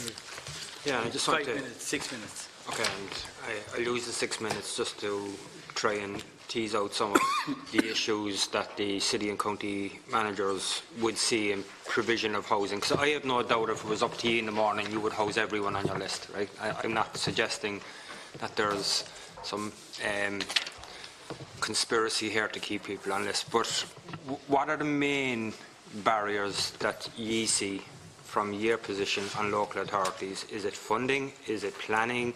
Is it lack of land? Is it a lack of contractors, skilled labour, or is it a combination of everything? Chairman, yeah, I think you're very right in the last comment. There is a combination of issues. There's nothing in itself. Now, we came from a very low base, so we had to restart again in terms of skilling up and getting the right people in relation to it, and that did take time. That's a fact of life. 2018 saw one of the worst winters for quite some time in terms of the construction programme, and that did affect how we're operating. Now, did we have issues in the very beginning, and it was raised earlier by previous deputies in terms of the processes? And we've been in negotiation or discussions with the department, and we have agreed on what is a good process. 4 stages is of 59 weeks. Single stage slightly shorter than that, but that's the time period. Now, it has taken us time to get through that process, and we are running it and running it well. Hence, on occasion, an acquisition is far better and far more value. Hence, a turnkey, on occasion, if it's presented to me, is of far more value. And that's reflected in the overall figures that have been produced at the end of the year. So, in terms of getting, the barriers are always there. There are always issues. There might even be issues with the land, the location, the community, or indeed the council itself. And indeed, facing down Part 8s, and some of your parties will know that, it's hard to get them through, despite the willingness to provide social housing. So they're the realities. Okay. In terms of, like, we've heard a lot in the media in the last number of weeks of politicians objecting to housing developments. Is that something you would see in your own areas, or is it not such a big issue? Well, from my perspective, in fairness, the Council have supported. Was it easy for them? No. Was there a split down the middle? Absolutely. In terms of the different parties, many represented here today, that's a fact of life. That's local politics. But that's the nature of the democratic system at local level. We have to go through that. And the Part 8 system is a critically important part of that negotiation. And from your own experience, is it an objection to the housing itself, or is it an objection to maybe the type of development? Because I know in some cases people may have issues around road access, traffic management, and it may not be the housing development itself. And I just wondering... That's a very fair comment. People are not saying against social housing, but there might be very settled areas that we have land in that haven't been developed for years, so we're moving into them. So you're actually disrupting a community, and therefore it takes time to adjust to the issue that's necessary in terms of putting new housing in there. And you do disrupt what are settled communities. That's a fact of life, and that's part and parcel of it. But it's not an objection to housing per se. It's just either they acknowledge the traffic issues might increase, the school provision might not be there. I mean, there are planning issues which need to be gone through. Absolutely. I would imagine, and you can correct me if I'm wrong, one of the difficulties I would see with acquisitions or relying on the private sector to build and then buy, so turnkey, is you wouldn't get a really good mix of development. I mean, I know in Cork, 50% of the weight, the housing list is single people. Yeah. And we're not building any properties to cater for that cohort of people on our list. Most of the developments, which would be turnkey, would be 3 and 4 bedroom properties, more suited to families. Is that a difficulty when you're looking at your housing list and you're trying to plan so many years ahead in terms of the type of development? Or is there even scope there to take that in, or is it a case of we just need to build as much as we can now, or to purchase as much as we can to address the crisis that is there? Well, I think there's two aspects to that. We have to ensure that we don't make the mistakes of the past, and that we do look at it from a sustainable perspective in terms of the mix and tenure that actually can be achieved. And if we're not to find ourselves in this type of situation before, there is a role for the LDA, there is a role for future planning in terms of master planning locations, and our development plans can then determine what the type of mix should be, which will allow for single accommodation as 2-bedroom, 3-bedroom as the need arises. And that's certainly the way we would be approaching any private sector developer that's coming to the table at this stage, that we get the appropriate mix back, not just simply what might sell in the market. We dictate or determine the type of use or mixed tenure that goes in there. We ourselves have acquired 200 acres and are now master planning for the development of over 3,000 units, and 26 hectares of that is within the local authority, so we're actually advancing that in terms of delivery, and we're using the Life Half scheme, and we've already built the 2 schools on behalf of the Department of Education. So pre-planning is what it's about in terms of the future. At the moment, we have to try and get as much accommodation as we can while trying to keep that sustainable balance. Okay. And finally, in relation to downsizing, is that an issue in your own local authorities, or from your experience in dealing with other city and county managers? Because some of the evidence I would have is that we have individuals in 3 and 4 bedroom properties who wish to downsize and are finding it very difficult due to red tape or... Well, I know maybe just to comment, I know in our own case we've had a couple of instances where people have chose to downsize, which has actually helped the situation in relation to the housing of families, and we were in a position to be able to rehouse them to either apartment accommodation, which they choose, or they wanted to be near the centre of town or whatever suited them given their particular circumstances. I suppose the issue we would have as local authorities is gathering that information in relation to the level of under-occupancy within houses. We need to do that, but obviously it does have to be a choice of the tenant. But we would have had some positive experience in the last 18 months of people coming forward willingly to say they wish to give up their house to either get nearer the centre of town, they want to be in an apartment block, or they want to be near various services, depending on Or they may need assisted living. Pardon? They may need assisted living, so Exactly, yes. Yeah, so it is a positive, not huge numbers, but it certainly is happening. Okay, thank you, Deputy. So at this stage I have a few questions. Well, obviously this session is going to end it on in a moment, so I think we'll agree we'll be back at 2:45. We'll see who's here.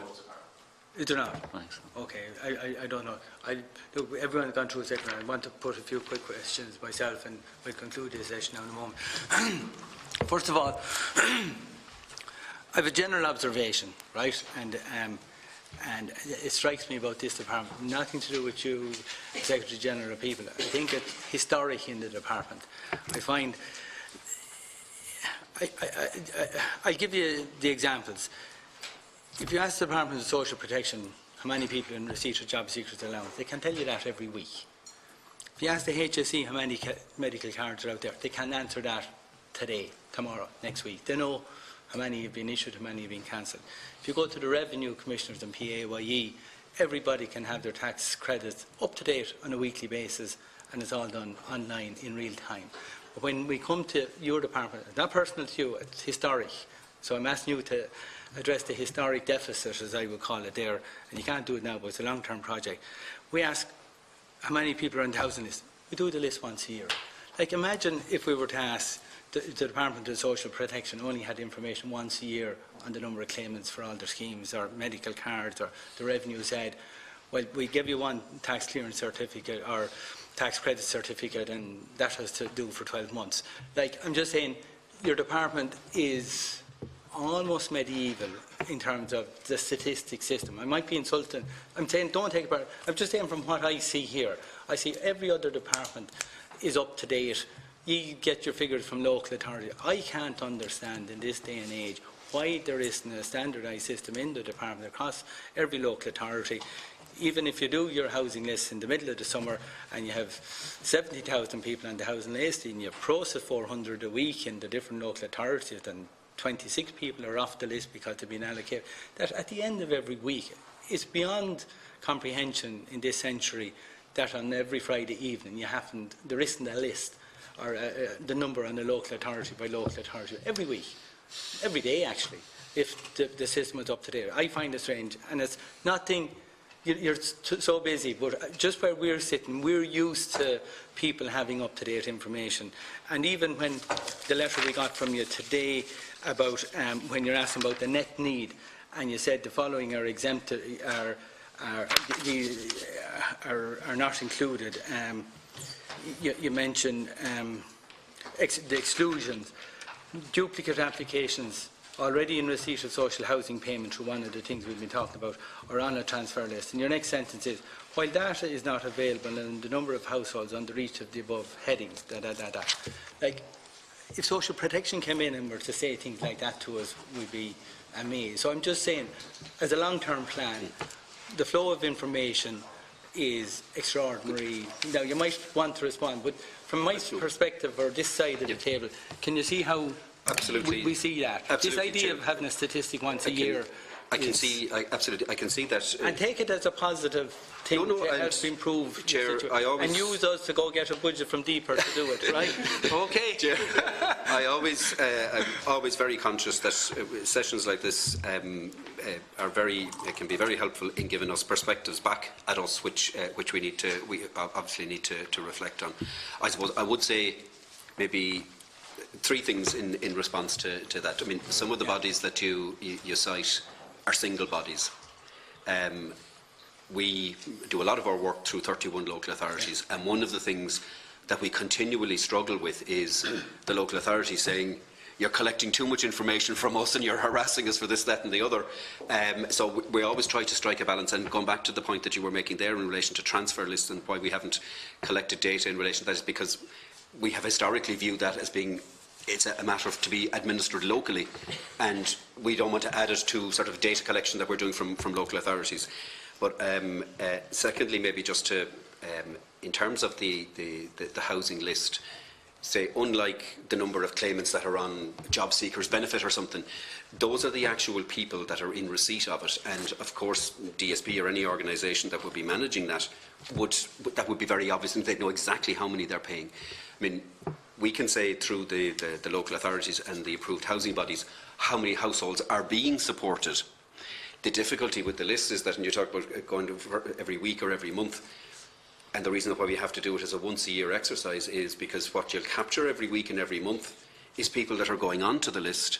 You'll capture certainly some that are coming off by virtue of being allocated, but you won't capture people who've come off the list by virtue of their circumstances change. They just won't. So otherwise, local authorities would need to be sort of continually engaging with everybody on their list. So that's just. I understand. Simplified. I understand that. And we won't dwell on the point. You know, when you have your list, you know the application, and they know you've allocated so many houses or whatever, or approved housing bodies have taken people off your list. You know that. Yes, there'll be people who are on the list, and maybe as time passes, they won't be interested, and I understand that. We're not asking you to go back to every. But if you had an automated system, you'd be collecting the basics, and then maybe on a less regular basis, you'd be hounding the local authorities just to verify the list. You know, well, as I said, Chair, we have gone from doing this, believe it or not, once every 3 years to once every year. And the reason is there's probably a lot of manual, and that's why they're harassing you. If this was automated, you'd literally have somebody in the housing department, how many applications processed this week, and they'd actually then give you how many applications are on hand, not yet processed, because that's the big issue we have. The form is so complicated. Weeks on end. I've never seen an application going in almost and being approved on the first presentation of the form, because the volume of information is rightly so extensive. So we didn't even talk about how many unprocessed applications are in the system. If this was social welfare, the debate here today would be about the delay in processing. We didn't even talk about the ones that you have on your desk that aren't processed yet. You can see the step. Just take what I'm saying as it's automation. I'm not talking about manual work. I'm just saying other departments are up there with that sort of more up to date. And yes, it's a big project. It's not something that can happen today, tomorrow, or next year. But you know, I think you get the point. And probably all the more reason you need it is because you have 31 local authorities, and now they have all these approved housing. There's probably a greater reason for you to have it than a single line department, if you know what I mean, because I just make the point, right? And take it as a project that, you know, to be looked at down the road. Next thing then is, and the housing stock. If I asked you, you might just send it on to us, the local authority housing stock at the end of each year for the last 5 years. Just, is it up or down? You probably have the National Oversight and Audit Commission published data on that, so we can, give the just send us, you know, just on that. On the question, and Mr. Murray might know the answer to this, how many people have transferred from rental supplement to HAP since the scheme? How many transfers out of the people on HAP? And if not, you can send it on to us. They're not putting in it. Sorry, of the 55,000 approximate tenancies that have been set up, about 24%, I think, from memory, was the 24.5%, 13,221 are transfers from rent supplement. And how many do you think have to go in terms of still to be transferred from? I presume the plan is to close rental supplement. It'd be north of 20,000 more would still need to transfer from 20,000. So we're not halfway. How many have you transferred from rental supplement? We've transferred to 13,221. And you're saying there's another 20,000 to go? Yeah. And how long are we at this? Well, HAP is only fully operational nationally since 2017. So we're not halfway there yet. The biggest local authorities were the last ones to come in. And that's normal in shared services. I understand that system too. Yeah. But I'm just surprised that there's still... Because it's really the large Dublins only came in, 2018 was their first year, so... Send us a detailed note on that. You obviously have information and statistics. But then my real question is that people on rental supplement were on the housing list. They were on the housing list. Is that correct? But people on HAP aren't on the housing list. Am I right? Correct. So you're now going to say, just by changing the name from rental supplement to HAP, in the coming relatively short period, 20,000 people are going to be taken off the housing list in the future. So you'll have the problem solved by changing the name of the scheme. In fairness, Chair, it's not just about changing the name. I suppose one of the key benefits is, well, there's two key benefits in terms of moving from rent supplement to HAP. One is, we're not there fully yet, obviously, from the discussion earlier on, but better inspections of properties, which wouldn't have been a feature in rent supplement, so that we can get to a point of being satisfied that we are actually utilising good quality accommodation. And secondly, there's a crucially important piece around HAP recipients. Unlike in rent supplement, when they would get to a certain threshold in terms of their circumstances changing, they would lose their entire support. Whereas in HAP, they can actually work. Their differential rent does change, but they continue to receive a support. I understand that, but what we're now seeing is 13,000 of the reduction in the people on the housing list is as a result of people moving from rental supplement to HAP, and there's another 20,000 going to come off the national housing waiting list statistics when you get those 20,000 transferred over. I'm just saying to the public, you get the point I'm making, and am I interpreting it? That's the situation. That's under the law. That's the situation. Right. Yeah. Then the next thing, you might send us this. One deputy mentioned it earlier, the regeneration programme, and I know there are far more. Small one in Portlaoise. I see the benefit of whatever. I understand all that. But you might give us, I presume the 200 you mentioned are specific projects. It's not one everywhere. There are probably 6 or 4. Give us the list of the ones that you're referring to for last year. How many houses were in those things before you started, and how many will be there when you're finished? Because I know in some areas there are less houses at the end of it, and I know there might be other facilities, but I think the deputy was trying to get at, did this 200 regeneration figure you mentioned, did it increase the housing stock, or was it just replacing it, or maybe was the 200 replacing 300 that used to be there? So that's why I'm asking for your overall. Mr. Murray might have something on that. Making earlier, these are totally replaned areas, and the comparing between what was there and what is there now is not accurate, and to be perfectly honest, not actually showing the right picture at all. But I understand the point you're making, absolutely. Well, then I'm going to be helpful to you. When you're sending that short report into it, give us, in relation to each scheme, a brief description of what's envisaged in the new facility, so we can have the full picture of the scheme. Okay, we're just looking at housing now. I take your point, there's more to it. I know from my own scheme in Portlaoise, there's far more to it. So to give you the opportunity to the full context, give us the context of the things that were done. Just a short paragraph, so we can, when we get it. But we were just looking at housing figures and housing stock, so we get that. Next, I'm just almost there. 2 last quick points. The HAP recipients, to get HAP, I'm just a bit rusty in this for this morning. Did you have to be on the housing list to get HAP? You have to be assessed absolutely as being in social housing need, being approved social housing applicant. Yeah. So really, then my question to you is, by and large, that's somewhere under 30,000 for most people around the country to be on the housing list, which is not much more than combined social welfare payments. There's three bands, 25,000, 30,000 and 35,000, and they're net figures, they're after tax and PRSI figures. So you might send us that schedule so we have... absolutely, there's a map which shows the different bands. So we're accurate if we're making a comment on it. Send us that schedule. But my point is, and I know people can get employment, and I know they can pay extra, and we understand that, and I've never met a scheme that somebody didn't have to pay extra, on top of the HAP payment. So to me it's fairly, maybe, are there any cases where the HAP payment covers the full rent? You have to have... The Chair, there would be, There are cases where, the HAP allowance, the allowance... In other words, the landlord is quite happy to say, I'll take the HAP payment, thank you very much. That has been our experience for the last couple of years. Now that may change as rentals go up. Well, send us some statistics on how many people the HAP payment covers. Actually, now that I do think about it, I know some landlords who are just quite happy. I'll take the HAP payment and leave it at that. Others do then have to pay the differential rent. Pardon? The tenant then has to pay the differential rent. But in some cases, I'm aware of landlords who thought no. Yes. Thought no additional rent. They just said, I'll take the HAP payment.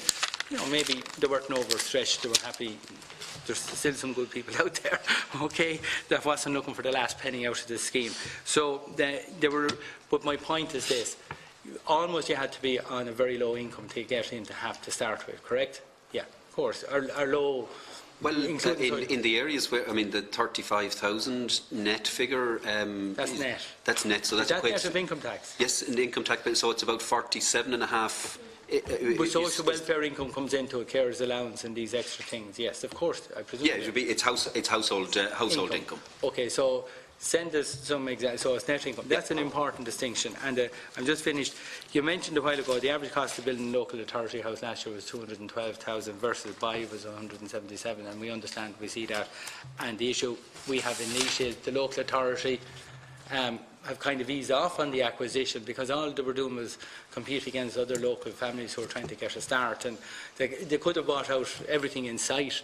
Somewhere along the line they said it's not been fair to other people. So, you know, there's in and out of the housing market. Now we understand you're relying on a chief executive to use a bit of judgment for what's good for the overall. And certainly, Chair, I would have to say but I don't think anyone wants you to go into an estate and buy everything that's available in that estate that no one else in. No, absolutely not, Chair. And I suppose there are, and this would be a very strong view to us from many local authorities, that there are and remain significant parts of the country where there is still second-hand stock available on the market. Good price.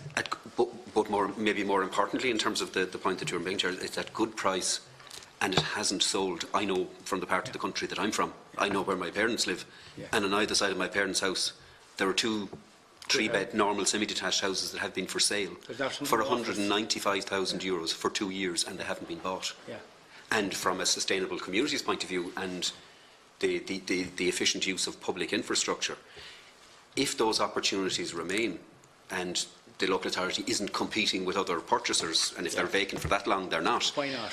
We don't want to be putting more infrastructure in to stretch the water pipe further outside the town and put another scheme outside. So we do have to look at these very much on a case-by-case basis. And we understand that. And just on that 212, you mentioned building costs. Does that include site costs? Yes, that figure includes. Okay, that's important. Although, to be fair, Chairman, what it would reflect in terms of site cost is, in many cases, a historical site cost. So it would be much lower than corresponding values today. And I might have the phrase wrong, the rent-to-buy scheme. People who've been in mortgage arrears and an approved housing body will be willing to take over, buy it from the finance company and rent it long term, you know. To the mortgage to rent scheme, is it, Chair? Mortgage to rent. Yeah. You had the wrong rent. Yeah, the mortgage to rent scheme. You have to approve those houses. How many applications have gone through? Because the local authority has to approve that the house is a suitable house for the tenant. You know, you won't let a person who's a single occupant under a scheme, if they're mortgage in arrears in a 4-bedroom house, necessarily buy that house or sorry, let the do the mortgage rent scheme. So how many applicants? Talk to me on that scheme. To date, there's 445 households have been completed. They've moved across into the mortgage to rent. Very little. Consider the amount of arrears we hear is out there. There's another 987 are, if you like, are active or going through the process at the moment. We did a review of that scheme back in this is 2019, 2017, I think, from memory. There were a few things in the scheme that maybe were acting as restrictions. So we upped the thresholds for the value of properties. We also upped what we call the over accommodation, I think is the phrase that we use, so that we could get more people into it, and that I think has brought more into it. Our experience is that. And I suppose as the broader mortgage arrears situation in the housing market generally continues to still remains a significant issue, but it has been improving over the last 2 years. It's a very big step for any household to, if you like, to cede ownership and become a tenant. Okay. And they generally tend to really explore every other possible the message I get, how long is the scheme there? It was introduced in 2014 initially as a pilot. So you're saying in 4 or 5 years 400 have gone through, but there's 900 in the system. We're now back to processing your waiting list. Like, why? So I'm going to ask you to give me, since the scheme, each year, how many applied, how many approved, how many applications are outstanding at the end of each year, because it looks to me a lot of there's more bogged down in the process than has come out the far end, and the scheme is up and running a number of years now. I thought the difficulties should have been ironed out by now. And one question I'm going to ask you to address in the reply back on this, because we asked it to the people here last week, the housing body representatives, and they couldn't answer the question, the issue of if there is negative equity. Right? And I'm just saying, you need to know, because if you're a government department part of this transaction, I was shocked to know the approved housing bodies couldn't answer the question, because they're sitting down with the tenant and they're sitting down with G, and the money, they're paying the money over. And I've asked the question, if there's negative equity, I understand the bank, the financial institution can still go after the people. Do you know, have you a definitive answer on it now? That is the situation. You might clarify that, because that has been the stumbling block. Some people were ready to go, and all of a sudden, and nobody tells them what somebody advised them. But you could be got for 50 grand here at any time of your negative equity, and that's you must have picked that up in these ones that are locked in the system. That's one of the elements why. So look, come back and clarify that in writing, okay? You know.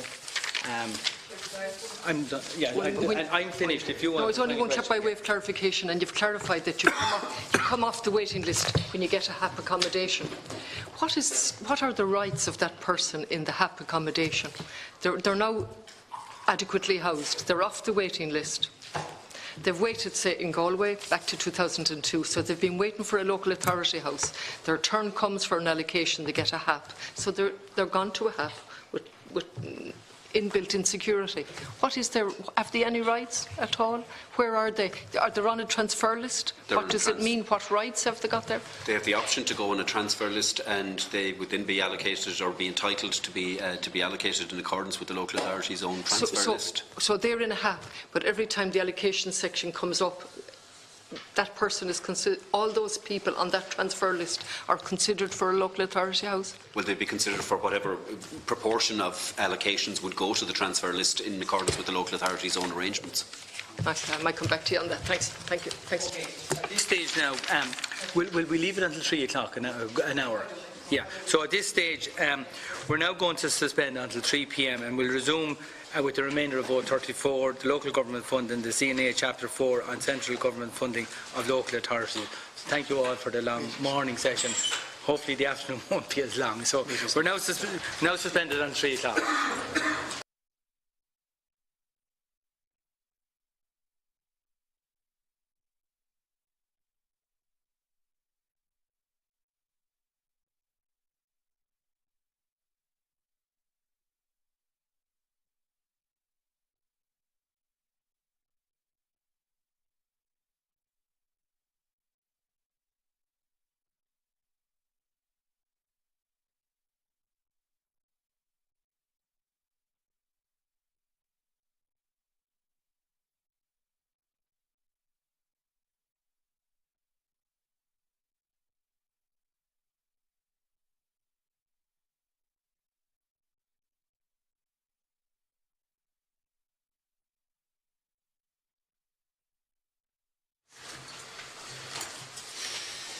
And we're resuming our consideration of the remainder of Vote 34 with the Department of Housing, Planning and Local Government, as well as the Local Government Fund and the CNAG Report 2017, Chapter 4, which deals with the central government funding of local authorities.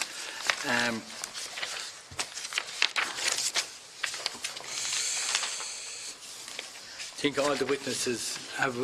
I'll let Mr McCarthy introduce if there are any new people that accompany this afternoon. Chair, I'm accompanied by Maria Graham, Patrick O'Sullivan, Rory O'Leary and Maurice Coughlin and Janet Jacobs, who were with us this morning as well, and we're still accompanied by our two colleagues from the local government sector. Well, I'll just start for the moment, and I know our colleagues will be coming in from the vote. I just want to maybe ask just a couple of questions on the local government fund, right? Back a few years ago, there used to be almost 2 billion through the fund with the motor tax receipts, which is $1 billion. We used to have the exchequer contribution and the local property tax amounting to 1.9 billion in 2016. And that figure has dropped, estimated in 2019 to 650 million, mainly the local property tax and the exchequer contribution. Gentlemen, I've just started a moment ago. I'm just going to ask a question on the local government fund, and then I'll hand over to Deputy Cassells in a couple of moments then as the first lead speaker. So, in a nutshell, the local government fund now, moving from 2018 onwards, the bulk of the funds that just go through it are not going to go through it anymore. And really the main item in there, aside from an exchequer contribution which is used to fund local authorities, it could be done directly through the department vote. And the local property tax is the other, by and large, the other real source of income in there now. And that's actually collected by the revenue commissioners in any event. And then they transfer it to this fund and you transfer it on. From the accounting officer who's responsible for that account, would you envisage, would you accept there might be a case to be made to say that we no longer need that fund anymore, in view of we're down now to just 1/3 of the throughput it used to be a couple of years ago, and most of what is now going through the account could as easily be dealt with through the department vote? I just put that question to you. You can see where the account is going. Yeah, thank you, Chair. I suppose what maintaining the local government funds, albeit now in its sort of narrower form, with motor tax now gone separately into the exchequer, I suppose it does provide a transparent vehicle still for the assignment of local property tax receipts, and very clearly for the local government system, and for coming out the other side. In a way maybe that wouldn't be as transparent if the receipts were just simply going into the exchequer and coming out through the vote. I think it does it still has a value, I think, from an LPT point of view, in terms of showing very clearly the ins and outs and the use of LPT very clearly into a local government fund for local government purposes. Right, and the exchequer contribution is directly from the department vote, is it? Yes. And where does it go from there? It goes out. Some of it goes out to supplement the local property tax receipts to make up for the local authorities that need to be supported through equalisation. Some of it goes out to cover rates payments for water infrastructure, and then there's a range of other funding lines, many of them to support things like shared services, some of them to support local authorities, some loans from a water services point of view that local authorities are still hold, and which the Exchequer has said it will support. But it's primarily for, I suppose, the big items in there are for LPT purposes, the water rates, and then an additional subvention or additional line of funding to local authorities to cover increases in pay costs. Right, okay, I just raised the point, when I see the source of the line of income in there is now very limited towards what it used to be a few years ago. We all understand. Does the famous plastic bag levy go in there? No, that goes to the Environment Fund, Chair. Oh, so there's a local government fund and then you might help us on just... The Environment Fund has the proceeds of the plastic bag levy and the landfill levy. And what's the throughput in that account? Are you the accounting officer? Is that what it is now? It's gone from us for 2 or 3 years. 40 million, 30 to 40 million. Well then, is there not a valid point to be made to combining the two accounts, because the money is coming in from specific sources and going out, it's just administrative. Yeah, the Environment Fund is under the Department of Communications and the Environment. That will move under communications. It used to be when the department was Action and Environment. Oh, it's now moved to the other department. So, so you wouldn't be the accounting officer. No. Look, I raised the point because I see the throughput now only a fraction of what it used to be. I understood the need for the account a couple of years ago. Maybe there's still a need, but maybe less so. But maybe there's still a need. So look, at this stage, I call Deputy Cassells as the first speaker for this afternoon session. Thanks. Okay. Thanks, Chairman. And I know at previous meetings on this issue, I tried to tease out the issues on central government funding to the local government sector and the local government sector to the local authorities, and by the end of it, I was a long way down the rabbit hole and no wiser, but sure, we'll go at it again.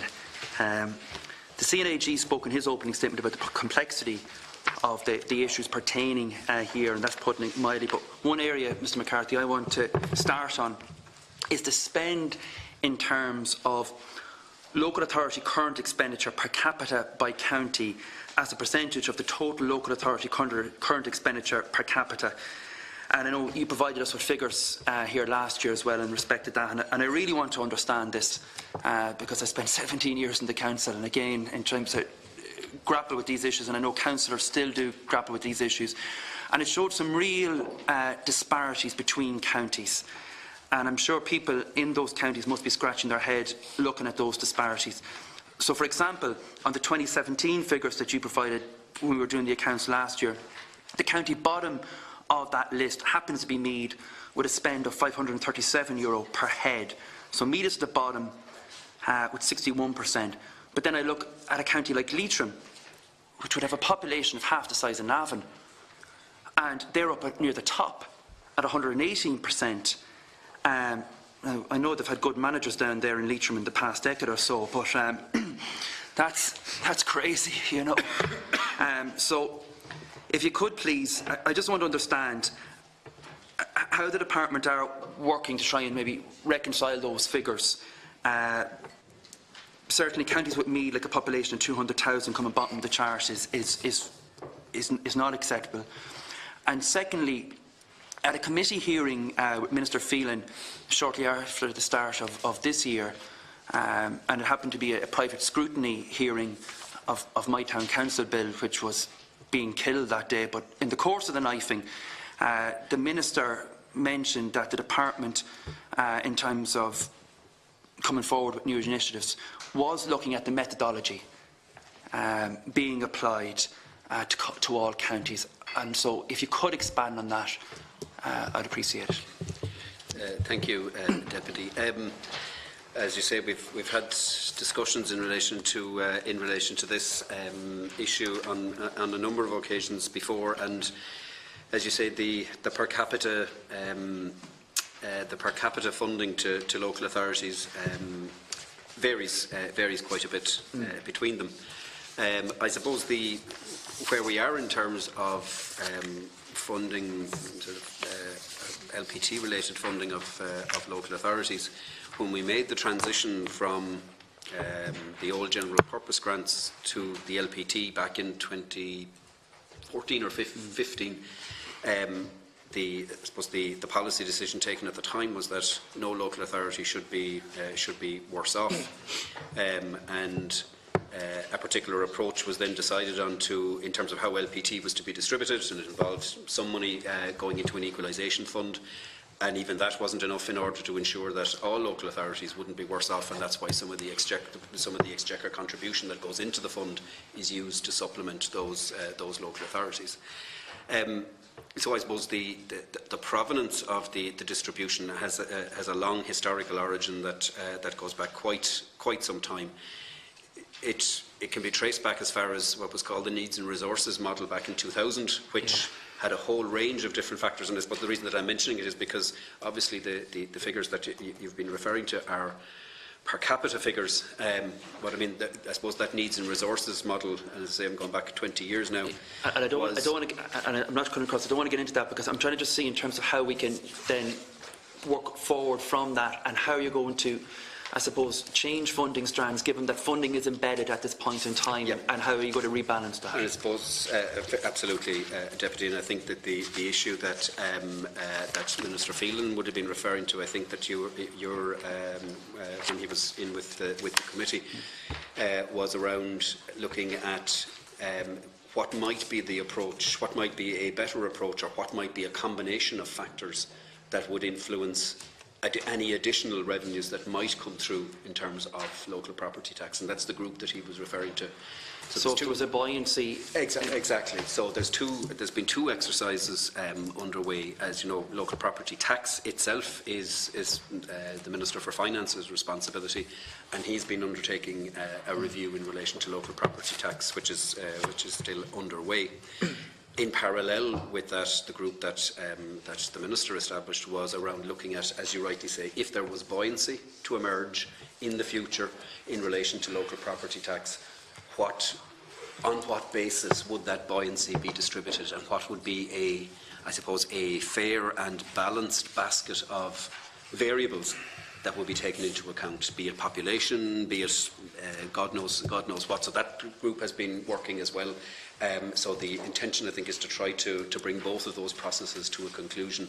And the CCMA, the Chief Executive, are they involved in that in terms of... Yes, we've had involvement from both the administrative and the political side of local government as part of our review group, yeah. Okay, but just on that, and so thank you for that, and that will be welcome. But say you talk about an anticipated, because maybe those who are outside of the LPT scope are now going to come in because of previous exemptions that don't, because of new bills, all of that, and that there is an increase in the overall take.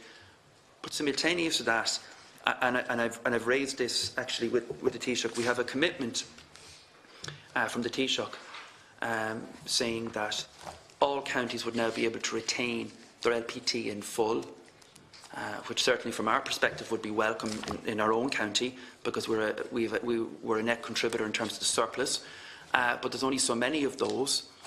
And simultaneously to saying that, he's also stated that no county would be left worse off.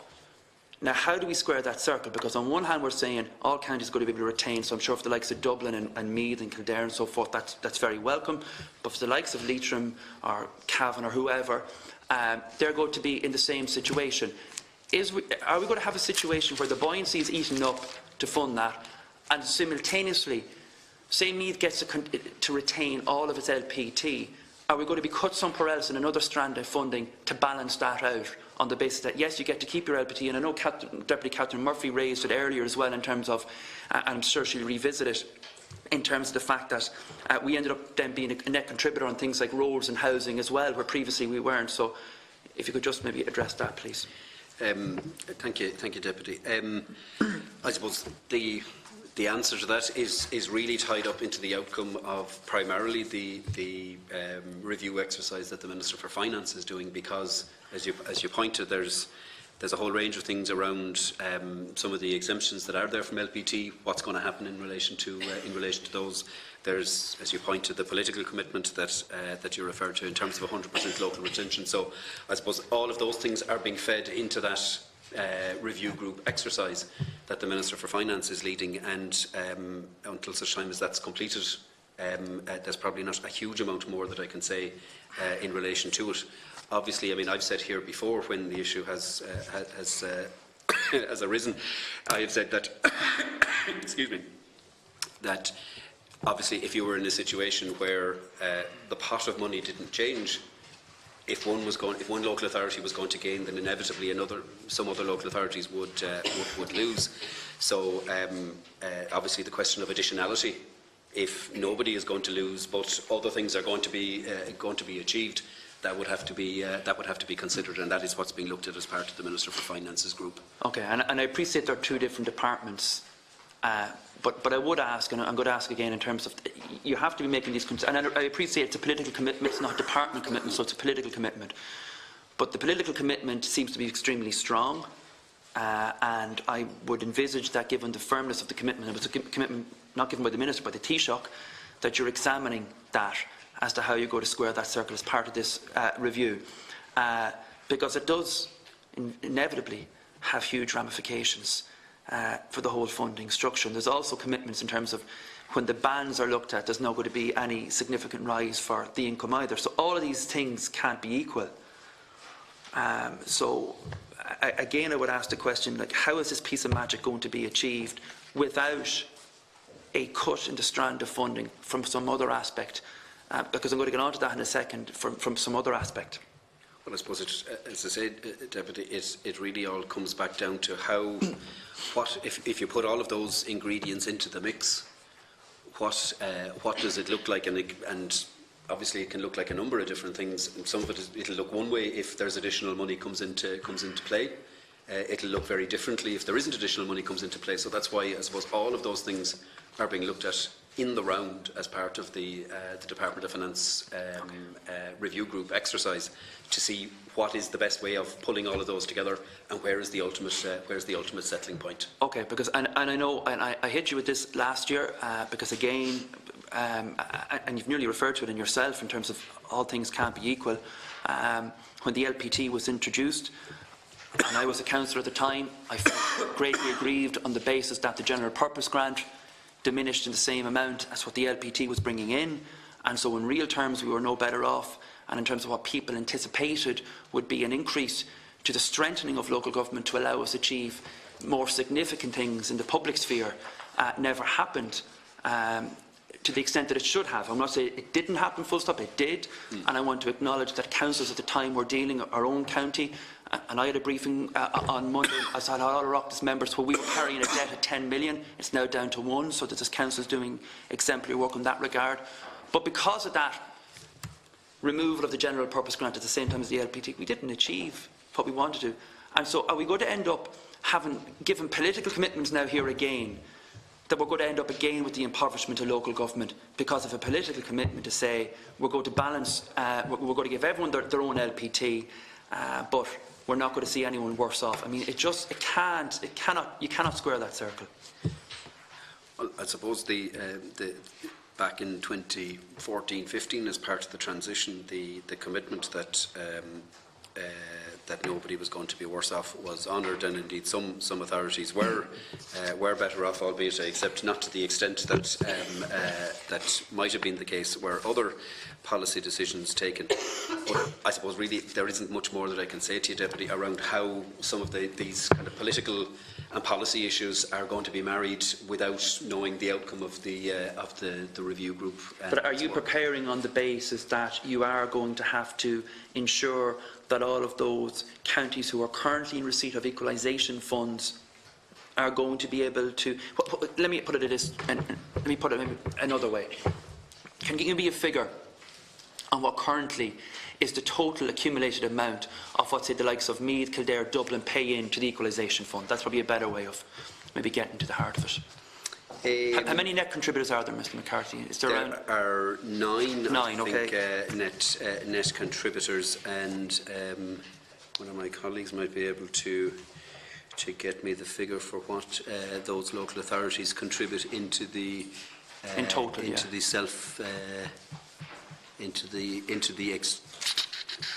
it's I think it's 97 million is what is in effect the 20% that goes into the equalisation fund. Okay, so that's what goes into the pot to be redistributed among the exactly other 31 odd authorities or whatever. Is that correct? Or 32 or whatever it is. And that isn't even enough to make sure that all of the other local authorities can be left in a not worse off situation. So there's a top up from the centre. There's a top up from the centre of 41 million. Of 41 million. Yeah.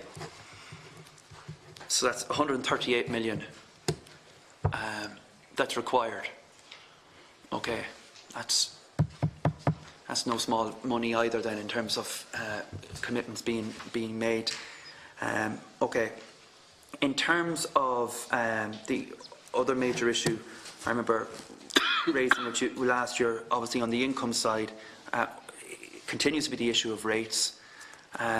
Again, I'm conscious in terms of the CNAG looking at the huge amount of money that's coming in, and that's one of the few areas in terms of an internal raising mechanism but the dependency, and I've said this to you over the last decade, continues to grow, and that at a time as well when we've had huge restraint by local authorities given the backdrop of the recession as well. And I'm conscious that there's a rates bill before us at the moment, going to committee stage. I don't feel it's going far enough. I stated I had second stage of the bill. The dependence on rates nationwide is really worrying. I've made that point. I know IBEC have made that point. And indeed, a lot of the measures being brought forward on a statutory footing now are things that are actually being done by councils already. I know Meath have initiated a lot of those off their own bat as well, and some counties would have a high collection rate. But can I ask, is the department looking at trying to increase central funding and other funding mechanisms to try and reduce that dependency of councils? Because the temptation would be there now, having had restraint for maybe the last 8 years or so, that come this year's budgets, that there would be a temptation. And remember, we have a local election in May, we have new councillors coming in, the potential for heads of finance to say, God, I might get something this year while I've got new councillors before me when they wouldn't know what they're doing, and try and actually get an increase in the rates and an increase on the income side. Is restraint going to be, as again called for by the Customs House, and will there be an attempt to try and increase central funding to dissuade heads of finance from attempting to maybe put that potential before councillors? Thank you, Deputy. I suppose the focus in terms of central government revenue-related funding to local authorities is very much around the local property tax issue that we just talked about. In terms of rates, I mean, if you look back over from 2014 to 2017, the proportion of revenue funding for local authorities generally, nationally, has actually come back slightly in terms of reliance. So in 2014, it would have accounted for about 36% of revenue funding, and in 2017 it was 33%. So its proportionate share has reduced slightly, but certainly I think the restraint has been very much the call from the centre in recent years in relation to rates, and in large measure I think that has been respected. But again, maybe colleagues from the local authorities may want to okay, and I'd appreciate to hear the opinions of the CCMA on that. But just in terms of you saying, you know, the main area of central funding comes through the LPT, of course, that to me is kind of a half misnomer, because it's the people paying into a fund that they're getting back. And we don't have the general purpose grant. Are we heading towards a scenario, and we see it in the chart that CNAG produced, in terms of the fact that local government is now becoming more dependent on external departments to try and fund schemes? So say Minister Michael Ring's department, or Minister Ross's department, or and these funds are now coming in externally into the system. Yeah, well, is that something that you're saying that's the way it's going to be in the future? I suppose what I'd be saying on that issue, Deputy, is that there is, as part of the local government policy document in 2014, it very much did envisage that local authorities would be, if you like, become the obvious sort of deliverer and agent of central government. So it sort of envisaged that there would be a lot more relationships between departments other than ours with the local government system. Yeah. But I mean, but if you actually look at the revenue income to local authorities from central government, leaving aside the LPT piece, again, proportionately, that has actually increased over the last number of years. So in 2014, it would have accounted for about 21%, and by 2017 it had gone up to 28%. And as you say, there would be an increasing element is coming through other departments because of two things. One, I suppose, giving effect to the policy position which envisaged local authorities not just delivering services on behalf of our department but on behalf of government generally, plus changes in departmental functions over the last number of years has actually seen some of those functions moving to other departments as well. Can I just ask, Seán, do you find it difficult in terms of trying to get a handle on what is spent in the area in its totality, given that there's more increasingly funding mechanisms coming in. I mean, it's a bit like when we had the President's spend here, that when you look at the President's office, it looks like a very small spend until you realise that, well, actually, hang on, we've got the guards, we've got the army, we've got a whole different other element, and all the accounting officers really have to be brought in all together in one room to try and get a real sense of what's being spent in this area. Well, I think it's always been complex in this area with local government, and we've been producing a version of Chapter 4 since at least 2008. So I think it should become more transparent and more straightforward with the changes that have taken place, but I reserve my position until I see how 2018 Because you see all of these schemes that are now, and they're very welcome schemes, they're going to be very welcome by the councillors that are benefiting in terms of urban regeneration, in terms of what Minister Ring's department announced there a couple of weeks ago. But from your point of view, there's significant money. I think there was 62 million odd, and as by Minister Ring's department a couple of weeks ago, it's going to be spent now by local authorities applying to that fund. And in terms of there's the money is going to be spent, but it's coming from a different department. And in terms of your role in terms of making sure that money is spent correctly. Yeah, I think it's always going to be important to be able to relate outcomes and outputs to the resources that are provided, and so it is something that we need to track, that there is visibility and transparency around that. It is something which we will consider, and I'll certainly come back to the committee if I feel that there's a need for change or greater clarity in it. If I could get a comment from the CCMA representatives in respect of that question I had on the rates, I'd appreciate it. Maybe, Chair, I might just, I suppose, comment in particular on the question on the rates. But I suppose, as the other speakers have said, the whole area of local government finance is very complex. It just doesn't come from one source, as we've heard. But I suppose when we get that funding from the other departments, it's for a specific purpose. So transport, it's spent on roads and so on. But it is becoming increasingly more complex, and the sources, not just the departments, but it's the agencies as well, be it Enterprise Ireland through the LEOs, you have the National Transport Authority and all of that. So it is quite complex, and obviously we'd all have a different view in relation to the LPT. I suppose it's one area maybe where the sector we wouldn't agree on the view, and I suppose I'd have to argue it from both sides, having spent some time in Leitrim County Council in relation to being a beneficiary of it, but obviously in Meath we're a net contributor to it. But obviously each local authority has been guaranteed a baseline funding, and that's required for them to deliver their service. So then you've got to look to the sources where you have your own discretion over it, and that's in the area of other charges, but predominantly that would be in the area of commercial rates. But really for the past 10 years there has been no significant increase in rates. I think in the last 2 years some local authorities have moved to giving a general increase in the commercial rate for specific purposes, be it within their own county. I know on my own we haven't increased commercial rates since 2007, and going forward, I suppose our purpose has been to expand that rate base rather than increase the rates. Okay, and can I ask you, Ms Maguire, among your counterparts then in the LGMA, is that something that would come up in terms of actually addressing that issue of funding, conscious that it's the major contributor to the finances of local government, and saying, there's potential here for us to increase because the good times are back?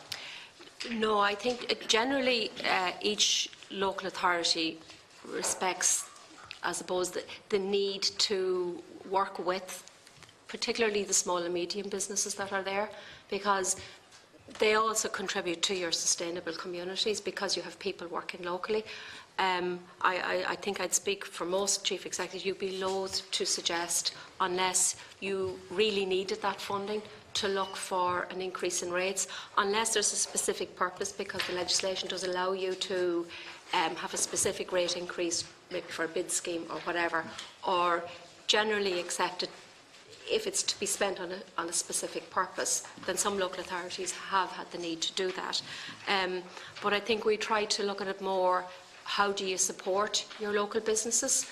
maybe giving them incentives to pay, and that has assisted, I suppose, in the collection levels and the increase in the collection levels by giving them, you know, incentive schemes to pay on time and to pay maybe over a period of time, but electronically. So that does increase your actual take of income, as opposed to. But it's, I suppose, the whole funding of local government has been a topic that, I suppose, it generates a lot of debate for the past number of years. And you know, from our perspective, I think, and no, just to the department and colleagues, we would see that we do need to be put on a firm footing, and we would have seen the local property tax as doing that. And I'm a great advocate for autonomy and having councillors to have autonomy. And with that, I've seen examples across the country where councillors have probably abused that autonomy as well. And I've no problem in saying that in terms of whittling away that base and left their councils bereft of funding. Our neighbouring county Aylward would be one prime example of that as well. And I've no problem in saying that. Just when I have you talking, can you explain to me the local government innovation and reform figure under the LGMA in the statement of income? And I know in the accounts that we have for 2017, that went from 3.8 million to 2.1. That, I think, Deputy, I'll just double check for you on that, but I think that's to do with to support the shared services programme that the local government sector is putting in place. So it would be one of the biggest ones, obviously, as the Chair will know, is the MyPay shared service in Portlaoise. So it would depend, that funding really depends on where some of those initiatives are at a particular point in time. But MyPay, the shared payroll service, would be the most prominent of them. Okay. Just finally, Mr McCarthy, on the Valuations Office and working, I mean, obviously we have them in here separately ourselves, but we saw when we had them in terms of the slow process that was being achieved, and I know that many counties now are back up in terms of that process as well, and that is going to have an impact. And I know they're a separate organisation, but the negative press associated with some of those decisions because of the long gaps with re-evaluation is going to cause exceptional impacts on a lot of businesses. Have you any statement in respect of the work of that area in terms of, because that obviously impacts on your customers, which are that rate space? I suppose, Deputy, what I would say is that, and you've pointed to it yourself, I mean, the purpose of revaluation exercises is to try to ensure that the rateable valuations that are put in place are as up to date and as fair as possible. And the difficulty that has arisen has been around the length of time that the revaluation process has actually taken. Does that worry you in terms of because we saw it here when they were in terms of even before they even get down to the south of the country in terms of Kerry and so forth, it's, you know, you'd be back up for re-evaluation in other parts of the country. Yeah, I think there's a lesson there, I think, around making sure that the revaluation process is conducted in as timely a manner as possible in future, so that over periods of time that significant variations in rateable valuations aren't allowed to build up, so that if there is a shock to come, that it's not one that builds up over a long period of time. And can I ask, is there I know they're separate, is there interaction between themselves and your office in terms of trying to achieve that? Because you obviously want that timely. Is there interaction for them to point to you in terms of how that's going to be achieved? Deputy, I'll just say there's a vote after being called again in the Chamber. Are you finished? Do deputies want to... Do you want to suspend? I'm done on that question. You finish anyway, up and then we can... Yeah, just to say there would be a lot of interaction between us, and I mean, we, as part of the estimates process, we are the ones that engage on behalf of the Valuation Office to make sure that they're sufficiently resourced. But there would be a lot of ongoing engagement even before the Valuation Office came under our stewardship. And was it a resourcing issue, or was it just that it hadn't been engaged in for such a long time that the problem was that certainly there processes certainly there was a resourcing issue over a period of time, and I suppose, like with most public sector organisations in the early part of the decade, there would have been significant tightening of resources. But I suppose one of the things that has emerged from the revaluation process is that 60% of ratepayers have actually seen their liability fall. Yeah, no, I acknowledge that. And 40% going up. But as you rightly say, it's the type that's falling into the 40% that I think is the killer. And it's the period of time between revaluations that then means that the change can be more significant than if they were done on a more timely basis, and then they would be more measured and more accommodatable, if you like, for individual businesses. Okay. Okay. I'm done, Chairman. I think at this stage we're going to suspend. There's a vote in the chamber, so 10, 15 minutes perhaps. So we're now suspended until after the vote. Okay.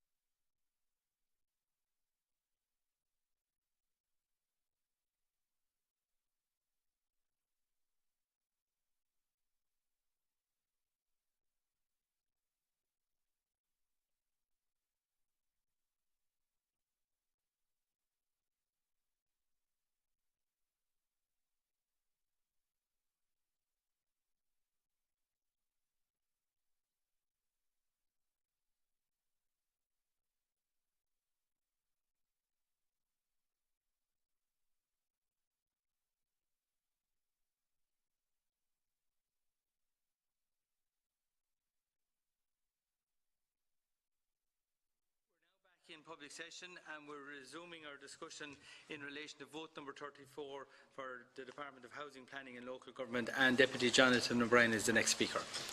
Okay, thanks, Chair. And I just want to ask a couple of, just a couple of questions just to get some information.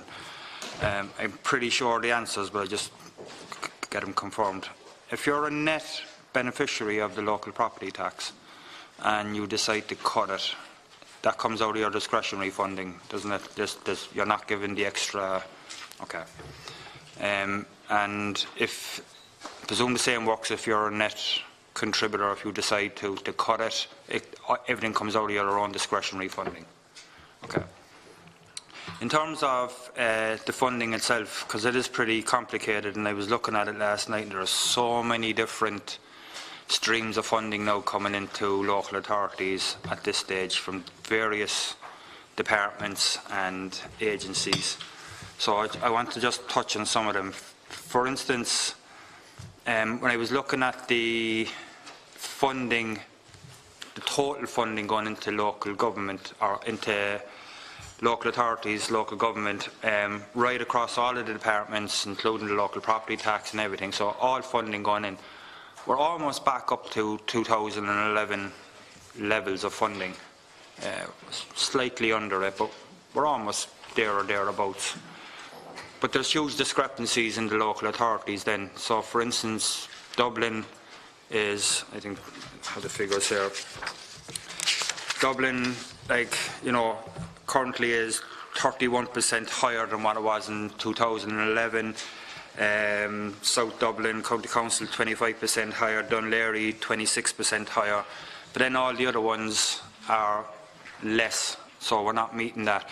Is there a reason for that? Is it because there's maybe capital projects going on in those areas and funding is coming? So we say the Department of Transport, there's just additional funding going into those local authorities to meet particular projects, or is it to try and balance out maybe the per capita funding rates that are there? I think, Deputy, if the figures that you're looking at include capital funding, then I think you'd be hitting the nail on the head. It says the PQ was all central funding to local authorities, so I'm presuming that does include capital funding as well. It probably would. I would think, yeah, it probably does. So, okay. And that does the capital funding piece can skew things from one local authority to another, purely by virtue of timing for when a significant project might actually be going through in a particular local authority area. Okay, because I'm looking at areas like Cork County Council now. In 2011, the total funding going in would have been 121 million, and now it's only 70 million. So there's still a significant to get back. And what was the earlier year, Deputy, that you referred to? 2011 would have been 121 million, and the actual for 2018 as of 31st of October, which was the PQ. Part of that, Deputy, is probably, I think, if I'm interpreting the figures that you have there correctly, is probably due to the fact the changes around water, and that funding that would have been going to local authorities in 2011 to fund water services would now be going into Irish Water. Okay. So in terms of the funding that comes from various departments, so for instance, I know the way it works with housing, if you have a housing project you want to get done, the local authority funds that and then applies to the department for reimbursement. Yeah, that's the way it works at the moment, isn't it? And there would be payments on a phased basis according as progress is being made. Yeah. Would that be the same then for all departments? So for road projects, road upgrades, it's the same sort? My understanding is that it would be, because it's a sort of a common principle that operates across public financial procedures generally. Okay. So the question I have for the CCMA is, how does that system work for yourselves in terms of, I know from experience, we would have delays from when we would have to pay out for projects, and then by the time we get the reimbursement, sometimes it could be 9 months, where we're waiting, have to put in all the paperwork, and by the time we get the money. How do you bridge those funding gaps then in the meantime? Yep. Through the Chair, By and large, as of late, there's not much of a gap between the expenditure happening at local authority level and the recoupment. You may, at times, have a layover, but you have to deal with that through your cash flow. But, for instance, the TII, the NTA, they are recouped on a monthly basis, and we have a system that we must log on to. It's their system, so it's an integrated system. So for that instance, you make your claim and it comes straight into your bank account, on a particular date.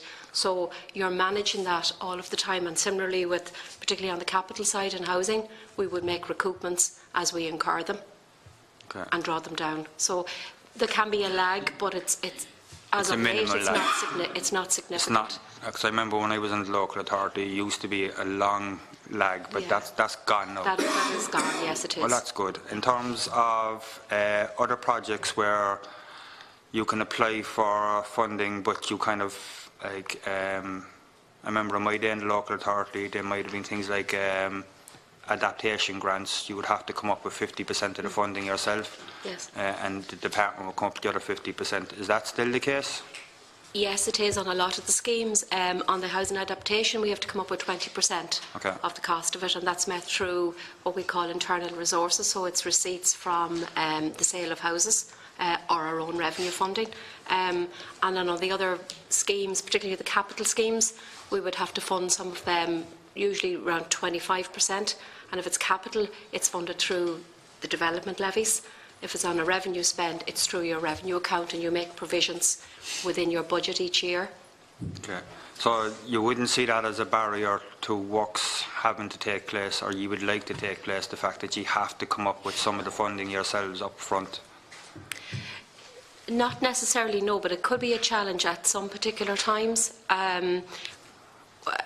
Within the local authorities, you have to produce a capital report on a 3-year rolling cycle.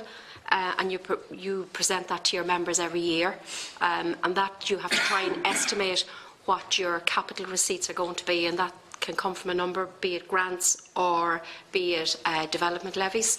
And I suppose because the whole private sector has the growth that has happened there in the private sector, the development levies are now they're increasing, obviously, over the years. So you need to match that with the spend within your capital account.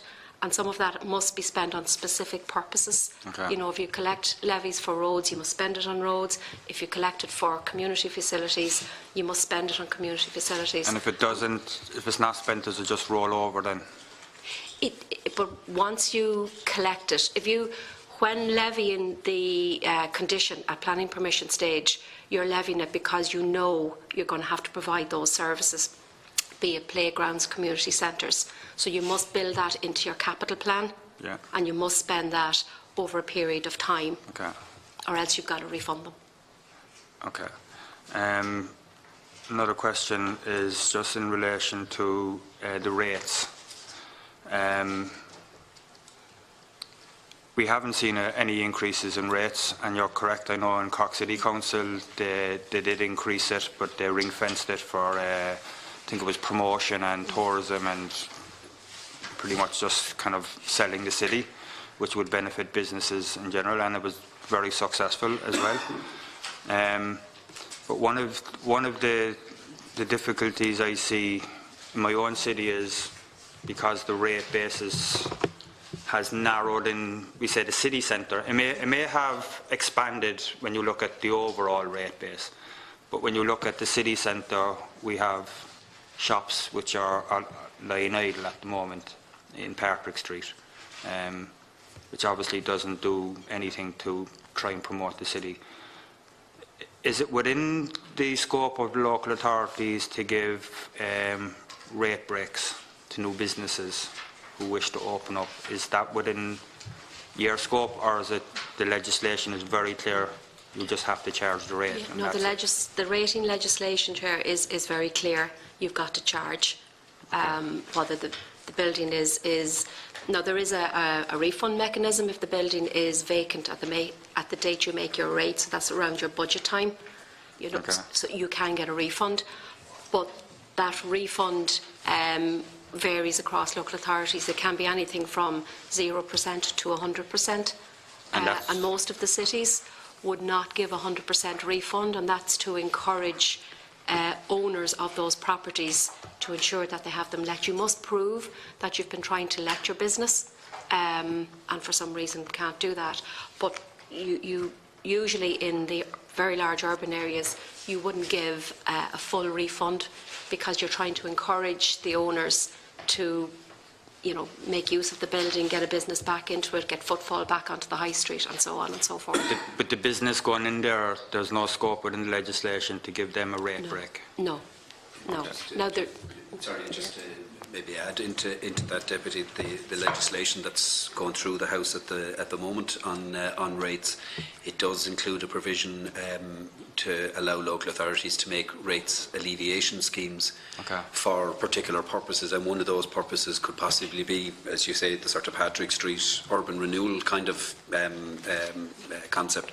So subject to that legislation getting through, we'll then have to make regulations to work out how that will actually work in practice, but it's trying to, I suppose, provide a mechanism through which the local authorities' objectives in certain areas, be it regeneration or otherwise, and their other activities in relation to levying rates, how they can be maybe married together in a more kind of coherent way, just to give local authorities a bit of flexibility.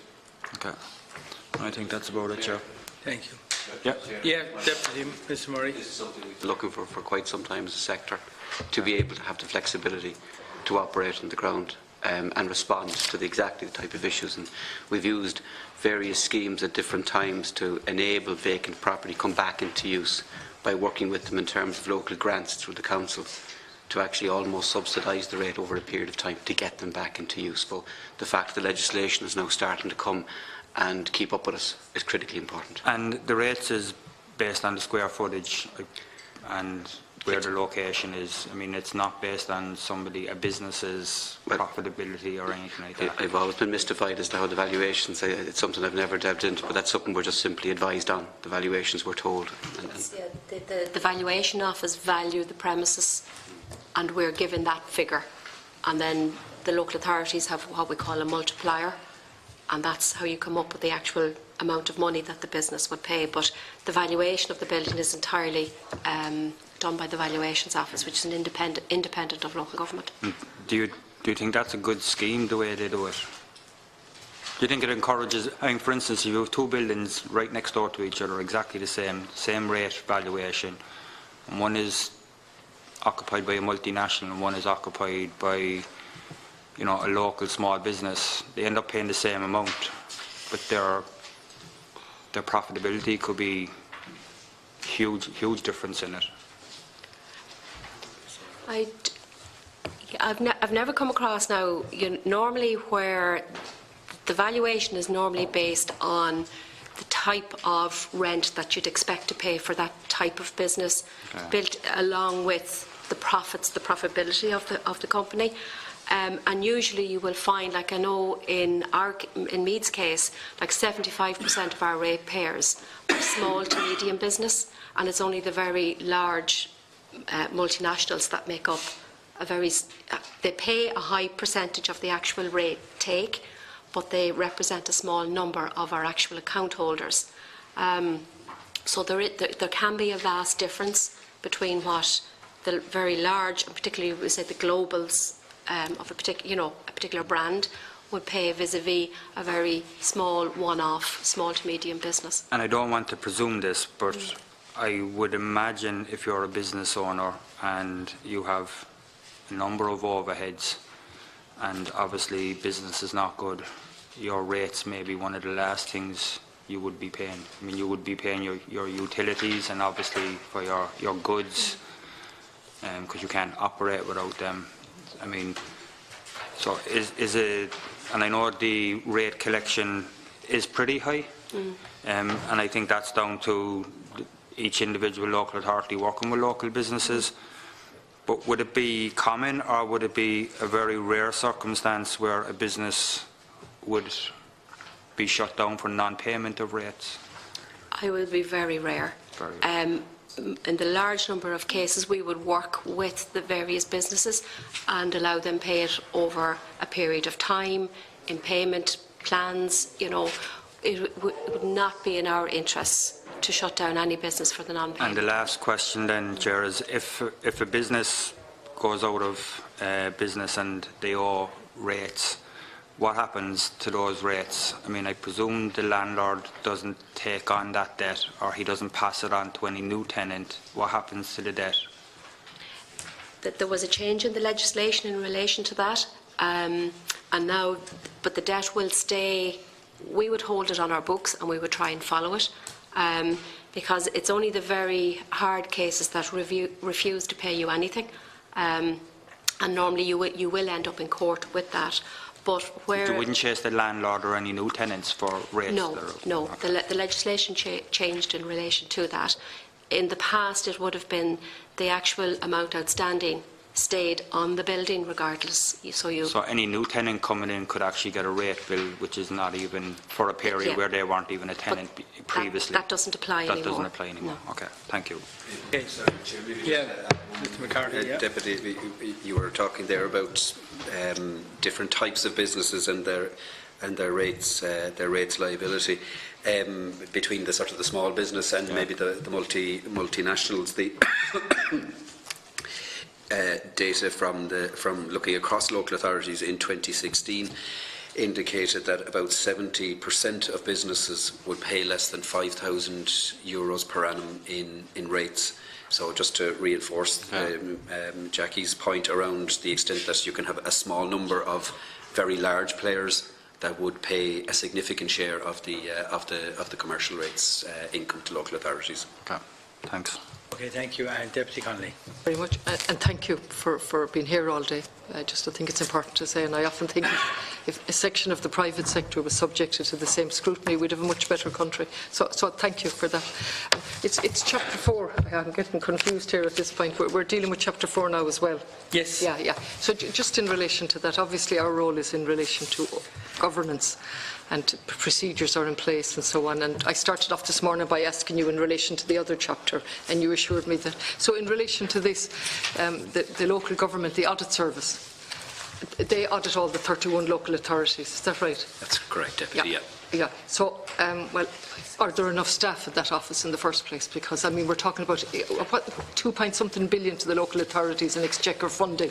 So what is the oversight here? First of all, the audit service, the internal audit service, what staff? Are there vacancies? Currently there are 32 staff in the audit service. Yeah. And they would all be members of one or other of the accounting bodies, so that they'd all be professionally qualified. Okay. There would be a small number of administrative staff as well to support that. From time to time, with retirements and everything else, there's always probably a certain turnover and a certain amount of vacancy. What's the full complement necessary to carry out the work properly? Well, the 32 plus a few administrative staff, the qualified staff would probably normally be around the 35 mark. 35. We've had some issues in relation to, we've gone through some competitions to recruit staff, and we've had varying degrees of success. So we've had to bring in some external expertise to supplement that, and that's what we do if we find that the recruitment process isn't either getting us people as fast as we need to, or isn't actually getting us people. You recruit people from the outside? Yeah. Okay. And so there's a body of work to be carried out with all 31 local authorities. Indeed. And so there's a plan of work each year? There is, in effect, there's a statutory code of practice that governs the auditing process. And that basically is a process which kicks off pretty much once the year is out of the way, and it requires local authorities to complete draft financial statements by a certain date, and then the audits to be completed thereafter. And then once each audit is completed, and is the record good there? Because often with other bodies we see, and it's improving. We saw with the VEC sector, for instance. Is there a problem with local authorities and accounts being on time? We have certainly seen improvements in that over the last number of years. So what is the worst and what is the best? The 31st of March is the deadline by which we ask for draft accounts to be prepared.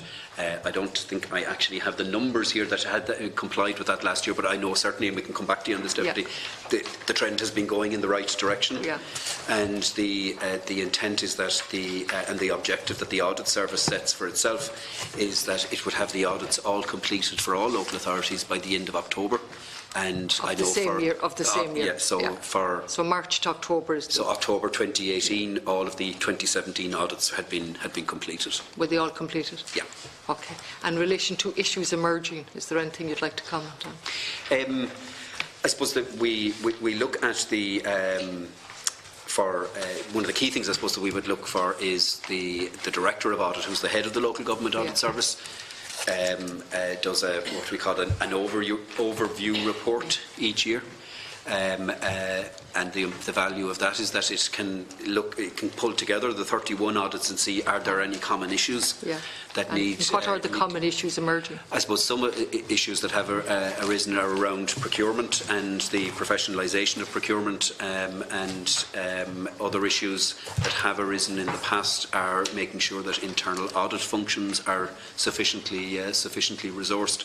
So these are issues that we would follow internal up audit within the local authority. So did any issues arise in relation to internal audit in 2017? I haven't got the Director of Audit's 2017 overview report yet. It should be finalised within the next couple of weeks. But certainly it would have been there in a previous year. And these are things that we would have followed up. And from my recollection is that in most local authorities they would have been followed up fairly promptly in terms of putting audit, addressing any issues that there were in the internal audit space. But again, maybe I know Jackie has been in her previous role as chair of the Finance Committee might have a view on that.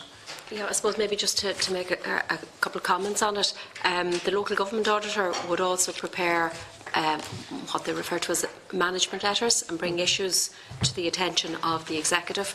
And they bring them to the attention of the councillors in due course. Yes, and then in turn we take it to the councillors, but also the audit committees in each local authority have a role in relation to. No, I understand that, and we get that every week here. We get. What I'm wondering is, are the processes working? Are there enough staff in place? And what are the common issues emerging year after year, if any? The procurement is one that comes up every single week with this procurement with every organisation. I mean, it's a serious issue though if internal audit has a lack of staff or lack of resources. Can you look at, answer me today and say 31 local authorities are okay with their internal audit? Well, just to make a comment maybe before the accounting officer does, each local authority has an internal audit function and has an internal auditor. I understand that. Yeah. Is it sufficiently resourced?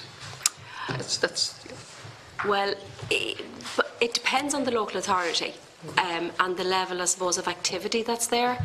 It would range maybe from 2 to 3 people to a very vast section. If you're looking at Dublin City, you have I know that. department. So I know that. So it's all relevant to each local absolutely, authority. And within that relativity, have certain local authorities emerged that haven't enough staff to carry out the internal audit function, and what are the recurring themes other than procurement, if any? I mean, I'm delighted if there are none, but we're talking about a sizable amount of money and it's governance we're looking at here and procedures. So there would be, certainly from the local government sector's point of view, we would like to probably take the internal audit to maybe a more professionalised level than what we currently have it at. What does that mean, Ms Maguire? Sorry, Well, to actually, I suppose, within that section, have somebody with qualified audit experience. Most of them would have various level of courses, degrees, but to actually take it to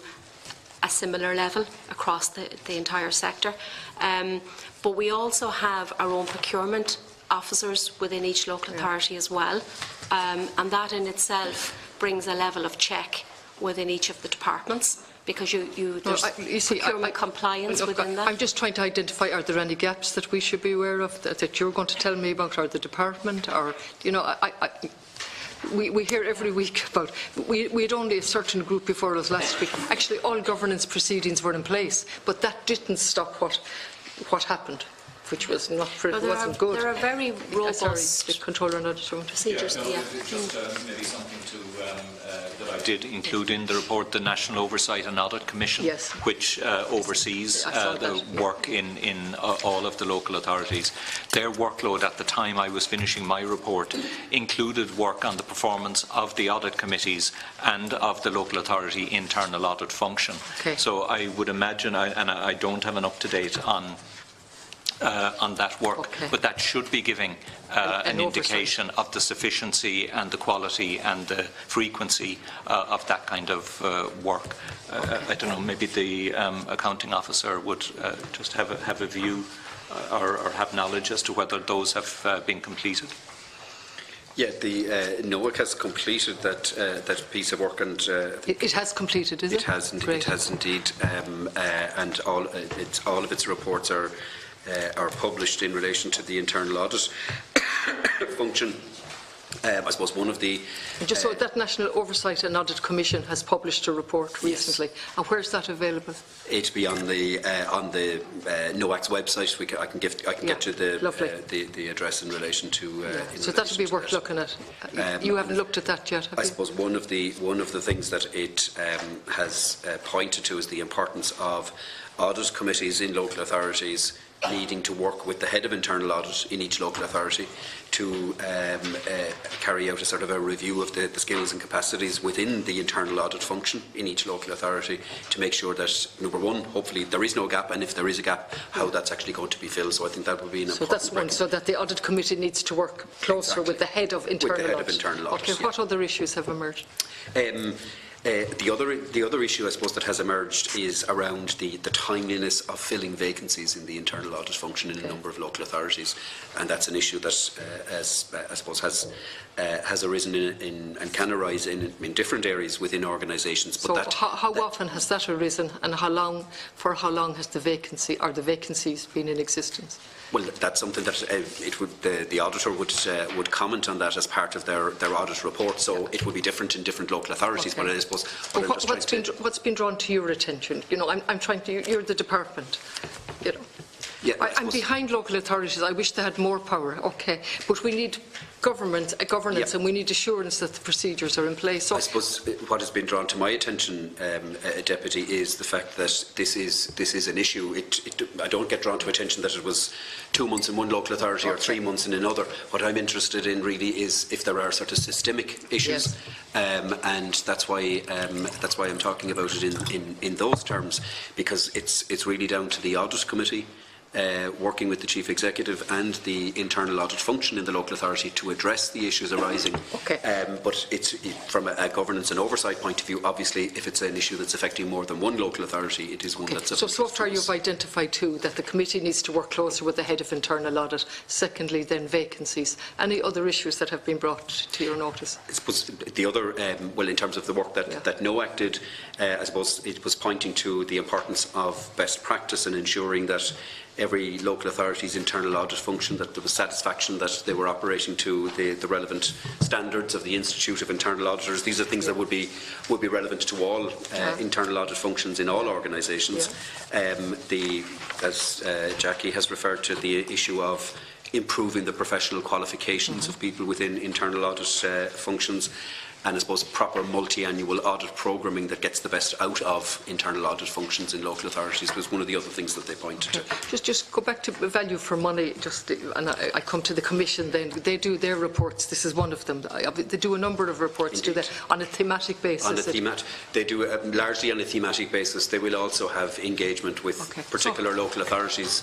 What would have been the themes that they have looked at? Would you know straight off? If not... They would have looked at a number of things. They would have looked at the activities of local authorities in the housing area. Yeah. They would have NOAC's reports. Maybe you could come back to us. I know it's late. Certainly will. I mean, they have published a full. They have Sorry, you'll see this on their website when I get you the link, Deputy. So they would have carried out things like satisfaction surveys, understanding what do the public actually think of the service that they're getting from their local authority. They would have undertaken reviews of the audit reports that go to the members of the local authorities. They do the annual performance indicators reports across a whole range of areas of activity. They did a review of housing management and maintenance and would have engaged with a lot of tenants. And would they be making recommendations in those reports? Absolutely, yes. Yeah. And then who monitors the implementation of those recommendations? Because that's another thing that comes up regularly with every organisation. Great reports, great recommendations, and then the actual implementation of them. Well, one of the things that, and again, in terms of practical implementation at a local level, one of the colleagues may wish to comment. I suppose we would obviously be very mindful of any issues that I talked about, the issues around internal audit, so that would be on our radar to make sure that we keep an eye on that as to how that's being addressed within local authorities and making sure that it is addressed at a practical level. So one of the others, for example, on local authority housing management and maintenance review, that gave us important information around what was actually happening in terms of investing in the maintenance and management of the asset that was being publicly funded, and is informing work that's now going on to actually move towards a sort of planned maintenance. Would that include empty local houses, local authority houses? Sorry, what's Would that include empty local authority houses? Not so much. It was more around tenants and the extent to which the service that they were getting in terms of responsive repairs, all that sort of stuff. But it was useful in terms of informing work that we're now taking forward with the sector around a planned maintenance approach to ensure that we actually get to a better position in terms of both of those services are vital, really, aren't they? The internal audit plus the Commission. Absolutely. And the implementation of this. I've run out of time and I'm sure I'm going to be stopped. But I have particular interest in libraries. I don't know whether it comes up under this section, but I saw it. And just urban regeneration. So I'll take urban regeneration first because it's in the chapter, and it's gone from 50 million, 60 and 78 million on page 45 of the Chapter 4, Annex 4B. And if you could come back with a breakdown of that regeneration, the projects carried out, and it's gone up to 78 million. Sorry, Deputy, which page did you say? Sorry, I beg your pardon. It's oh, yes. Page 45. Yeah, that would be. We can come back to you certainly with a breakdown in relation to that. But it would be some of that would be the regeneration, housing regeneration projects that we talked about earlier on. But a breakdown of that would be very helpful. And the last thing then there's the libraries and the staffless libraries and this wonderful initiative that we don't need human beings. Where are we with that? That was rolled out as a pilot project. Has sense prevailed? And are we persisting with staffless libraries? I'll offer a comment, Deputy, even though I probably shouldn't, because it's Minister Ring's department. I'll miss my bus if you're going to give comments. What's that? I'll happily miss my bus if you're going to give comments. Deputy, I wouldn't have it on my conscience now that I keep you from your bus. But no, sorry, I don't mean to delay a Deputy, but libraries are now in Minister Ring's department for the last 2 years. But just to say, I mean, we did have responsibility for that going back prior to that. I suppose it wasn't the Open Libraries Initiative, and I'm sure you'll come back to this again with one of my colleagues whenever they're in. It wasn't really around dispensing with staff within the library service. Yeah. It was to try and provide a more open and flexible resource that would be available, and I think colleagues, I think we actually had data at the time, and again I do confess now I'm speaking historically, but I do recall data at the time that even after the introduction of the Open Library Initiative we actually had more staff working in libraries than before. Okay, you don't deal with it anymore? We don't. Deputy. You don't? It's Deputy Ring's office? Minister Ring, Department of... Okay, would you know, is the rolling out of funding for libraries based on that concept of staffless libraries? Is it conditional? You don't? I think originally it was. You don't know? I couldn't say, Deputy, really. Okay. I couldn't say. Okay. Thank you very much. Thanks. Chair, yeah, sorry, I beg your pardon. And no, while you feel free to pack up and go. No, I only meant I'd happily give up my bus if Mr McCarthy was going to stray into the area of comment. I'd like to hear them, that's all I meant. In the area of open libraries, there's about 8 of them, just operational, and they do give I suppose, a 24/7 service. Without that staff on. we couldn't do. But the libraries that they're in, actually, the opening hours have been extended in most of them. And the library staff numbers across the sector now, because obviously they're only in particular ones. Like I would have 12 libraries, do you know what I mean? It's only in one, but we would have extended the opening hours within all of them because more funding is available to us. So it isn't a detriment. Without staff? No, we've extended the ones where it's not. So in my case, we'd have 12 libraries. Right. And we have extended 5 of those, their opening hours, for longer periods and put more staff in. We only have the open library in one of them, and that is so it's a 24-hour service that town gets in relation to that library, about collecting the books and bringing it back. So it has been quite popular, and we haven't in any way diminished either the library staffing or the library hours. In fact, we would have There's obviously a number of narratives, and excuse the bad pun, in relation to the libraries, because that was not the information we were receiving on the ground from the library staff. But if it's not your area anymore, I won't take any more time. But there's certainly many narratives. It is our area, Deputy. It is in your remit. Oh God, it is.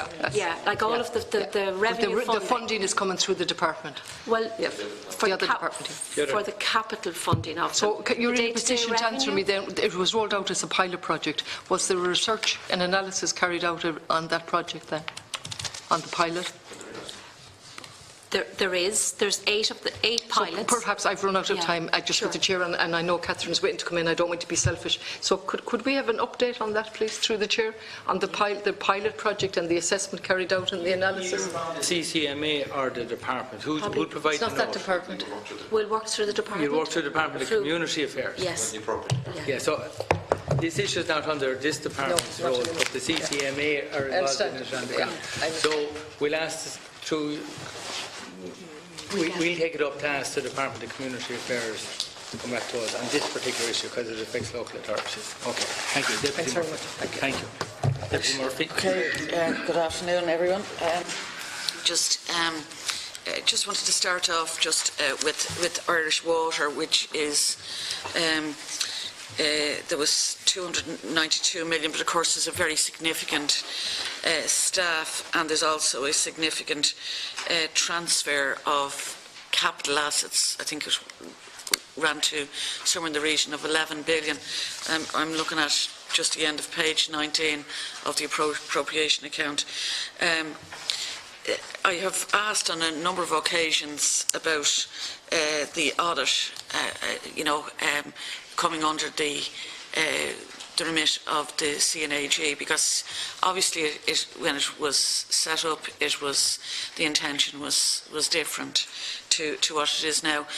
Can you give us any idea of where that's at? Certainly, Deputy, and I forget we did have some discussion with Deputy MacSharry maybe earlier on in relation to this. The issue of a potential role for the CNAG in the audit of Irish Water arose back in, I think it was late 2017, when legislation was going through one of the other committees. And at the time, I think the Minister indicated that he was amenable to absolutely having that explored. I suppose one of the things that was asked this morning was, so what are the issues or the fact that the things that have kind of cropped up as part of that exercise. And there's a couple of things maybe that I should mention. One, Irish Water is established as a company under the Companies Acts, and under that legislation it requires to be audited by a statutory auditor, and the CNAG is not a statutory auditor for that purpose. So then that kind of raises the prospect of nearly two. So who are the audited by at this stage? The audited, Deloitte are the auditors for Irish Water at the moment. So might there have to be if they were to come under the remit of the CNAG, then there's likely to have to be a change to the legislation, is what you're telling us? I think that on the basis of the work that we've been undertaking, and it's not complete, but on the basis of the work that we've undertaken so far, I think that would... So we're not about to see something? That would require legislation. Okay, right. I noted on page 22, the office of the planning regulator. Now, that's to be an independent... I mean, I noted the comment as well in relation to the legislation hadn't gone through in that year, but it has since. Is that an independent office, or is that will that continue to be under the remit of the department, because the final say is with the minister? Or is it an independent audit? It will be. Its functions and its independence are set out very clearly, Deputy, in the legislation that you referred to. It will be obviously it will be a body under the aegis of the department in the same way as An Bord Pleanála is a body, but it operates entirely independently of the department. Okay. Just there's a mention of a development contribution rebate scheme on the same page. I just want to ask something that's not really, completely to do with this, but I mean, as development contributions come in, obviously the overall general government debt has determined that, some of it had to be held in deposit. You could only spend what was coming in that particular year. Is that still the case? That in overall terms for the sector as a whole, that kind of falls into that space of borrowings versus repayment of borrowings, income for development levies and spending of it. So there is it does have to be managed from a general government balance point of view. I'm not sure that it's been a significant issue in terms of actual spend in the more recent past, but maybe might it depend on which local authority, because I imagine the like of Fingal, the like of Meath, the like of Kildare, where there's maybe the outer suburbs of Galway and Cork, might have a different experience to the general experience. Maybe just to make a comment on that, it probably didn't for a number of years there, it probably didn't impact, but in the current climate, because private development has increased significantly, so have the development levies. So, and there's a strict criteria around what you spend them on and the time limit. So it may in the next year or two affect us, and we may need to engage with the department around that, what we call the GBB, the general borrowing requirement, and the restrictions that might impose upon us. So at the moment it's probably not an issue, but I suspect it will become. Yeah, I mean, I think that there is a visual in relation to a very large body of amount of money on deposit, where there are things that are there are things that need to be done, and you'll tend to find it probably in areas where there's rapid population growth, and you'll also find that they're the areas that have a low baseline in the main. So there's going to be those additional pressures. I wanted to ask about the baselines. I listened on the monitor earlier as you were responding to, I can't remember who, but so it was in relation to that body of work is ongoing. Obviously, the local government budgets begin being worked out in August, September. I think they're concluded in September at this point. Is that change likely to happen before? Is that the expectation that change will happen before the local government budgets this year? It will be subject to the overall review of LPT is being led by the Minister for Finance, but I would suspect that it probably would. In terms of timing, the 30th of September is the date for which local authorities have to make their variation decisions on LPT, and then the budgets generally are sort of October into November, or some place, maybe in some cases into December. But I would expect, yes, that it would be finished before that. Right. Okay. So and as you say, if it's going to be a neutral impact on the overall, I've got to say that tells me something about how it might go. because... Just for clarity, Deputy, I wasn't predicting it that was going to be the outcome. Okay, I hope it's not, because you'll see no change. I was just simply saying that if that was a parameter and one local authority was to gain, it would mean that another would lose. But I wasn't in any way predicting that was the outcome. As I was saying to Deputy Cassells, there are a whole range of things that have fed into that exercise, and we await the outcome. Yeah, I just want to go into a bit of detail while I can. It's easier to do it here than parliamentary questions. Essentially, the basis for the distribution of that fund, albeit there have been some changes, goes back to the needs and resources model. There is no factoring in, and I've talked to you about this before, there's no factoring in for increased population changes. So by my reckoning, we're basing, the baselines are based on what happened prior to that, in the main. So that means that we're using the 1996 population as a determining factor for the services that are provided in any given area. Would you agree with me on that? I suppose for some local authorities, the local authorities that are in a surplus position, I suppose population change in those areas translates into more houses in those areas, so their LPT base is stronger by virtue of that, albeit that 80% only is retained locally and 20% goes into the equalisation fund. But I suppose, going back to the needs and resources issue... Sorry, it's just the population I'm talking about. I mean, the needs and resources model, and I was kind of, this was a, I'm pretty familiar with what happened around that time, but the needs and resources model pretty much counted what you had at a point in time, and that was resourced.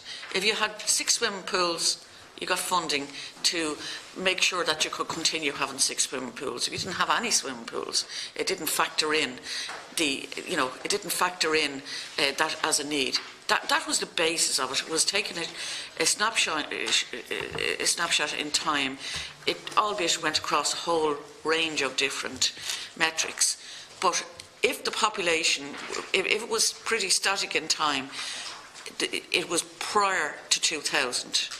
That was around the time the needs and resources. That was when it was introduced, but it did evolve and was used as the basis for sort of 7 or 8 years after that. So it would have taken account of changes that would have arisen. Yeah, but the evolution of it was, and I've tracked the evolution of it. The evolution of it was modest enough. There were changes, and I think they were quite elaborate, gathering of information to make those changes. But it didn't fundamentally shift things like staffing, capital funding that then was backed up, like, for example, libraries, additional staff to run extra hours and things like that. It didn't really change very much. So we're really talking about, for example, if you look at Meath, I'm using 96 figures here because they're the ones in front of me. You look at Meath in 96, it had a staff of 645. Now, if you look at Kerry, it had a staff the same year of 1,080. But Meath has 50,000 more people, and it has 300 and odd less staff. So it doesn't take a genius to figure out then the services are poorer in a county that is growing more rapidly. But and that has been the profile. Some of those figures, Deputy, can mask the extent to which some local authorities have in-house staff to do certain things, whereas others actually contracted in from outside. So some of those kind of comparisons have, plus, in some local authorities, their population may be smaller, but their geography could be so there are other things that come into play there as well. Yeah, there may be, but in the main, you'll find if you put some areas at the top and some areas at the bottom, the common denominator will be the areas that have a rapid population growth and a sustained population growth will tend to be the ones with a lower ratio of staff. And I was in a local authority when the crash happened, and essentially all of the temporary staff were the first ones that went, and so it's a much more precarious situation. But it is really this. Like, there's whole places, like, for example, if you look at Fingal, there's places in Fingal like Ongar and Tyrrellstown that simply didn't exist when the needs and resources model was counted. So how can you possibly count the services that they'll require? I mean, look at, I'm just making the argument. I'm just looking also at the gross expenditure. If you're looking at a fair distribution of resources, the gross expenditures, I'm sorry, I'm using 2016 figures, yes, they're my own figures here. If you look at the gross expenditure of local authorities, so you can't spend what you haven't got. You won't see these figures. You can't spend what you haven't got, but the same, you'll find counties like the one the two you use yourselves in the model that you to describe, like Mayo and Wicklow are the two counties that you've used in one of the pieces of analysis that I've seen, and in describing how the local property tax works. But what you'll find is the gross expenditure. It tracks the same. You'll find areas that are net contributors in terms of local property tax, and quite large net contributors in local property tax, that have a lower gross expenditure and a higher population than other areas. That anyone that coming down from Mars and looking at this would say, there's something very strange here. It's not going to be possible. It's not going to be possible to do that review without a sizable amount of additional money if it's going to be a fair review into if it's going to be a fair review for those rapidly developing areas. Look, sorry, I'm having a rant here. Sorry, I totally admit it, but it just drives me absolutely bananas when you see that the impact then it's having on local property tax, where counties that are net contributors are maybe adjacent to another area that are net recipients, and there's a perception of an area being poorer when in actual fact it's probably better off in terms of library opening hours, maybe more swimming pools, or more, more ability to actually engage with people by way of the kind of investment that's needed for, the kind of consultation that you have on various things. So I hope that will be, a sizable change. But I'm not holding my breath. Again, waiting for 20 years. I just want to ask one last question. Sorry, Chair. The Housing Agency Revolving Acquisitions Fund, is that audited? Is the Housing Agency a separate agency for the purposes of auditing? Yes, the Housing Agency were with us here at the session last October, and the CNAG audits the Housing Agency. Right, so that's a totally separate one. And why would it appear in this? Is it just because there's funding going through from the department to the Housing Agency? Right. Okay. And I did note that where the commercial rates have not, where commercial rates haven't been increasing in a lot of places on a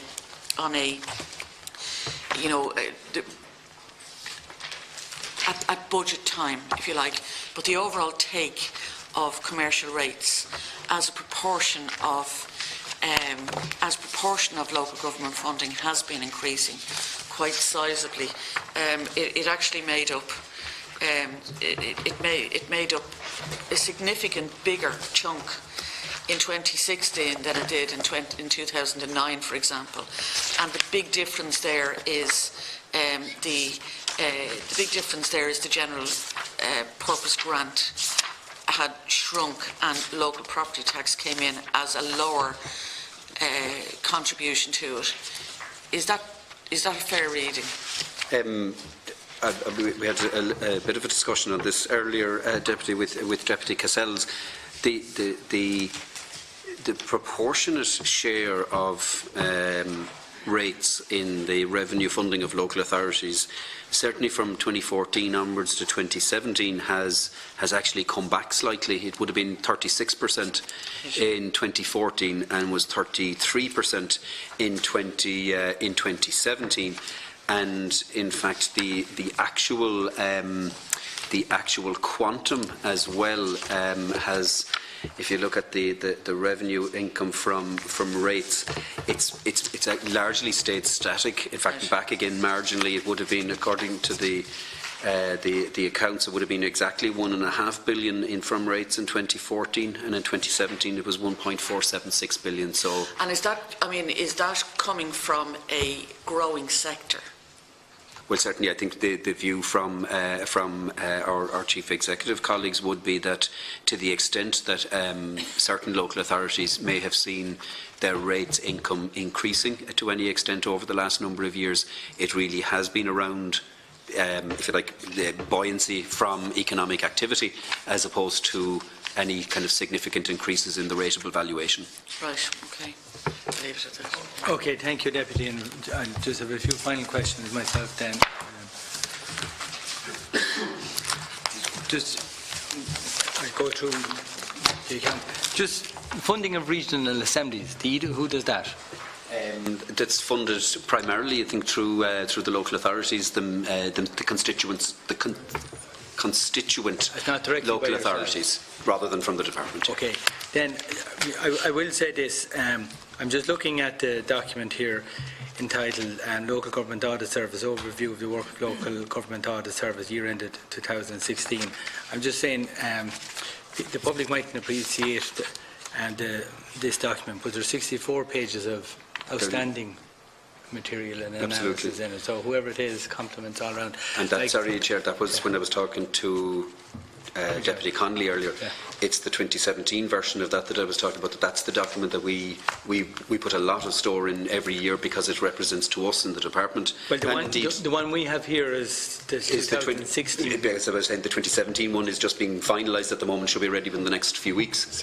It's basically once all of the audits are finished in October. Yeah, we understand. I understand there's a lot of audits to be done. Pulls all that stuff together. Tax offices and the regional assembly. Yeah.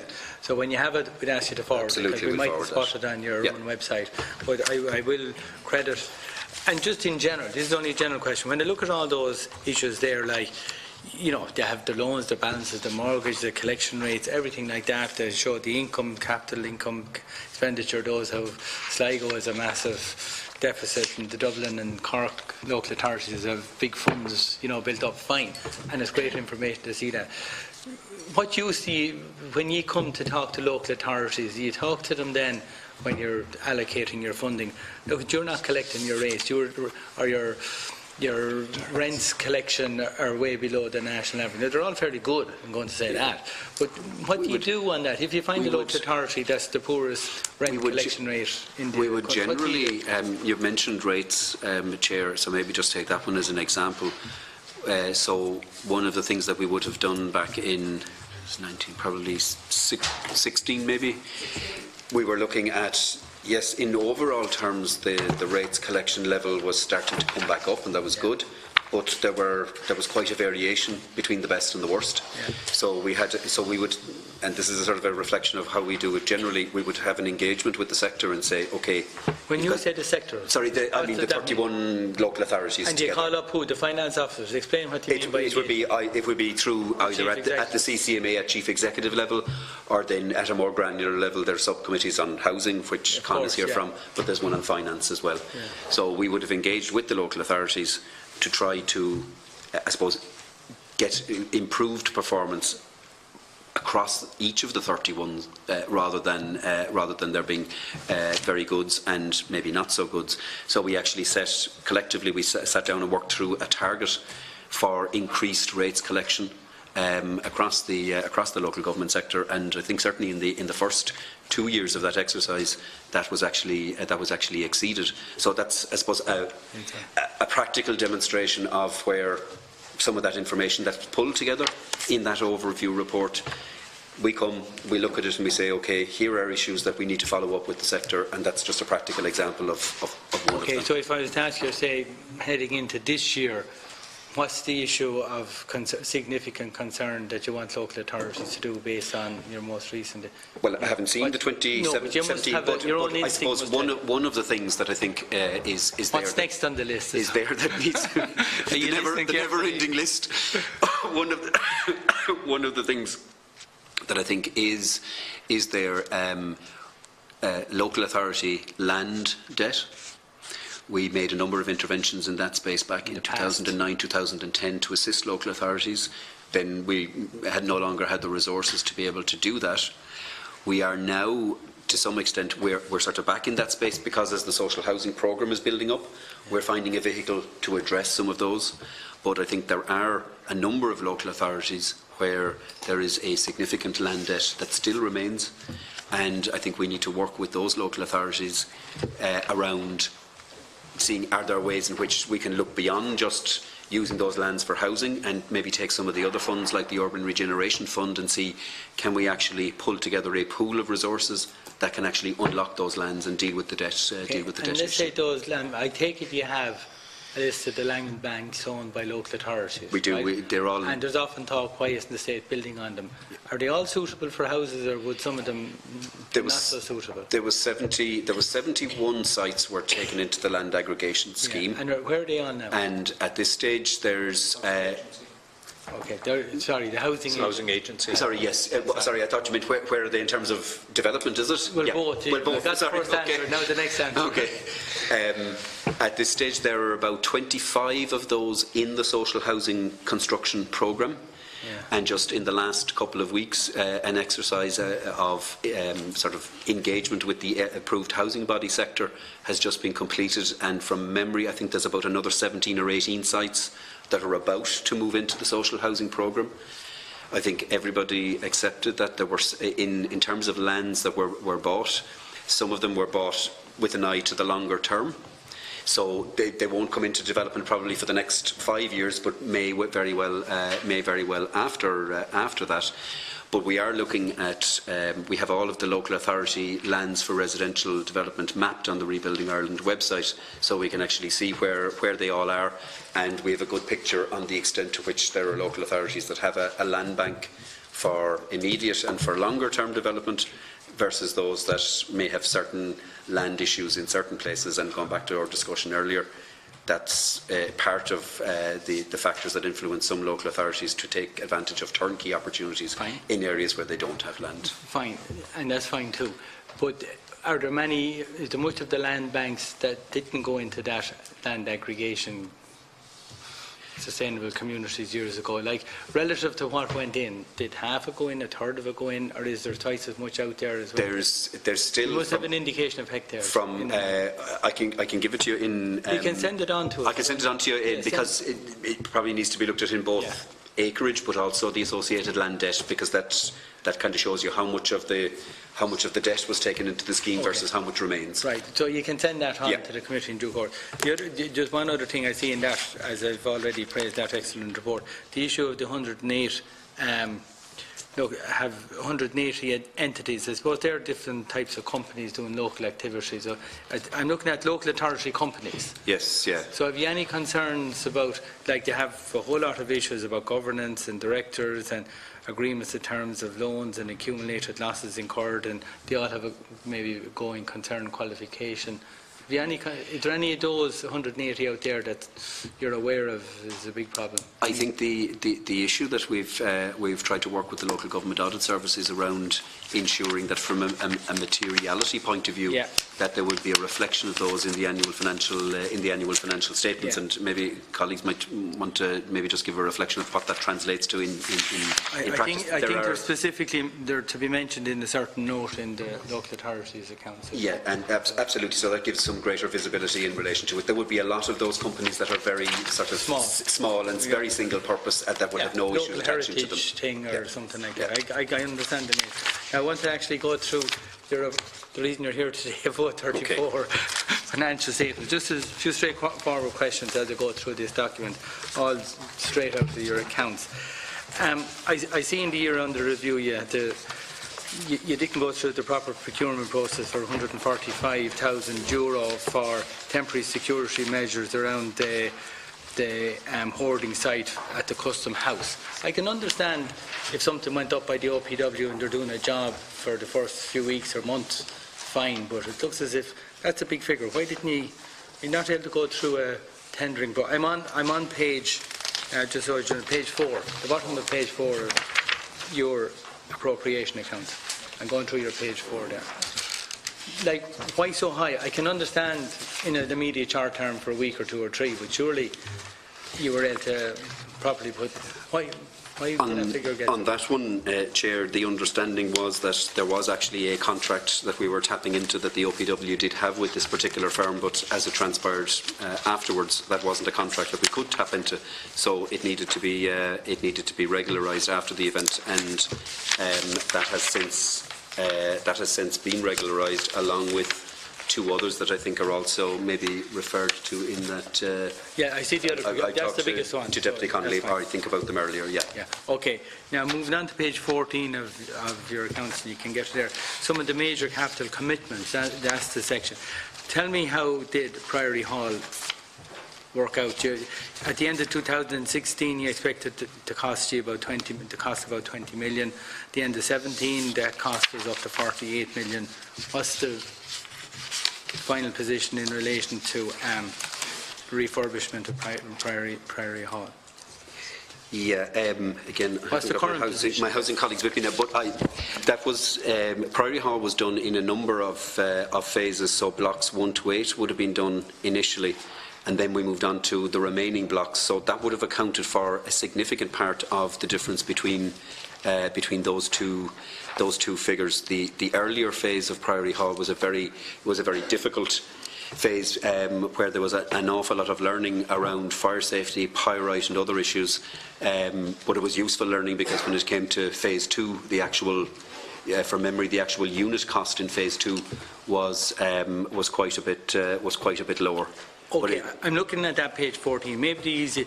Can you give us, because this information now is end of 17 and 14 months old at this stage, can you just send us an up-to-date note in relation to each of those projects? You see Priory Hall, especially the newer ones, the Cherry Orchard, Ballyfarmers one, St Aidan's, Brookfield in Talla, and the Ballyboden, Rathfarnham.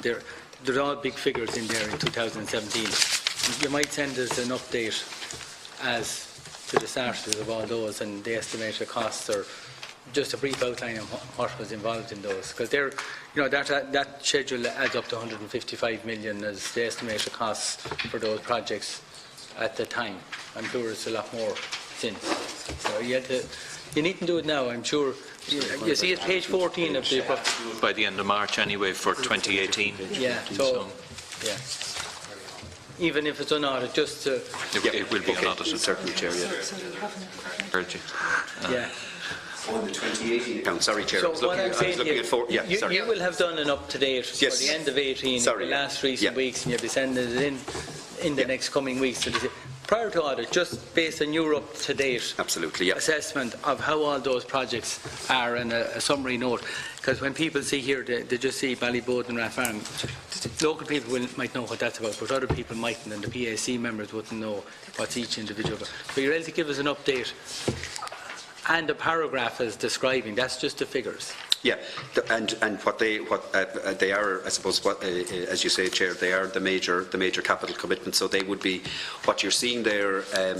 In the 2018 one, you'll see more in 2019 because, or 17, sorry, I suppose the point that I'm just making is that according as the social housing programme has started to ramp up, there are more and more projects that are costing more than €10 million and will therefore fall to be. This is going to get bigger. Exactly. Well, in relation to the ones that were in the 2017 accounts, give us an update. The ones that come in to fall to 18, we'll get to them in due course. Indeed. Okay, but just the ones that are in the audited accounts under review. And then I'm over the page. The regeneration project, give us the same update note in relation to the Dolphin House in Dublin 8. That seems to be a lot there. And then the infrastructure, I won't ask for all the infrastructure projects, Cork City. Just tell me generally, what were those, the infrastructure projects, with an estimated cost of 72 million? Those are projects, Chair, that are being funded under the Local Infrastructure Housing Activation Fund. So they're pieces of infrastructure to open up lands for private housing. Yeah, so I looked there, you know, the deputy, the Dunabate Distributor Road in Fingal, there's a figure of... It's going well indeed. I was out there a couple of weeks ago. Good progress report here, yeah. That's important, that's why I mentioned that. So that's progressing, that's fine, but yeah. you know the figure... Chairman, that was actually going to finish allegedly on budget, but... You might give us a note, seeing as the deputy is present. In fact, from memory, I think the actual tender cost that came in on that one was actually slightly less than the approved budget. In fact, yeah. But yeah. Okay, so and then and just moving on to the infrastructure fund, note A9 on page 18. Estimated provision is at 50 million, and there's only 1.6 million of it utilised. And I know you say it takes time, but it's to relieve critical infrastructure blockages and accelerate the delivery of housing in key areas. Now, you had an estimated 50 million, which is grand. You might give us an update on that now, a year on, or how much?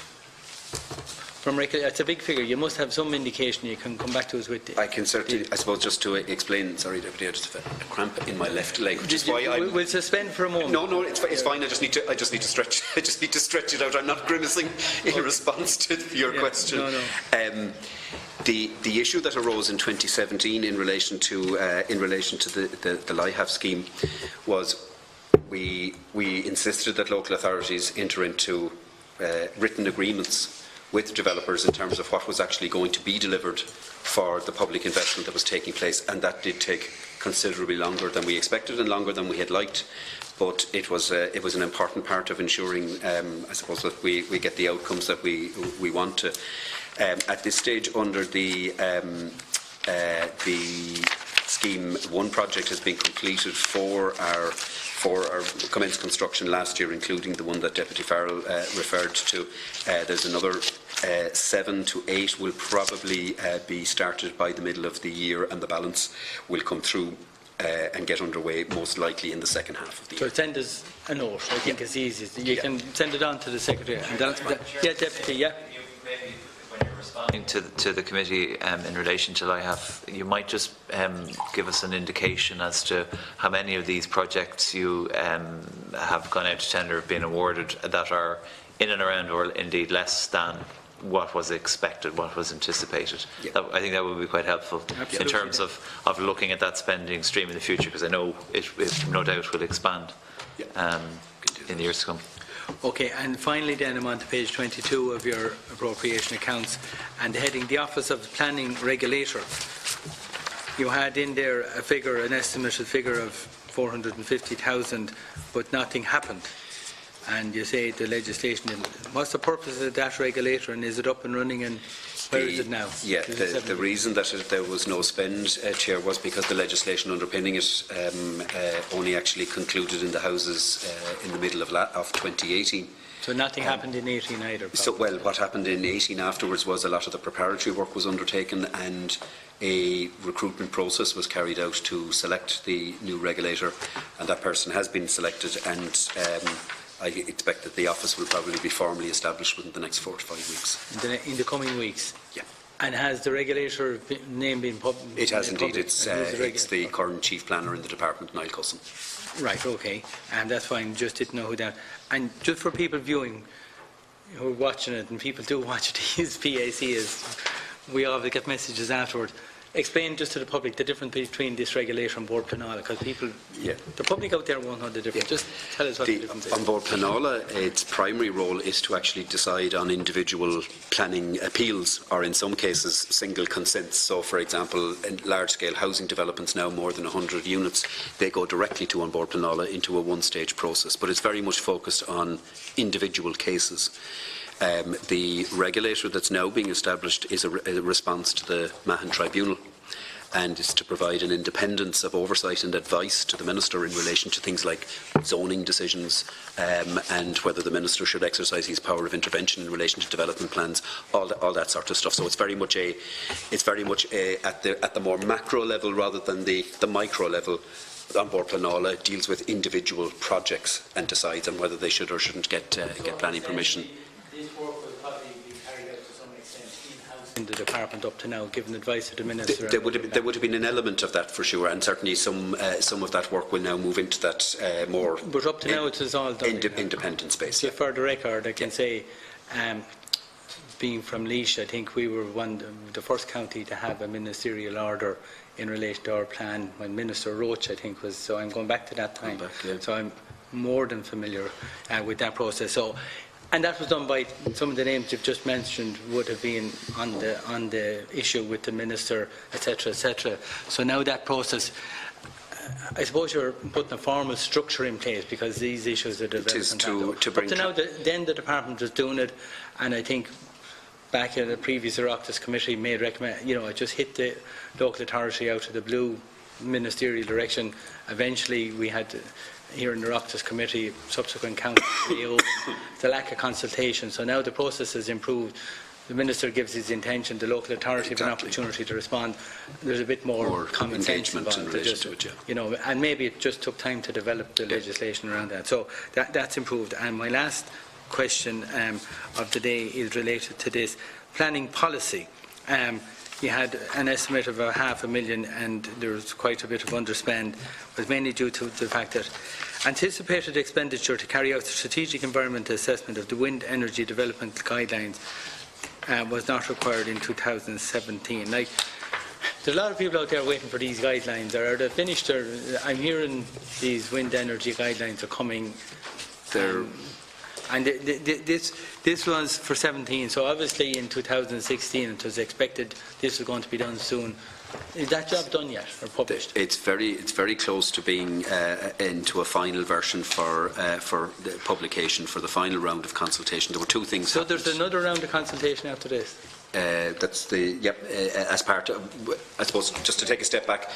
Take me through the process, because I've heard this every year for the last 4 years. Well, and the ministers have been saying that every year for the last 4 years. But where are we on this? I suppose one of the things that did happen was that it became apparent that strategic environmental assessment did actually they had to go through this process arising from an ECJ judgment. Correct. So that delayed the process. By how long? By how long did that delay? Between the actual. You'll be talking probably about the guts of a year. I'll come back to you on it. No, I've had PQ specifically on that in my office. It would have been an extensive enough process. The other piece that sort of has delayed us of late is that there have been new WHO guidelines have come out in relation to it, which we've wanted to factor into the final draft that goes for consultation. So I expect that we'll be putting a final draft out for consultation, subject to the Minister's approval, of course, before Easter.